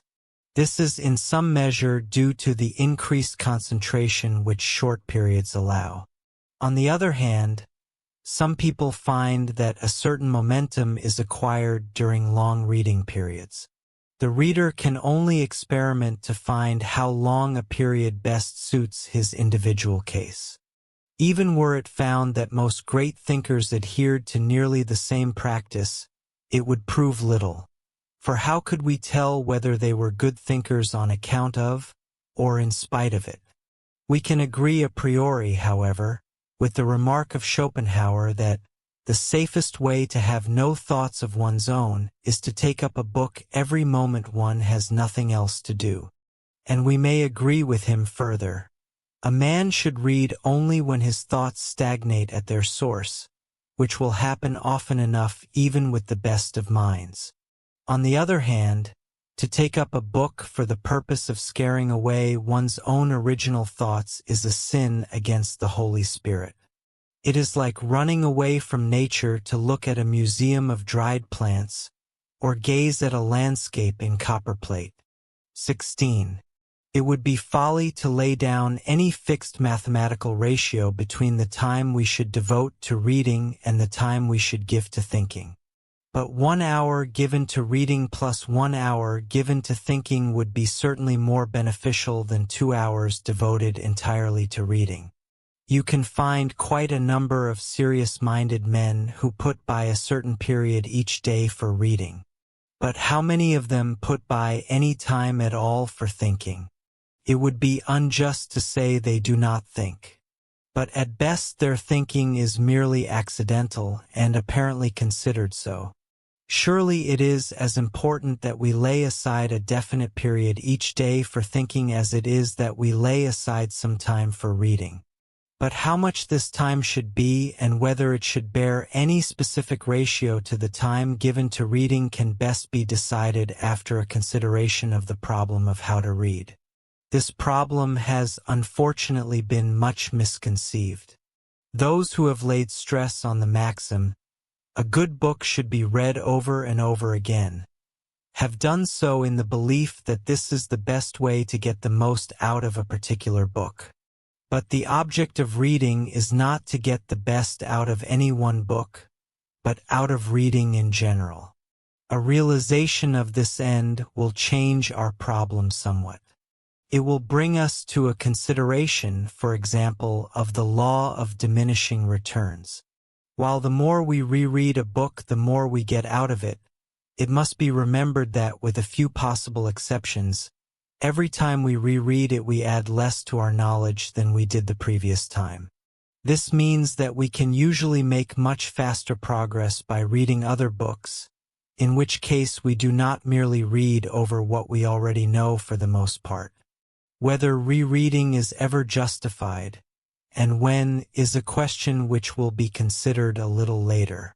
The law of diminishing returns applies to an entire subject as well as to a single book. That is to say, past a certain point, every book we read on a particular subject, while it will probably add to our knowledge, will not yield as much return as a book of equal merit on another subject new to us. The problem of reading asks how we can acquire the greatest number of ideas, and how we can arrive at truth rather than the verdict of an author. It assumes a limited time and asks how we can use that time most profitably. Not least of all, it asks how we can best combine our reading with original thought. From the remarks already made, it is evident that we cannot prescribe any one method for dealing with all books. Even works of similar nature and merit will be treated in different ways, depending on the order in which we read them and like conditions. The mastery of any book will not be an end in itself. It will be subordinated to the larger end of obtaining the best from reading as a whole. But for the sake of clearness, I shall for the present consider our end as the mastery of some particular subject, and shall indicate a plan of reading to best serve that end. Needful qualifications will come later. I shall first outline a typical plan of study, and then review and explain it in detail. Assuming you have chosen a subject, your first step should be to do a little unaided thinking on it. Next, I would advise the selection of a comprehensive textbook. This should be read critically and written note made of the problems taken up which you do not believe have been adequately treated, or the solutions of which are in any way unsatisfactory. These you should think out for yourself.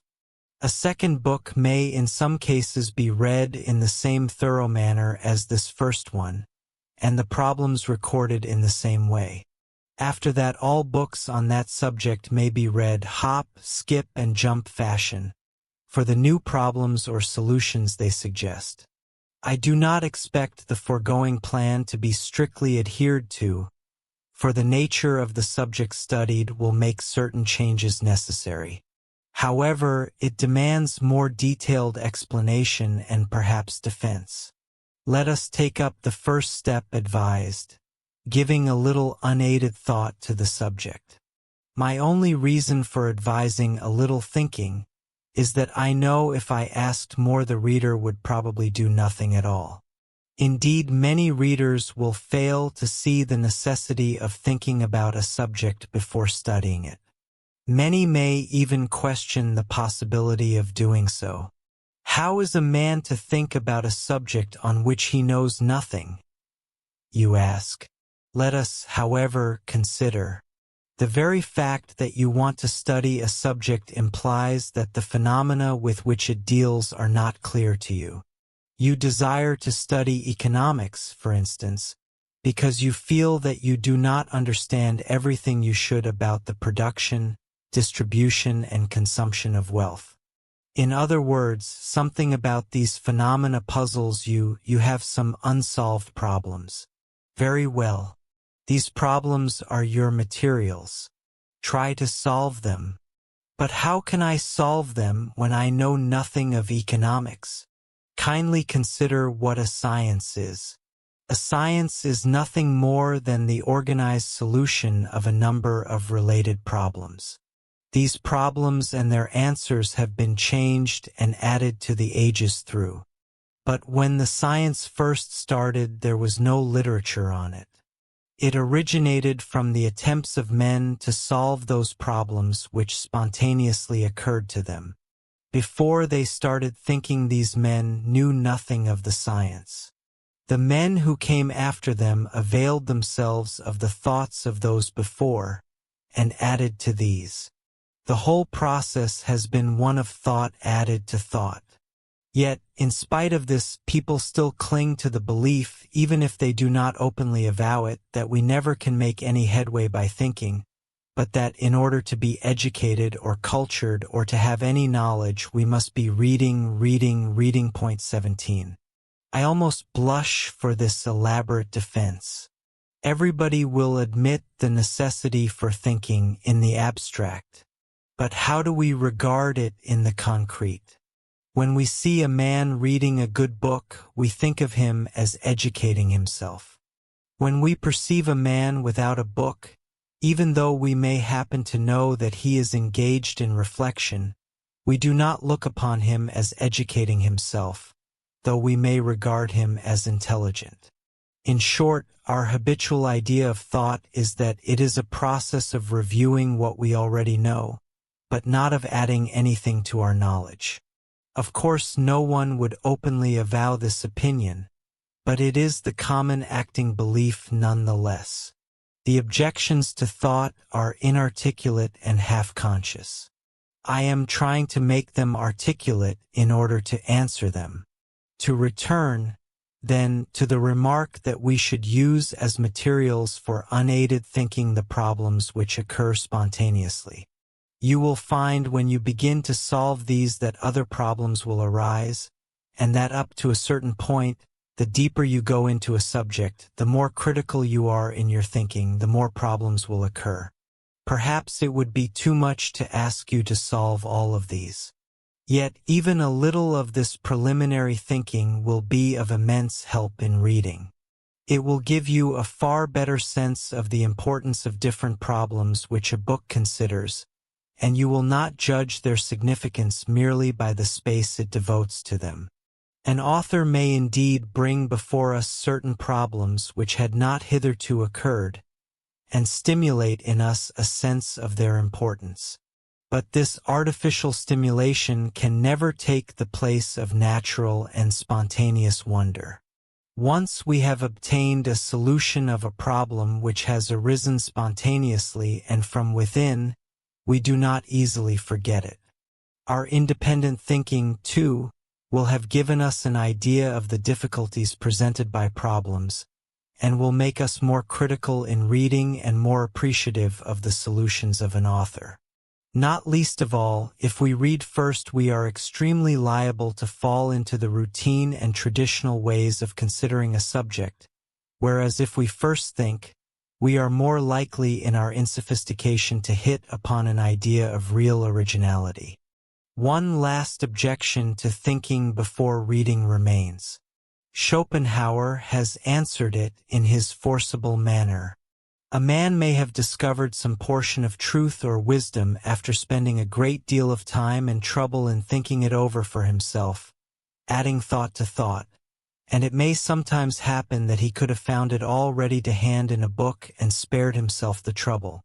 But even so, it is 100 times more valuable, for he has acquired it by thinking it out for himself.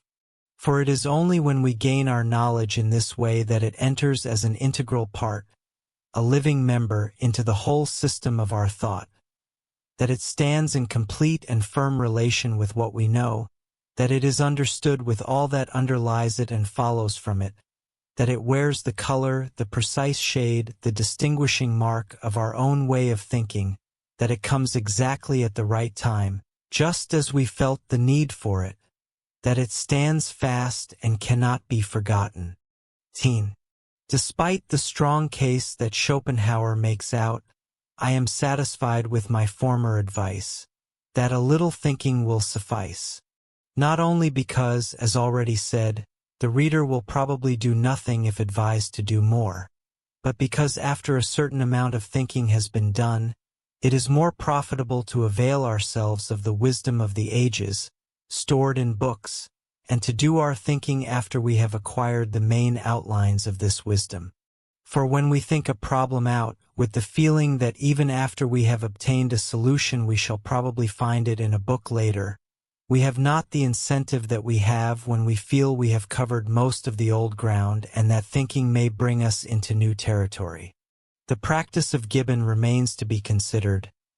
After glancing my eye over the design and order of a new book, I suspended the perusal until I had finished the task of self-examination, till I had revolved in a solitary walk all that I knew or believed, or had thought on the subject of the whole work, or of some particular chapter. I was then qualified to discern how much the author added to my original stock, and I was sometimes satisfied by the agreement, sometimes armed by the opposition of our ideas. 19. The trouble with this method is that it is not critical enough, that is, critical in the proper sense. It almost amounts to making sure what your prejudices are, and then taking care to use them as spectacles through which to read. We always do judge a book more or less by our previous prejudices and opinions. We cannot help it, but our justification lies in the manner we have obtained these opinions, whether we have infected them from our environment, or have held them because we wanted them to be true, or have arrived at them from substantial evidence and sound reasoning. If Gibbon had taken a critical attitude toward his former knowledge and opinions to make sure they were correct, and had then applied them to his reading, his course would have been more justifiable and profitable.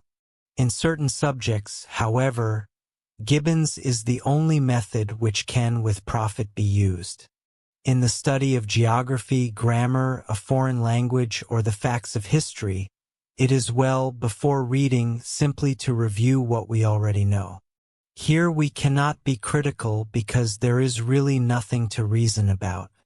Whether George Washington ought to have crossed the Delaware, whether shall and will ought to be used as they are in English, whether the verb avoir ought to be parsed as it is, or whether Hoboken ought to be in New Jersey, are questions which might reasonably be asked, but which would be needless, because for the purposes we would most likely have in mind in reading such facts it would be sufficient to know that these things are so. We might include mathematics among the subjects to be treated in this fashion. Though it is a rational science, There is such unanimity regarding its propositions that the critical attitude is almost a waste of mental energy. In mathematics, to understand is to agree. We ought to make sure what we object to because it is a peculiarity of the human mind that it does not require evidence for a statement before accepting it. It generally accepts any statement which has no evidence against it. Unless we reject a statement and know why we have done so, it is liable to insinuate itself in our reasoning, and the longer it remains, the more difficult it is to get rid of it. This is why it is so important to avoid as many pitfalls as possible at the beginning of a subject. The reader may find that even when he reads critically he will accept a certain statement at the time, and then perhaps much later, say a month, an objection to that statement will occur to him, or he will see that it at least ought to be qualified. For an explanation of this, we must go back to an analysis of the thinking process. Every idea which enters the mind, either from independent thinking or from reading, is accepted as true if it is in full conformity with our past experience as we remember it. In all thinking or reading, the new idea arouses associates on its entrance. An hypothesis or principle, for instance, arouses in our minds past experiences of particular instances. If all these conform, it is accepted. But in ordinary uncritical reading or thinking, only a few associates are aroused. In critical reading, we look for as many associates as possible, especially those which do not conform. It is this purpose kept in mind which helps to recall and awaken these associates. No matter how critical our attitude, however, we cannot at any given time recall every relevant associate, though later a non-conforming associate is likely to occur to us by pure accident. While you are criticizing a book line by line, and after you have finished reading it, you should note the importance and relevancy of the arguments accepted and rejected. While an author may make a statement with which you disagree, its truth or falsehood may not affect the rest of what he has to say, or it may affect merely a few corollaries drawn from it. In other cases, the truth of his entire conclusion may depend upon it. Again, an author may incontrovertibly prove something, which is entirely without bearing on the subject. This means that you should keep the precise question constantly before your mind. Often you will find an author making a statement which really amounts to nothing more than a mere airing of his prejudices, or at best the bare statement of a conclusion. If he says, "Socialism is the greatest menace of our civilization," and leaves it go at that, not telling how or why, you should mentally note this as a statement merely. You should not allow it to influence your opinion either way. Finally, remember that though you may be able to refute every argument an author brings forward in support of a conclusion, his conclusion may still be correct. It is possible for a man to be right for the wrong reasons. While I believe all the foregoing suggestions are judicious and necessary, I am willing to admit that their wisdom may reasonably be doubted. But there is one practice about which there can be no controversy, that of making sure you thoroughly understand every idea of an author. While most people will not verbally contradict this advice, their actual practice may be a continual contradiction of it. They will be in such haste to finish a book that they will not stop to make sure they really understand the more difficult or obscure passages. Just what they hope to gain it is difficult to say. If they think it is wasting time to try to understand every idea, it is surely a greater waste of time to read an idea without understanding it. To be sure, the difficulty of understanding may be the fault of the author. It may be due to his involved and muddled way of expressing himself. It may be the vagueness of the idea itself. But if anything, this is all the greater reason why you should attempt to understand it. It is the only way you can find whether or not the author himself really knew what he was talking about. To understand thoroughly the thought of another does not necessarily mean to sympathize with it. It does not mean to ask how that other came by it. It means merely to substitute as far as possible concrete mental images for the words he uses, and analyze those images to discover to what extent they agree with facts. Better to carry this out, you might follow another practice of immense value. Whenever you are puzzled as to an author's meaning, or whenever you do not care to accept his solution of a problem but are undecided as to what the solution is, or whenever you want to carry an idea further than he has, or above all, whenever an original and important relevant thought is suggested to you, you should take your eyes from your book, shut it if necessary, and let your thinking flow on. Give it fair play, even if it takes an hour before your vein of suggested thought exhausts itself. Of course, this practice will prevent you from finishing a book as soon as you otherwise would. And if finishing a book be your aim, I have nothing to say. But if your end is to attain true, sound knowledge, knowledge which you will retain, if your object is to become a thinker, the practice will prove of unspeakable benefit. It will not interfere with concentration. Remember, your object is to concentrate primarily on the subject, not on the book. You intend to become a thinker, not an interpreter or a commentator or a disciple of any author. And there are two reasons why this thinking should not be put off until after you have finished a book. The first and more important is that after you have finished reading, most of the ideas will have unrecallably dropped out of mind. The second is that when you are undecided about the solution of a problem, you will often find later arguments depending upon that solution. Unless its truth or falsity is decided in your own mind, you will not know how to deal with these later arguments. I have spoken of feeling that an argument is fallacious, and of being unable to point out just where it is so. To cease reading for a while, and to endeavor to make these inarticulate objections articulate, is excellent practice for training analytic powers and developing clearness of thought. Another way of reading a book is what I may call the anticipating method. Whenever a writer has started to explain something, or whenever you see that he is about to, stop reading and try to think out the explanation for yourself. Sometimes such thinking will anticipate only a paragraph, at other times an entire chapter. School and college textbooks, and in fact formal textbooks generally, often contain lists of questions at the end of the chapters. Where you find these, read them before you read the chapter, and where possible try to answer them by your own thinking. This practice will make you understand an explanation much more easily. If your thinking agrees with the author's explanation, it will give you self-confidence. It will make you realize whether or not you understand an explanation. If you were not able to think the thing out for yourself, you will appreciate the author's explanation. If your thinking disagrees with that of the author, you will have an opportunity to correct him, or be corrected. In either case, your opinion will rest on firmer grounds. Not least of all, you will be getting practice in self-thinking.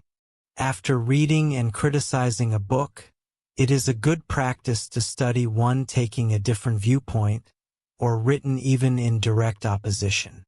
You will doubtless find that it points out many fallacies and controverts many statements in the first book, which you allowed to pass unchallenged.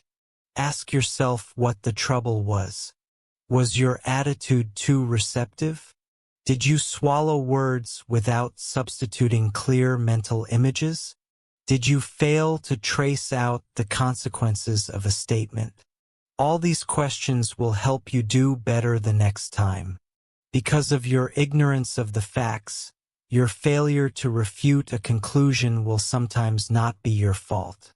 But even here, though you cannot contradict an author's statement of facts, you can criticize conclusions drawn from those facts.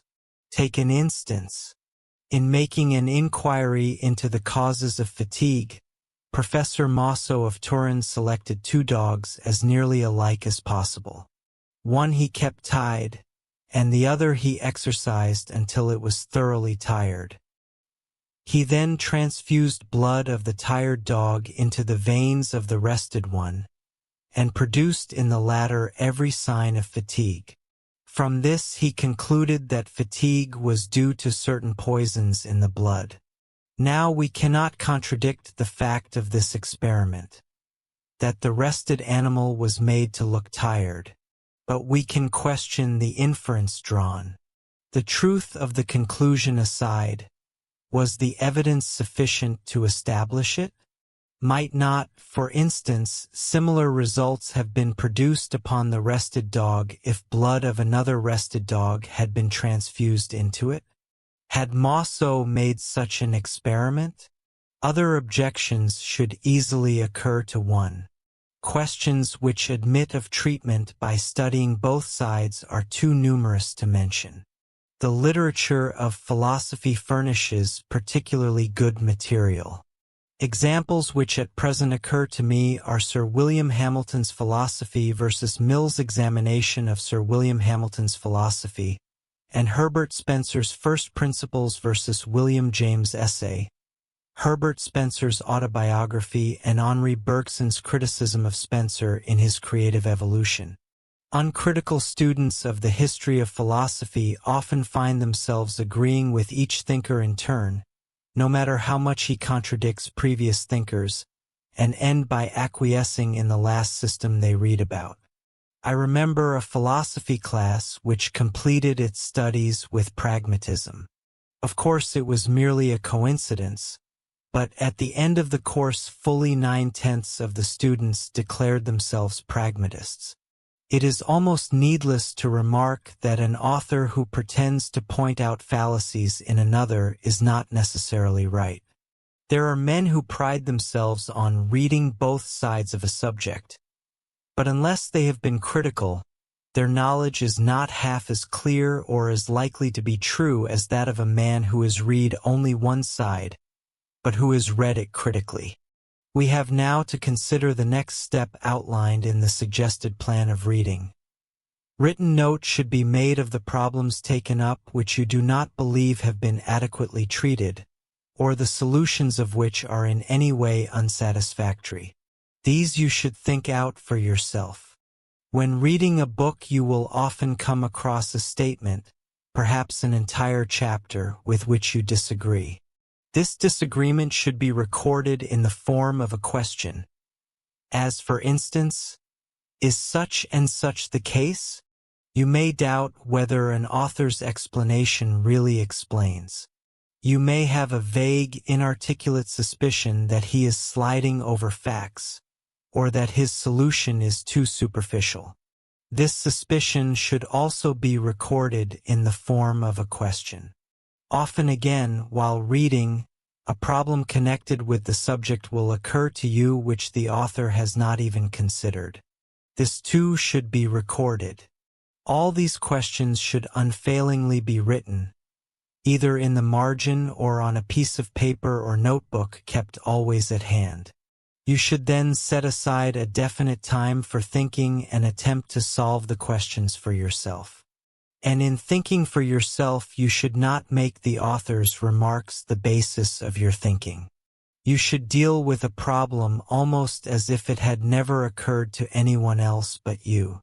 Simply because somebody else has been satisfied with a certain solution, that is no reason why you should be. You should deal directly with the facts, data, and phenomena under consideration, not with the opinions of others about those facts, data, and phenomena. You should not ask yourself whether the pragmatists are right, or whether the nominalists are right, or the socialists, or the evolutionists, or the Democrats, or the Presbyterians, or the hedonists, or whatnot. You should not ask yourself which school of thinking you ought to belong to. You should think a problem out for yourself in every way that phrase implies. At the end you may, incidentally, find yourself agreeing in the main with some school of thought. However, this will be only accidental, and your thought will be much more likely to be true. But you should never agree with a school of thought any more than independent thinking leads you to. Of problems dealt with in this manner, some will take 10 minutes, others a week. If you encounter a particularly obstinate problem, it may be best to leave it for a while, say a week or two or even longer, and go on with other problems. When problems are thus recurrently treated, it may take months, even years, before a satisfactory solution is reached. In such cases, you should be willing to give months and even years to their solution. If a problem is not important enough to devote so much time to, you may be forced to abandon it. But you should constantly keep in mind the fact that you have not solved it, and you should be willing to admit to others that you have not solved it. Never allow mere intellectual laziness to stifle your doubts and make you think you have solved a problem, when you know in your heart of hearts that you have worked yourself into the state of belief merely to save yourself mental discomfort. When most of your problems have been solved and your views made definite, you may resume your reading. You may proceed to other books on the subject. As to the suggestion that another book on the subject might be dealt with in the same manner as this first one, this will depend largely on the individual subject. It will depend on just what books have been written on that subject. If none completely or adequately covers the field, or if there are two or more good books representing radically different viewpoints, more than one book probably ought to be studied in this comprehensive manner. But this must be left to the reader's discretion. We come now to the last part of our plan. After that, all books may be read hop, skip, and jump fashion, for the new problems or solutions they suggest. I have already implied the necessity for this in formulating the law of diminishing returns. After we have read several books on a subject, it would be manifestly foolish to continue reading books on that same subject in toto. We would merely be going over again knowledge already in our possession, instead of using our time more profitably by entering new territory. But any good book will contain something unique, some facts or principles to be found nowhere else, or perhaps merely an unusually clear way of explaining some old principle, or a new light on it. This we should endeavor to get without wasting our time by plowing through the entire volume. Theoretically, our problem is difficult. On its face, it would seem impossible. We are to read all the important parts of a book. That is, the parts most important for us, and nothing but the important parts. But until we read it, how are we to know whether any given part of a book is important? In practice, however, our difficulty is not so formidable. We can eliminate the greater mass of the relatively useless part of a book by a glance at its table of contents. If we see their titles which suggest subjects or aspects of subjects in which we are not interested, or that we feel we already know enough about, or that are simply outside the particular purpose we have in consulting that book at all, we can omit those chapters and confine ourselves to the others. How about concentration? This has been considered in relation to independent thinking, but in reading the problem is somewhat different. In thinking, our task is to choose relevant associates. In reading, the associates are chosen for us. Our task is to stick to them, instead of following the associates which occur to us either from what we read or from sights and sounds about us. But associates which occur to us from what we read are of two kinds, relevant and irrelevant, and the former should of course be followed out. This, however, should be done deliberately, in the manner I have previously indicated, and when the vein of suggested thought has been exhausted, we should bring attention back to our book. The problem of concentration is not a very serious one in reading. It may sometimes be difficult to concentrate on a book. but it is infinitely easier than concentrating on a problem by unaided independent thought. The plan of reading I have laid out is merely suggestive. What I chiefly wanted to show was that all books cannot be treated alike, that we cannot lay down dogmatic, inflexible rules to apply to every volume. Our method of reading will vary with the nature of a book or of the subject it treats. It will depend upon the books we have already read and even upon the books we contemplate reading later. The good you get out of reading will depend entirely on how you allow it to affect you. If every book you read suggests more problems, gives you worthwhile questions and topics to think about in spare moments, enriches your intellectual life and stimulates your thought, it is performing its proper function. But if you read solely to answer problems you cannot answer for yourself, if every time you are puzzled about anything you run to a book to have it explained, and accept without question the explanation they're given. In short, if you use your reading to save yourself from thinking, you had better stop reading altogether. Smoking is a far less harmful form of dissipation. I have not yet definitely indicated the ratio which time given to reading should bear to time devoted to thinking. I have avoided this because of the many factors to be taken into account. But if the reader happens to have a spare hour to devote to the improvement of his mind, he will not go very far wrong if he gives 30 minutes to reading and 30 minutes to thinking. His thinking may be on the subject he has read, or part of it may be on other problems. That is not so important. But the reader must not imagine that his thinking need be restricted to these 30 minutes or any other 30 minutes. The glorious advantage of thinking is that it can be fitted in at any odd moment. The entire apparatus for carrying it on is always with you. You do not even need a book for it. I remind the reader of this at the risk of repeating myself. It was pointed out at the beginning of this chapter that the reading of any book is not an end in itself, but should be subordinated to the larger end of obtaining the best from reading in general. But for the sake of clearness, our end was temporarily considered as the mastery of some particular subject. I indicated a plan of reading to best serve that end. I also promised that needful qualifications would come later. In stating the law of diminishing returns, it was pointed out that it applied to whole subjects as well as to books, that past a certain point every book we read on a subject, while it will probably add to our knowledge, will not yield as much return as a book of equal merit on another subject new to us. While this is true, it applies to but a small extent when subjects are read by the method just outlined. For while we do not get as much out of any book as we would out of one of equal merit on another subject, we read it so much faster that the return per time and energy expended is practically as great. This fast reading is made possible by our previous knowledge on the old subject. If the book on the new subject were read in the same manner, we might get little or nothing from it. With this objection out of the way, I suggest that the reader get a specialty. Books read in the ordinary unsystematic fashion, now on this subject and now on that, leave little permanent impression.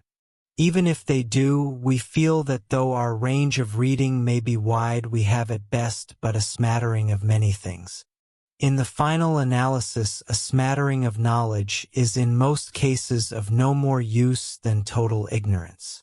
Better by far be ignorant of many things and know one thing well, than know many things badly. Besides, the utility of having a specialty is the pleasure we derive.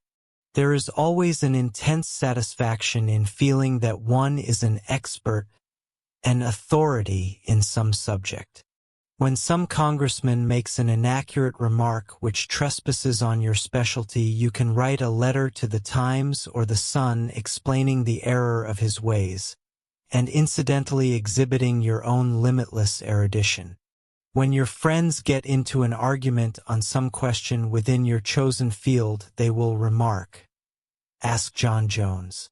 He ought to know. And even when you have to confess abysmal ignorance on some question outside of your domains, you may still have the satisfaction of believing that people are excusing you within themselves with an "oh well, but he knows a lot about semiology." One writer estimates that 15 minutes a day or a half hour 3 days a week devoted to one definite study will make one a master in that field in a dozen years. This statement should interest those people who haven't the time to take up any specialty outside their own business, but who spend at least half an hour every day in newspaper or magazine reading, with nothing to show for it at the end of 20 years. Just what subject you make your specialty, I am not at present concerned. It may be aeronautics, astronomy, banking, Greek history, differential calculus, social psychology, electricity, music, philosophy of law, submarines, soap manufacture, religion, metaphysics, sun motors, education, literary style, or the moon. But whatever it is, it ought to be a subject in which you are interested for its own sake, which most frequently means one which you do not make your vocation. If you get tired of it, drop it and take up something in which you are interested. Your thinking and study should be pursued as a pleasure, not as a duty. If your subject is a narrow one, if let us say it is merely a branch of what is generally considered a science, you should first get a clear idea of the broad outlines of the science before taking the specialty up. Should you, for instance, select the tariff, begin your study by using as your main text a book on general economics. Even if you make your specialty an entire science, you will derive great help by reading in other sciences. In ethics, for instance, a knowledge of psychology, biology, and sociology will prove of surprising value. This means that for the sake of knowing the specialty itself, if for nothing else, you should not pursue it exclusively.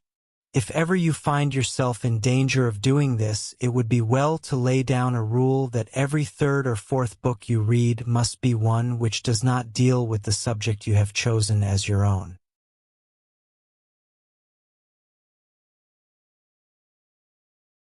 Chapter 8. Writing One's Thoughts. Reading maketh a full man, conference a ready man, and writing an exact man. Bacon. Any attempt to formulate a science or art of thinking would not be complete without at least some discussion of writing. Indeed, writing is so closely bound up with thinking that I have been compelled to refer to it several times in the discussion of thought and reading. I have already spoken of writing as an aid to concentration. I was wont to depreciate it on account of its slowness. But this is practically its only fault. Thoughts come to us when writing which we get in no other way. One is often surprised, when reading something one has written at a previous time, at some of the remarks made. We seem to have temporarily grown wiser than ourselves. But the great advantage of writing is that it preserves thought. What printing has done for humanity in preserving the knowledge of the ages, writing will do for the individual in preserving his own reflections. When some thought has occurred to us, we believe at the time we are thinking it that it is ours forever. We cannot conceive that it shall ever be forgotten. Perish that belief. I have sometimes had an idea occur to me, really, and have believed it absolutely new, at least so far as I was concerned. But on looking over things written before, I have found that I had had almost identically the same thought at another time. Not only did I forget the idea, I did not even recognize it at its second appearance. To be sure, in these cases the thoughts came a second time. But thoughts are seldom so obliging. Therefore, when an idea occurs or when you have solved a problem, even a problem suggested by a book, you should immediately put the idea or solution in writing. You may, of course, wait until the end of the day, But the safest way of capturing an idea is to write it the minute after it flashes through your brain, or it may be lost forever. It was with this in mind that in the chapter on reading I advised immediately writing not only ideas but problems which occurred to one. The discovery of a new problem is just as important and necessary for intellectual advance as the solution of an old one. If we do not write our problems, we are apt to forget they exist. We put ourselves in danger of assuming without question some proposition which is not true. To facilitate the writing of your thoughts and meditations, I suggest a notebook kept specially for that purpose. In addition to this, you should always carry about with you some blank paper and a pencil, so as to be ever ready to jot down anything. To write an idea does not, of course, imply that you cannot later reject it, or change it, or develop it further. The elusiveness of thoughts is most strikingly brought out when writing them down. When we are writing a long sentence, we have in mind the exact words with which we are going to finish it. But our attention is called for the moment to the physical act of writing, and presto, the words are gone. We are compelled to end our sentence in a different way. I have mentioned the advantages of shorthand and typewriting for keeping pace with thought. I need merely repeat my advice to use these acquirements if you have them. Thoughts, I must repeat, are fleeting. No device for trapping them should be despised. Not least among the advantages of a notebook in which to write thoughts is the permanent historical record it gives. Every thought we write should be dated day, month, and year like a letter. When we come to read over ideas jotted down from time to time in this manner, we shall see before us an intellectual autobiography. We shall see how our recent thoughts compare with those written some time ago. We shall see just what our opinions were at certain times, and how they have changed. And we shall see whether our mental progress has been marked, or whether we have been standing still. It may be considered absurd to suggest that every thought you write in your notebook be put in the best style you can command. We are wont to differentiate style and matter. It is doubtful whether this distinction is quite valid. It is doubtful whether we know just what we mean when we make it. Indeed, Arnold Bennett goes so far as to say, "Style cannot be distinguished from matter. When a writer conceives an idea, he conceives it in the form of words. That form of words constitutes his style, and it is absolutely governed by the idea. The idea can only exist in words. It can only exist in one form of words. You cannot say exactly the same thing in two different ways. Slightly alter the expression, and you slightly alter the idea. Surely it is obvious that the expression cannot be altered without altering the thing expressed. The writer, having conceived and expressed an idea, may and probably will polish it up. But what does he polish up? To say that he polishes up his style is merely to say that he polishes up his idea, that he has discovered faults and imperfections in his idea, and is perfecting it. The idea exists in proportion as it is expressed. It exists when it is expressed and not before. It expresses itself. A clear idea is expressed clearly and a vague idea vaguely. 21. Mr. Bennett, I suspect, is a victim of exaggeration. But this much is true. Thought and style are mutually dependent to a far greater degree than is generally supposed. Not only will an improvement in a thought improve its wording. An improvement in wording will improve the thought. Now, as to the application of this. I have referred to the occurrence in reading of inarticulate objections. The sole reason these are inarticulate is because the objection is too vague even to find expression.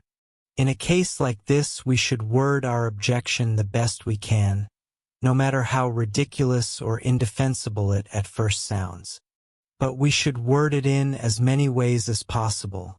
We should say it in all different sorts of ways. We should write it in every different kind of way. Gradually our objection will become definite, clear, forceful. In short, we shall not only have improved our way of stating our thought, we shall have improved the thought itself. To study clearness of statement or acquisition of vocabulary is to study means of improving thought. Your notebook should not be used solely for the entry of thoughts as such, but any striking way of wording a thought which occurs to you should likewise be immediately written. But while there is some truth in Arnold Bennett's statement that the wording is the thought, from another point of view its very opposite is true. The wording is never the thought. Strictly speaking, thought is something which can exist only in the mind, can never be transferred to paper. What then is it that we write? If words and sentences are not thought, what are they? If they are not thought, how is it possible to transfer thought through the medium of writing? The fact is that words, though they are not thought, are the associates of thought. You hear the word horse. Very likely the visual image of a horse arises in mind. This image, idea, notion, concept, will depend on your experience of particular horses. It will never be a logical abstract of these.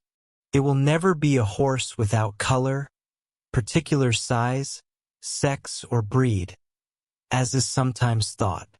It may, however, have different elements in it from different horses you have seen. It may be the image of just one particular horse you remember. But no such thing as a general concept exists in the mind. We have a particular image which stands for all horses. The name, of course, is general. It or its definition may be called the logical concept. But the name itself is not used in thought. It is an arbitrary symbol which serves merely to arouse a particular image associated with it, and this image is dealt with as if general. This image we shall call the concept. It is the working concept, the psychological as opposed to the logical concept. As your concept of a horse will depend on your experience of particular horses, another person's concept will depend on his experience of that animal. And as his experience can never be exactly the same as yours, his concept, though it may be similar to yours, will not be the same. Not only will no one else have the same mental image or concept as you, but you yourself will never have exactly the same image twice. This image will vary with the setting in which it occurs, with the associates which happen to arouse it. If you are reading about a great battle and the word horse is mentioned, a certain kind of horse will suggest itself to you. If you are reading about a grocery wagon and see the word horse, another kind will suggest itself. This whether the animal is described by adjectives or not. At one time you may think of the horse as in motion, at another time as at rest. Unfortunately, many so-called psychologists seem to consider the concept, even this image concept, as something fixed in the individual, or at best as only changing with actual experience of the thing conceived. The truth is that the image or images aroused on hearing any word are not the same for 2 seconds at a time. They are fluid, dynamic, never static, immobile. They are associates of the words in a constant state of flux. 22 When the concept of one individual varies from one moment to the next, how must the concepts of different individuals differ from each other? I have instanced the idea of a horse because it is so simple and concrete. In actual thinking, we never meet with a simple separated concept or with a single word. We deal with at least an entire sentence. This means that our images vary even more widely at different times than was the case in the example. It means that the images of other people are at a correspondingly greater variance from ours. As to the application of all this to writing, we have an idea. Thinking it important, we decide to jot it down. Now we cannot jot down the idea, but only words associated with it. We cannot even write all the words associated with it, for there are too many. So we write a comparative few, and we say we have written the idea. But all we have really written is something associated with the idea. When we read this over at a later time, we shall not have the same ideas aroused as were in mind originally, but at best only similar ideas. For the associates of words, like all associates, are constantly changing. And thanks to the frailties of human memory, exactly the same associates are never aroused twice. So after a long interval, they will be much different than at the time we wrote. The reader will often have the experience of writing a thought and thinking it very important, but on reading it at another time he will fail to see why he ever considered it worth putting on paper.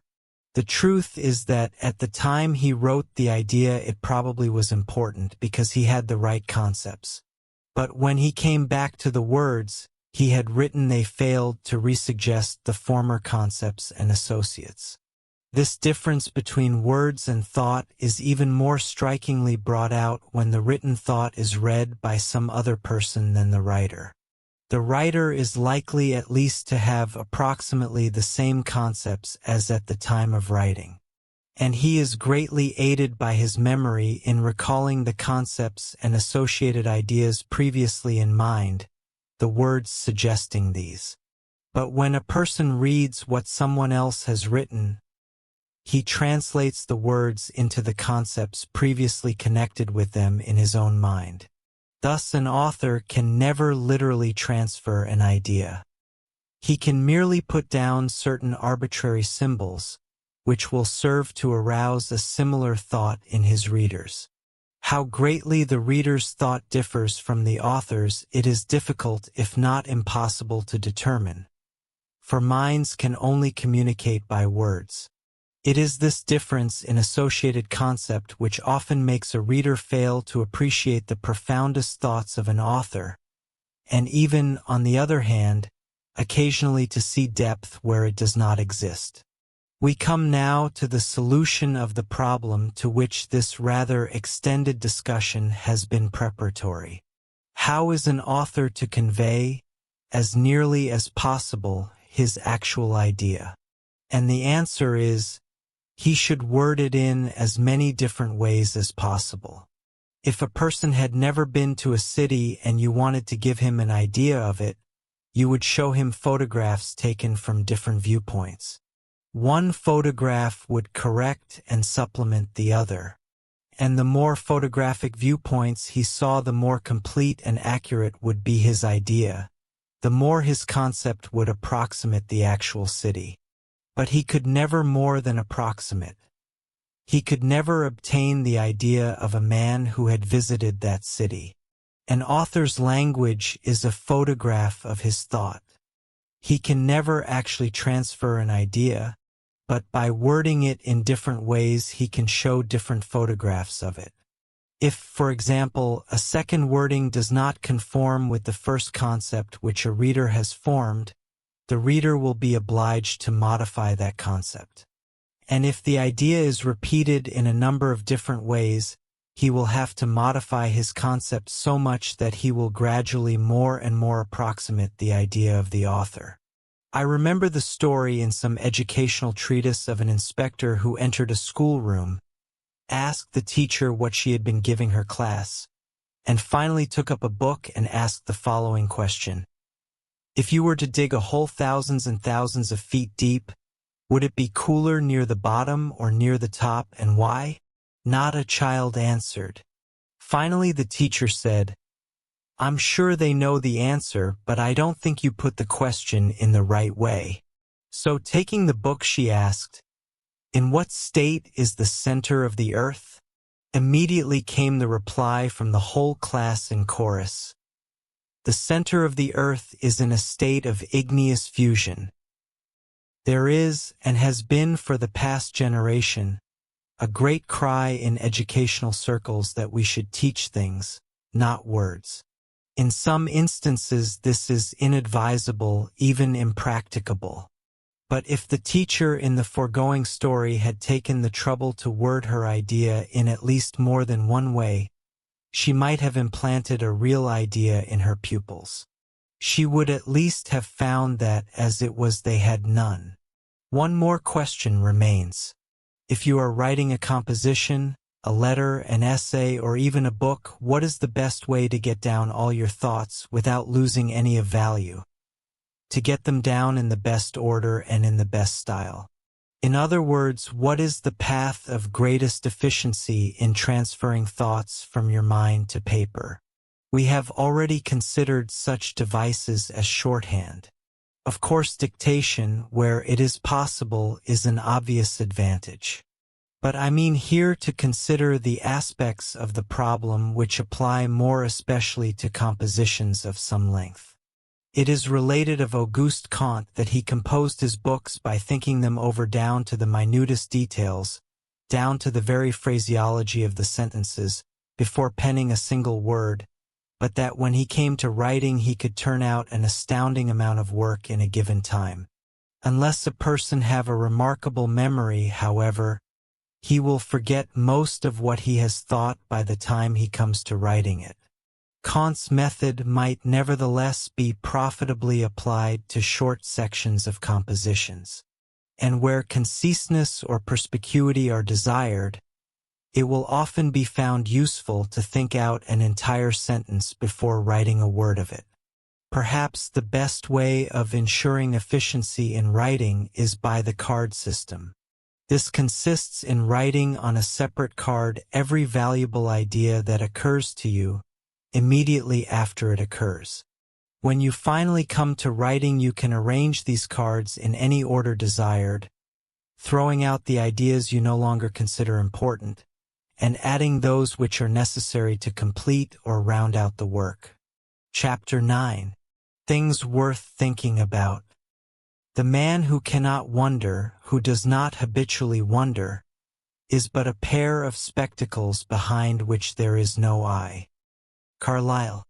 Up to now I have treated exclusively of how to think, but have made no mention of what to think.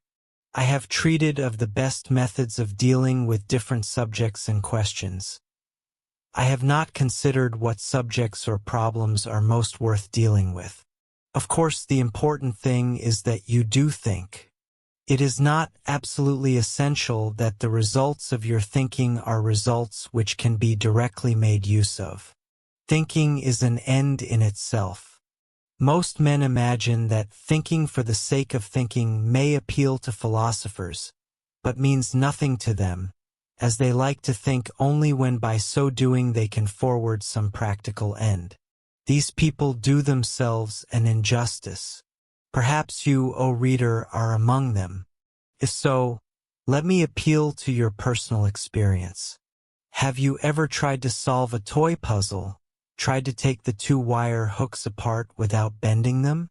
Or have you ever stopped to tackle a problem on the family page of your evening or Sunday newspaper? A grocer buys 15 dozen eggs he sells. You know what I mean?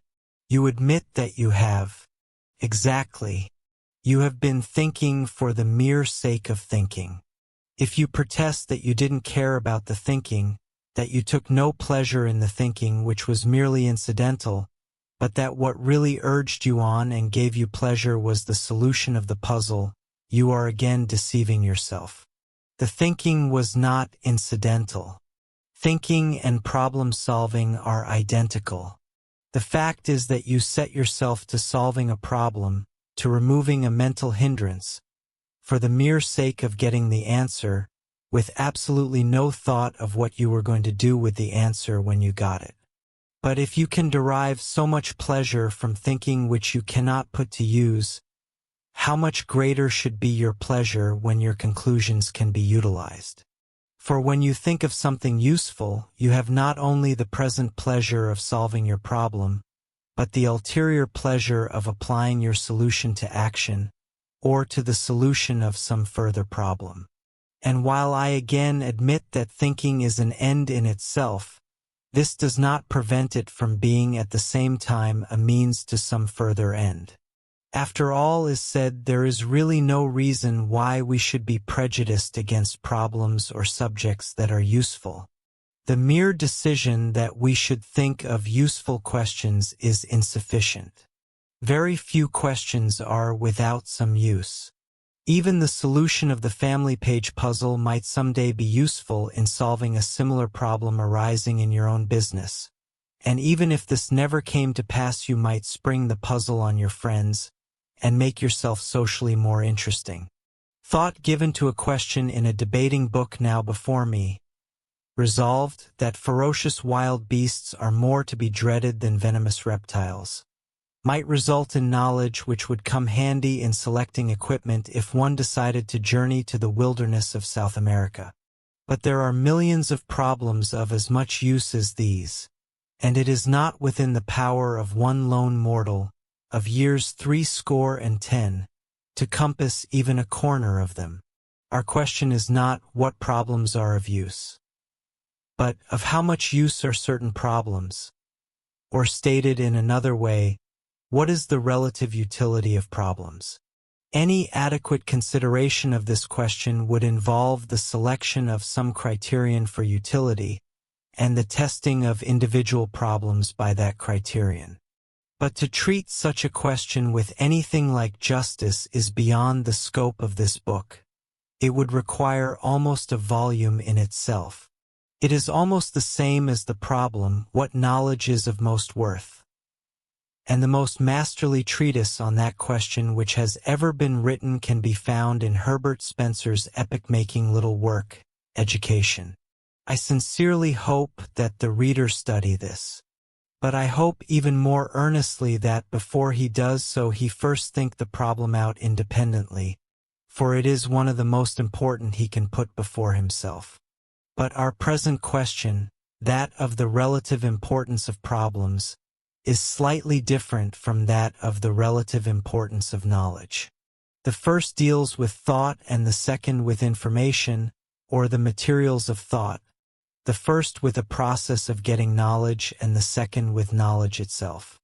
I believe, for example, that a knowledge of his own body and of the laws of health is the most valuable a man can have, but there are few problems concerning the body which I would include in the first rank. There are several reasons for this. In the first place, while it may be true that such questions taken as a whole are more important than any other class of questions, taken separately they are relatively minor. There are no one or two questions of all-encompassing importance to which all the others are subsidiary. Moreover, such questions, while they undoubtedly require thought for their solution, depend to a relatively great extent on observation and experiment. No sane medical student would sit down and follow out a lengthy course of reasoning as to where the heart is. He would merely observe or dissect, or consult the book of a man who had dissected, and save mental fatigue. Not least of all, questions of physiology require extensive, highly technical and detailed information which requires years of special study to acquire, before any thinking that is at all safe can be put upon them. So in estimating the relative value of problems, there are other considerations besides the value of knowledge. But it is not my purpose here to discuss the general principles upon which the selection of worthwhile questions should be made. That task I leave to the reader. I have chosen rather the concrete path of suggesting a list of questions which I consider of great import. I believe that no matter how much thought the reader gives to any one of them, he will not be losing his time. I have elsewhere pointed out that the more knowledge a man has, the more problems he will have. It is equally true that unless a man has some knowledge on a subject, he will not be able to appreciate or even understand some of its most important problems. It is only when we begin to think of subjects that we discover problems and realize their significance. In stating most of the following problems, therefore, I have often thought it necessary to add a few sentences in explanation, and have sometimes stated a question in a variety of forms in order to more clearly convey the thought. Are specific characteristics, acquired during the lifetime of an individual, inherited by his offspring? I have referred so often to this problem and its importance that further explanation is hardly necessary. Characteristics, of course, refer to intellectual and moral, as well as physical characteristics. What is the influence of the individual mind on society and of social environment on the individual? Does the form of government determine the character of a people, or does the character of a people determine their form of government? Or do government and character react on each other, and how? The same question may be asked of all other social institutions. Does the religion of a people determine their character, or does the character of a people determine their religion? This whole problem is somewhat similar to that immediately preceding, regarding the interaction of the individual and the social mind.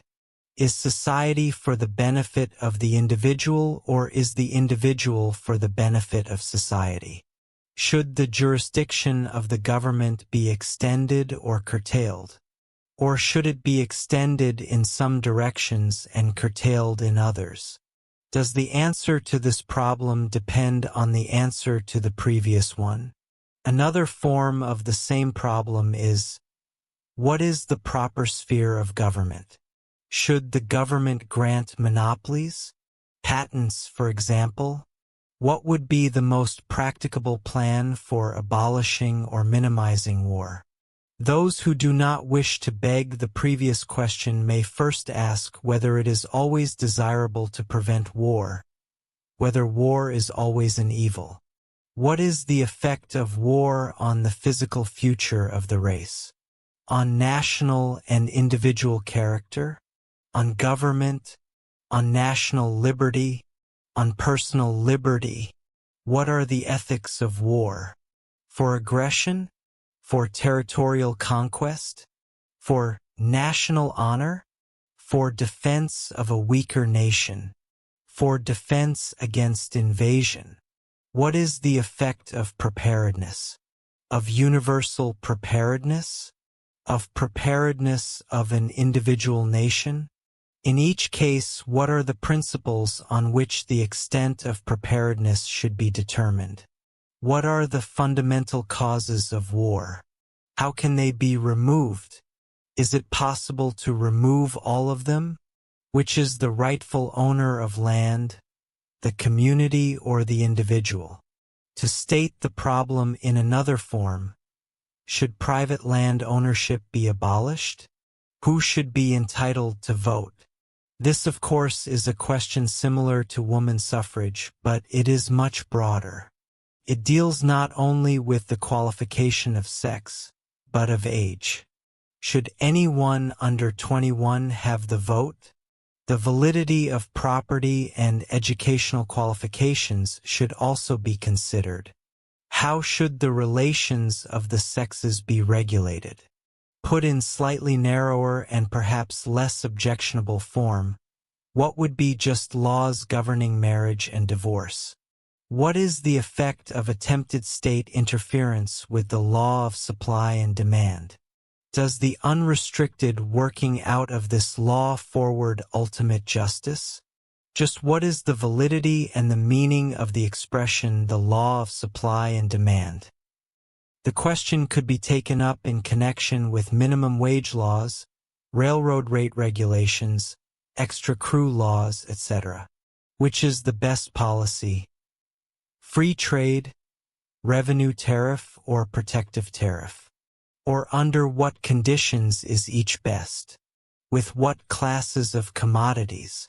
What would be an equitable and sound currency system? This question is somewhat technical, and would have to be considered in the form of a number of subsidiary problems.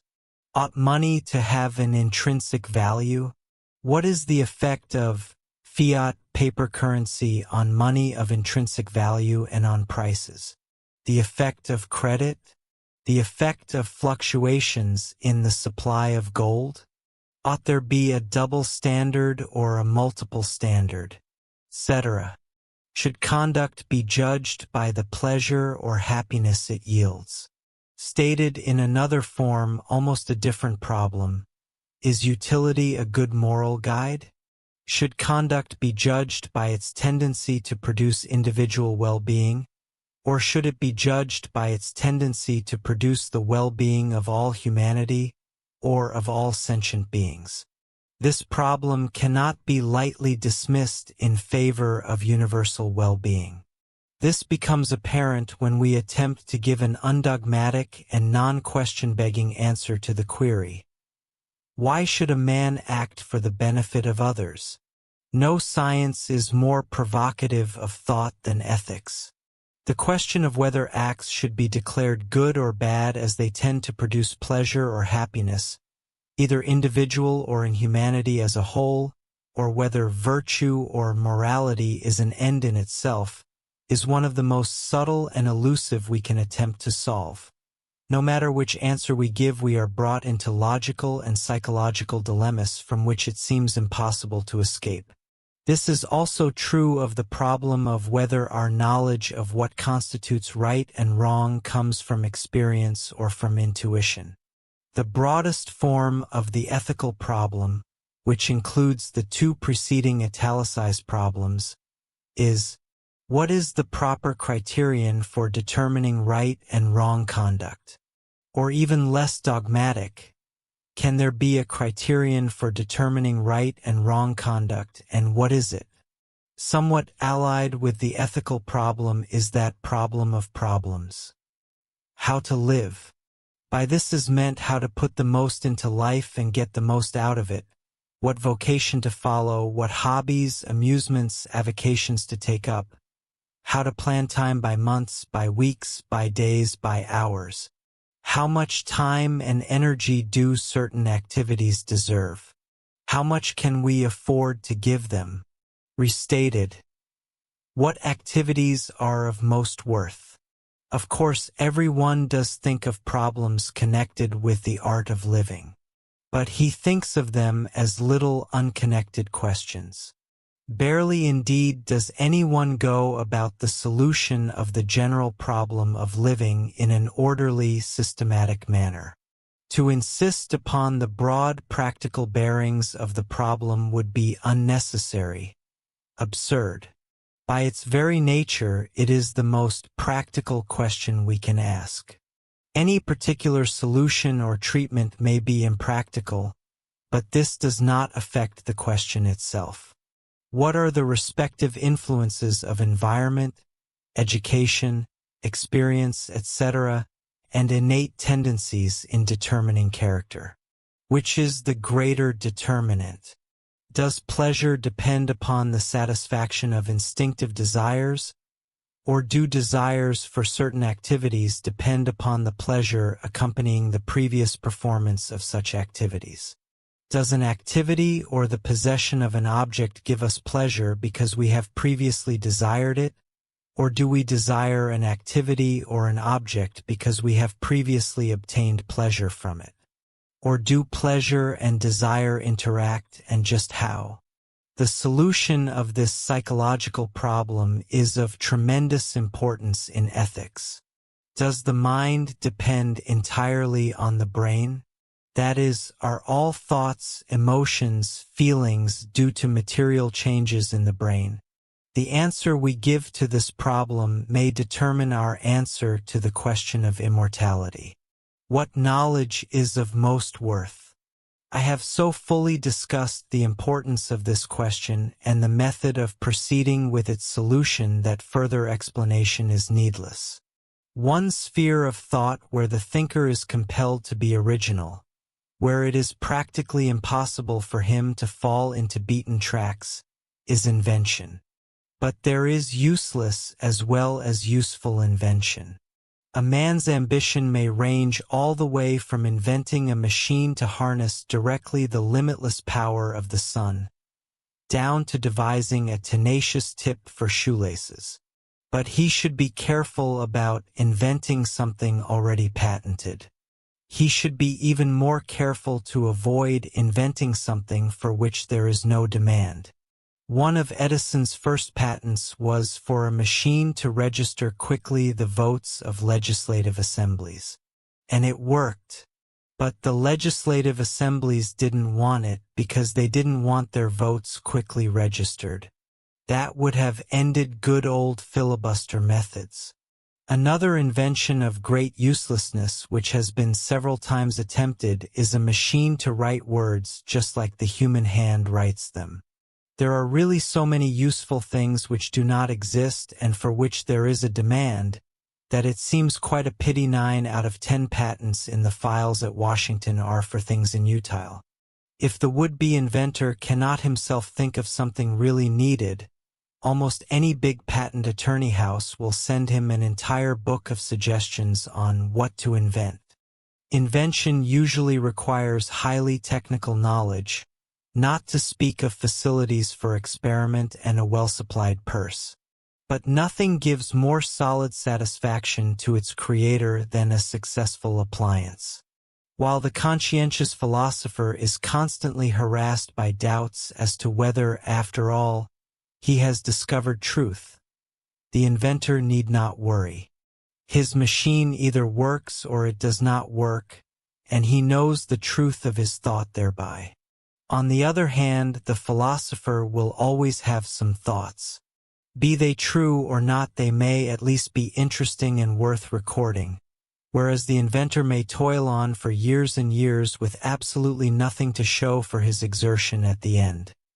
There are a number of problems that are not of great practical importance, but whose theoretic value is so transcendent as to compel attention. Among these are certain problems in psychology, but more especially in metaphysics, philosophy, and even religion, insofar as religion can be said to have problems. Is there a God, and is it possible for man to learn anything of his nature? Some readers may object to the first part of this question, but I state it because I am anxious to avoid dogmatism. Is the soul immortal? What do we mean by the soul? Does science disprove the life after death? What is the test of truth? How shall we know truth when we have it? What after all is truth? Are our wills free, or are our actions predetermined? Some may object to this way of stating the question. Much confusion exists as to the meaning of the problem. A different way of stating it would lead to different treatment. What is the will? What do we mean by free? What do we mean by predetermined? The problem of existence. How did the universe come into being? This is the last problem in which interest can be stimulated from without. No matter in how many different ways he phrases it, a writer cannot convey this sense of mystery to another. It must arise from within.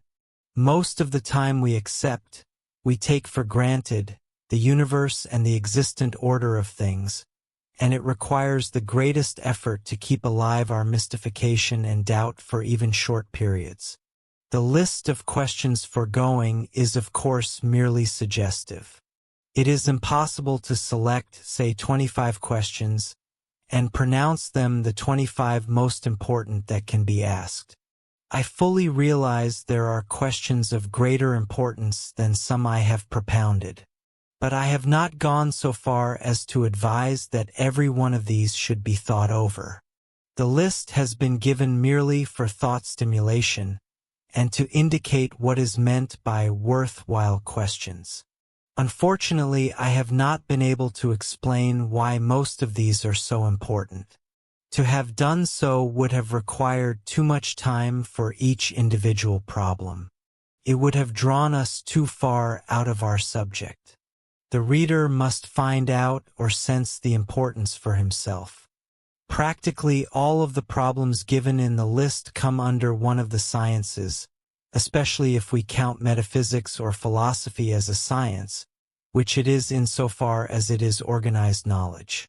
This may seem somewhat narrow. Now, I admit there are important problems which are not included in any science. But there are very few. As soon as deep thought is given to a problem, its treatment becomes systematic. It either falls into one of the sciences or a new science evolves about it. John Stuart Mill once started a journal in which he promised himself to put one thought a day, but he did not permit himself to record there any thought on a problem falling within one of the special sciences. None of the thoughts he put in the journal is of any great value. It came to an abrupt end in about 2 months. It may be objected that though the questions selected are most important in themselves, there are other things more worth thinking about, because of the mental discipline they yield. Now, putting aside the fact that questions important in themselves should be dealt with ultimately, that mental discipline would be useless unless applied to important problems, I must voice my suspicion that the most useful questions are also the best for training the mind. It may be true that punching the bag will help a prizefighter in boxing. But other things equal, a man who has spent 1 week in actual boxing is better prepared to enter the prize ring than one who has devoted a month to bag punching. The best practice for boxing is boxing. The best practice for solving important questions is solving important questions. Nor do I admit the contention is valid that one problem rather than another should be thought of because it is deeper. We cannot truthfully say that psychology is a deeper science than ethics, or that metaphysics is deeper than psychology, or vice versa. Most subjects and most problems are just as deep as we care to make them. Their depth depends entirely on how deep we go into them. This applies especially to the so-called philosophical sciences. We may give them shallow treatment or we may give them profound treatment. But we shall usually find that the deepest questions are the most important questions. For the most important questions have generally attracted the greatest minds. Consequently, they have been given the deepest treatment. And when a man reads the attempted solutions of these great minds, his thoughts tend toward this deeper plane. Of course, certain problems, especially in mathematics, can be dealt with by only one method. In this case, we may properly speak of some problems being objectively deeper or at least more difficult than others. Some objections may be offered to several of the questions in my list, on the ground that they are invalid. Such problems as the immortality of the soul and the problem of existence may be declared inscrutable, unsolvable. Such a problem as, is society for the benefit of the individual or is the individual for the benefit of society, may be said to imply that society is something which has been voluntarily formed like the state. It may be declared that this is not the case. It may be objected that this question is meaningless. All these objections may be justified, but their truth cannot be determined until we actually attempt a solution. The determination of the validity of a problem is part of the problem. We come now to the question of what is most worth reading. The simplest answer is that that is most worth reading which is most worth thinking about, and therefore we should read those books which deal with such problems as I have indicated. But this counsel needs to be supplemented. A conservative estimate places the number of books in the world at 4,500,000. This estimate was made before the war broke out, and the war books by now have doubtless brought the number to 5 million. This does not mean books as collections of printed sheets of paper bound together, books as physical objects, for if it did the number would be immensely greater. It means 4,500,000 or more. separate and distinct treatises. If you were to read one book every 2 weeks, you would read about 25 a year, and if you read for 50 years, you would cover 1,250. One book in every 3,600. 3,600. From this, it is apparent that even the most omnivorous reader, even the reader who can cover a book swiftly by efficient skipping, will at least have to ask himself before beginning a volume, is this a book in 1,000? Can I afford to read this at the cost of missing 999 others? And most men who ask this question will have to substitute the number 5,000, or even 10,000. 9/10 of our reading is on mere chance recommendation, passing whim or by sheer accident. We catch sight of a book on a library table. Having nothing better to do, we pick it up. We start perusing it. Every book read in this way means a sinful waste of time. To be sure, a book read in this chance manner might, accidentally, be very good, even better than some you would have planned for. But this will happen seldom and is never a justification of the practice. By going a roundabout way to a place, a man might stumble across a lost pocketbook, but this would not justify taking roundabout ways. The first thing needed, then, is that we should plan our reading. Perhaps the best way to do this would be to make out a list of the books we intend to read for the coming year, or say a list of from 12 to 25 volumes, and then read them in the order listed. Another good plan is to jot down the title of every book we intend to read, and keep the list about with us. Then when we meet with a book which we think would be good to read, or which we feel we simply must read, we can before starting it glance at our list. The formidable array we find there will probably induce us either to give up entirely our intention to read the book before us, or at least to put it somewhere on the list which will allow more important books to be read first. Some people cannot endure planning their reading in this manner. It grates on them to think they are tied down to any sort of program. It seems to deprive them of the advantages of spontaneous interest. Well, if you cannot plan your reading prospectively, at least plan it retrospectively. If you cannot keep a list of books you intend to read, at least keep a list of books you have read. Refer to this from time to time.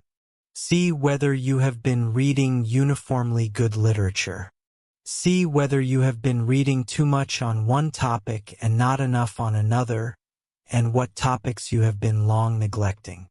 But at best this method is a poor substitute for planning your reading prospectively. We should plan not only with regard to topics and subjects, but with regard to authors. Obviously, if two men of equal ability both study the same subject, one will get more out of his study than the other if he reads authors who treat the subject on a deeper plane, provided of course he understands them. Whether consciously or not, we tend to imitate the authors we read. If we read shallow books, we are forced, while reading them, to do shallow thinking. Our plane of thought tends toward the plane of thought of the authors we study. We acquire either habits of careful critical thinking or of dogmatic lack of thinking. This emphasizes the importance of reading the best books, and only the best books. Our plane of thinking is determined not alone by the good books we read, but by all the books we read. It tends toward the average. Most men imagine that when they read a good book they get a certain amount of good out of it, and that this good will stay with them undiminished. Provided they read a certain number of serious books, they see no reason why they should not read any number of superficial or useless books, or any amount of ephemeral magazine or newspaper literature. They expect the serious reading to benefit them. They do not expect the shallow reading to harm them. This is just as if they were to buy and eat unnutritious and indigestible food, and excuse themselves on the ground that they ate nourishing and digestible food along with it. The analogy may be carried further. As it is the average of the physical food you digest which ultimately determines the constitution of your body, so it is the average of the mental food you absorb which determines the constitution of your mind. One good meal will not offset a week of bad ones. One good book will never offset any number of poor books. Further, as no one has a perfect memory, you do not retain all you read any more than you retain all you eat. Therefore, if you do not want your mind to retrogress, you should not rest satisfied with books already read, but should continue to read books at least as good as any previous.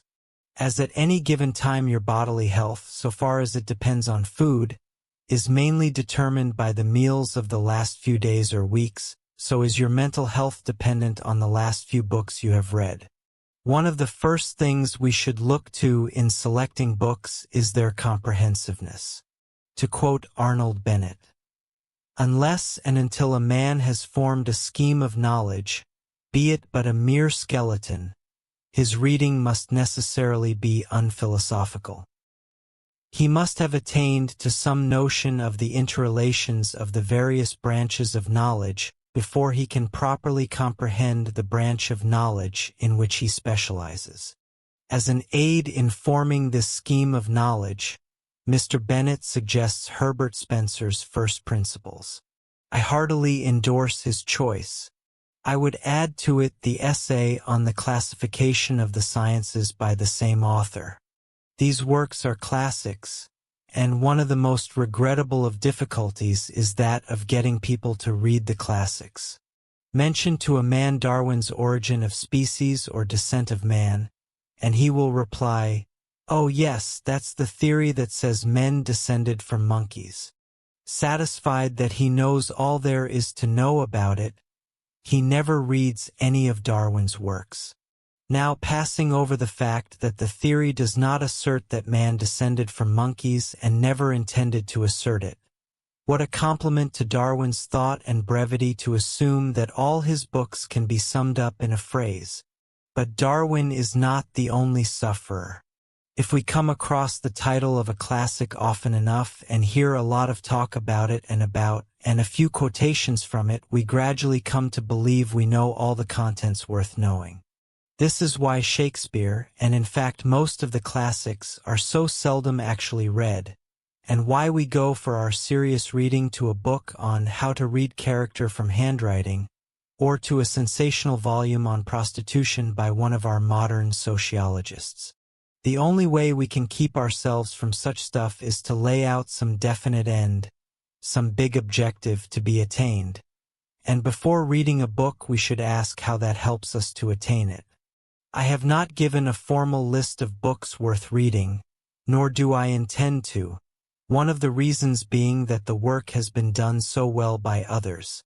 Ever since Sir John Lubbock published his list of 100 best books, the number of selections has been legion. Charles Eliot's selection for his 5-foot shelf is to be commended, and a little volume by Frank Parsons, The World's Best Books. Of course our purpose is special, to find the best books for making thinkers, but the remarks already made should aid the reader sufficiently in making his own selection from these lists. As previously pointed out, if the reader is studying a specialty, he can usually find a fairly well-selected bibliography at the end of the article on that specialty in any standard encyclopedia. The reader probably sees clearly by now that it is impossible to do his own thinking in every case, that if he is to have sound knowledge on important questions, he must have the courage to be ignorant of many things. How much trouble to go to in any particular case it is difficult to say. We can lay it down as a general principle that questions of the highest importance, such as those of which I have given a suggestive list, questions which deal with facts known or easily ascertainable, and which depend for their right solution more on thinking than on anything else, a man should solve for himself and should take the greatest caution in so doing. On the other hand, questions of the highest importance which depend for their solution mainly on full and detailed knowledge of highly technical facts which lie outside of one's specialty, should be dealt with by consulting authorities and taking their word for it. There still remains the great mass of questions which are relatively unimportant, but continually coming up in our daily life, the answers to which greatly influence our conduct. Time forbids us not only from thinking these out for ourselves, but even from consulting an authority, for the selection of an authority often involves almost as much intellectual responsibility as self-thinking. The only thing we can do is to accept the verdict of popular opinion. Custom, convention, and popular belief, no matter how many times they have been overthrown, have fairly reliable foundations. Popular ideas, to be sure, are products of mere unorganized experience. They are empirical, seldom if ever scientific. But though they are founded on experience which is unorganized, they are founded on so much of it that they are worthy of respect. Society could not long exist if it persisted in acting on beliefs altogether wrong, though it is safe to say that popular ideas are never more than approximately right. But unless and until you have either thoroughly thought over a question for yourself or have consulted an acknowledged and trustworthy authority, it is best tentatively to accept and act on common belief. To think and act differently merely for the sake of being different is unprofitable and dangerous, all questions of ethics aside.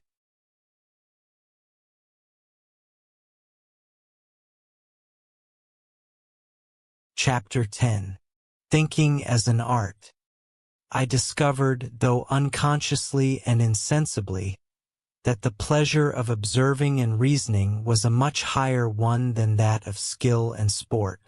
Darwin's autobiography. To know is one thing, to do another. To know the science of thinking is not to possess the art of thinking.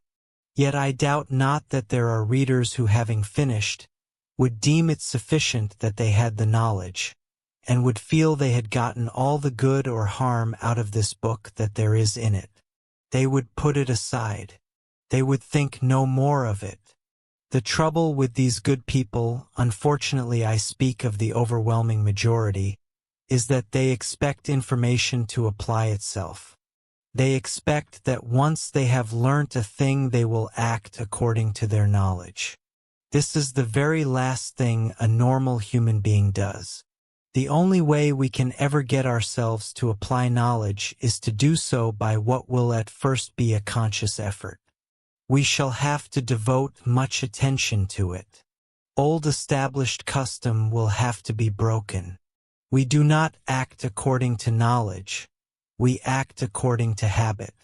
Even after we have decided, for instance, that we ought to give a little independent thinking to a subject before reading about it, we shall very likely continue to read books without previous thought. Some people may imagine that the reason we do not practice what we learn is that we do not remember what we learn. They are mistaken. When learning German, I had much difficulty in knowing what prepositions required the genitive, dative, or accusative cases. I finally learnt all of them alphabetically in their respective groups, and could rattle them off at a rate which would make most native Germans blush for envy. The only trouble was that when I came to an actual sentence requiring one of these prepositions, I continually forgot to apply my knowledge. Someone would have to point an error out to me before it would occur to me to do so. Even then, I would have to think long before the proper case occurred. But while it is not true that we fail to practice a thing merely because we fail to remember it, it is true that if we do not practice we are not very likely to remember it. The only way we could remember would be by constant rereading, for knowledge unused tends to drop out of mind. Knowledge used does not need to be remembered. Practice forms habits, and habits make memory unnecessary. The rule is nothing. the application is everything.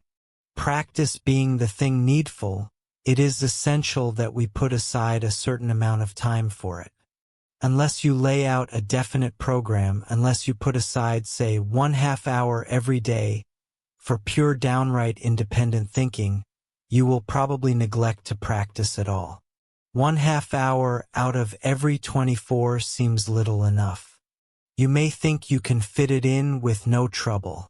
But no matter how shamelessly you have been putting in your time, you have been doing something with it. In order to get in your 30 minutes of thinking, you will have to put aside something which has been habitually taking up a 1/2 hour of your day. You cannot expect simply to add thinking to your other activities.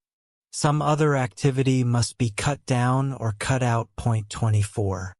You may think me quite lenient in advising only 1/2 hour a day. You may even go so far as to say that 1/2 hour a day is not enough. Perhaps it isn't. But I am particularly anxious to have some of the advice in this book followed. And I greatly fear that if I advised more than a 1/2 hour, most readers would serenely neglect my advice altogether. After you have been able for a month to devote at least 1/2 hour a day to thinking, you may then, if you choose, extend the time. But if you attempt to do too much at once, you may find it so inconvenient, if not impracticable, that you may give up attempting altogether. Throughout the book, I have constantly kept in mind that I wish my advice followed. I have therefore laid down rules which may reasonably be adhered to by an average human, rules which do not require a hardened asceticism to apply, and rules which have occasionally been followed by the author himself. In this last respect, I flatter myself the present differs from most books of advice. Above all, I urge the reader to avoid falling into that habit so prevalent and at the same time so detrimental to character: acquiescing in advice and not following it. You should view critically every sentence in this book.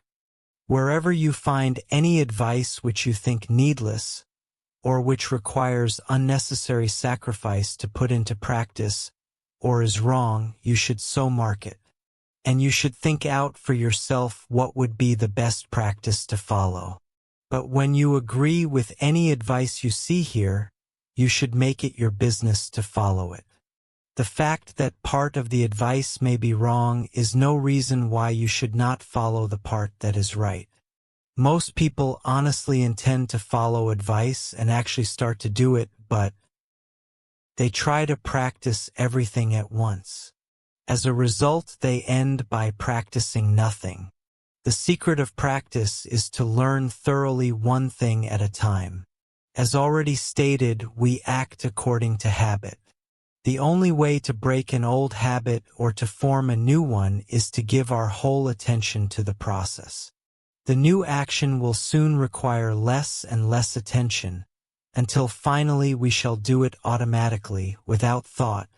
In short, we shall have formed another habit.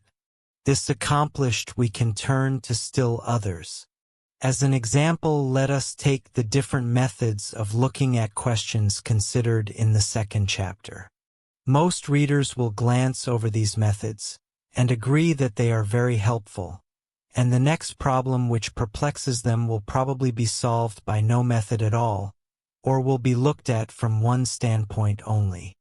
About the best, perhaps the only way by which the reader could get himself to use habitually every valuable method possible would be to take one of the methods, say the evolutionary, and consciously apply it or attempt to apply it to a whole list of problems.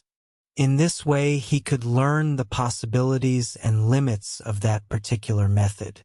Again, he could take an individual problem and consciously attempt to apply every possible method to its solution.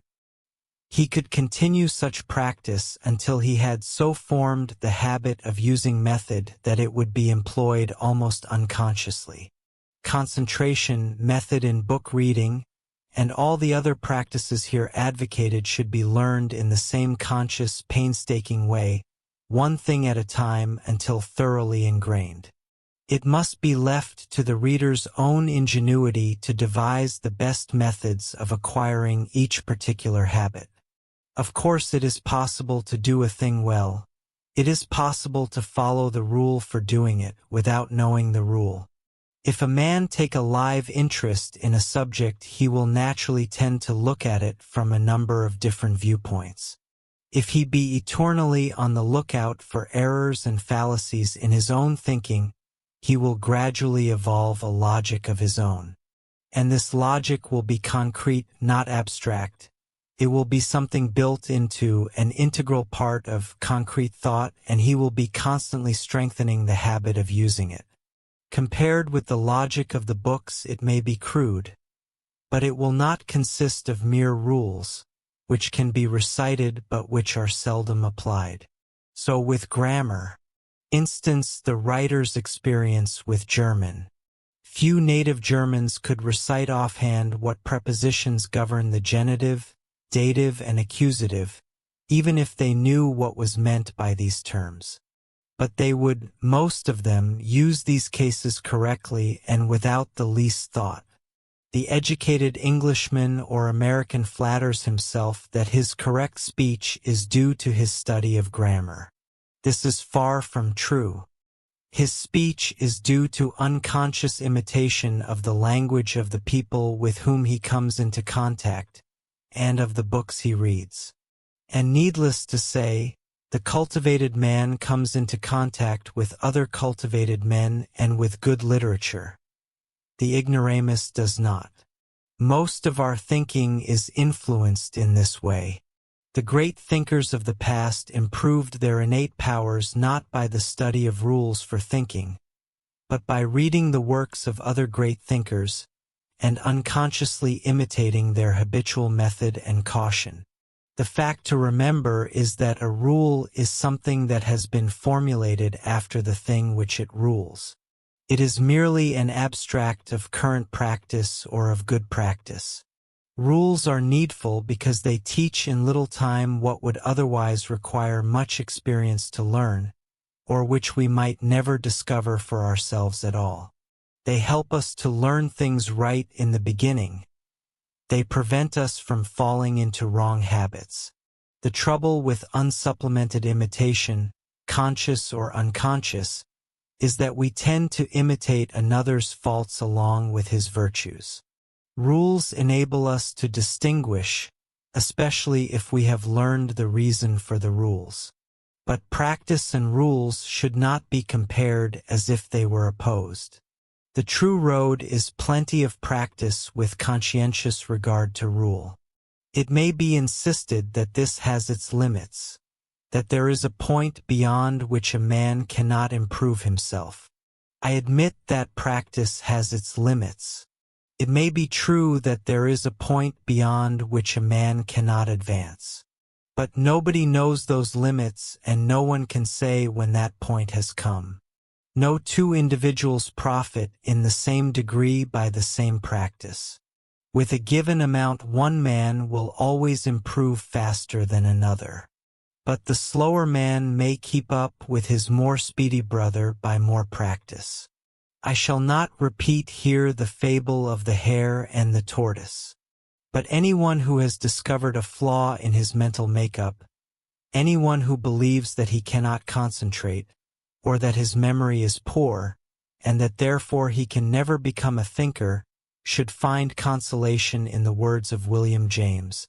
Depend upon it, no one need be too much cast down by the discovery of his deficiency in any elementary faculty of the mind. The total mental efficiency of a man is the resultant of all his faculties. He is too complex a being for any one of them to have the casting vote. If any one of them do have the casting vote, it is more likely to be the strength of his desire and passion, the strength of the interest he takes in what is proposed. Concentration, memory, reasoning power, inventiveness, excellence of the senses, all are subsidiary to this. No matter how scatterbrained the type of a man's successive fields of consciousness may be, if he really care for a subject, he will return to it incessantly from his incessant wanderings, and first and last do more with it, and get more results from it, than another person whose attention may be more continuous during a given interval, but whose passion for the subject is of a more languid and less permanent sort.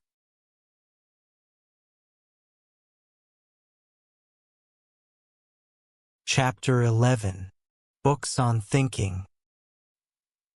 The reader who desires to study further on the subject of thinking will find a wide field before him, but he will have to search in cosmopolitan quarters. While much has been written on thinking, it has been in an incidental manner, and has found its way into books written mainly to illuminate other subjects. Among the few books or essays devoted exclusively or mainly to thinking may be mentioned John Locke, The Conduct of the Understanding; Isaac Watts, The Improvement of the Mind; Arnold Bennett, Mental Efficiency; T. Sharper Knowlson, The Art of Thinking; Arthur Schopenhauer, On Thinking for Oneself in his essays. The last is especially recommended. It is only about a dozen pages long, and is the most stimulating essay written on the subject. This, together with John Locke's Conduct, which, by the way, is also fairly short, may be considered the two classics in the meager literature on thinking.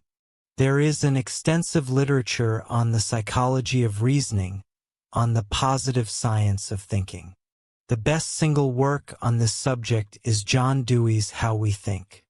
William James' chapter on reasoning in his Principles of Psychology might also be consulted with profit. S.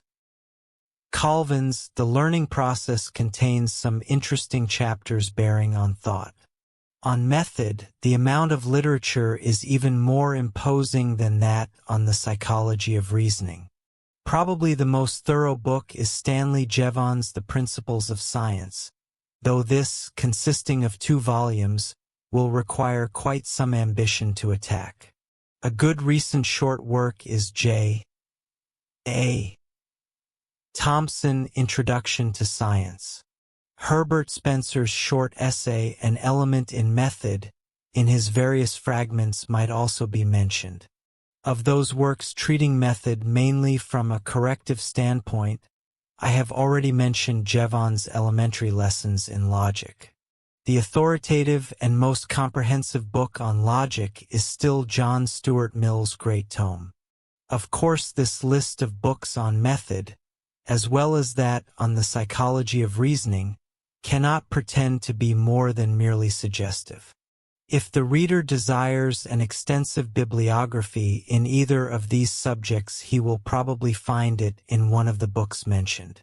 On Doubt and Belief, William Clifford, The Ethics of Belief, and William James, The Will to Believe might be read. The viewpoints of the 2 essays are in almost direct contradiction. On reading, Alexander Bain's The Art of Study in his Practical Essays will be found useful. Bacon's essay on studies, which is not more than a couple pages long, contains more concentrated wisdom on the subject than is to be found anywhere.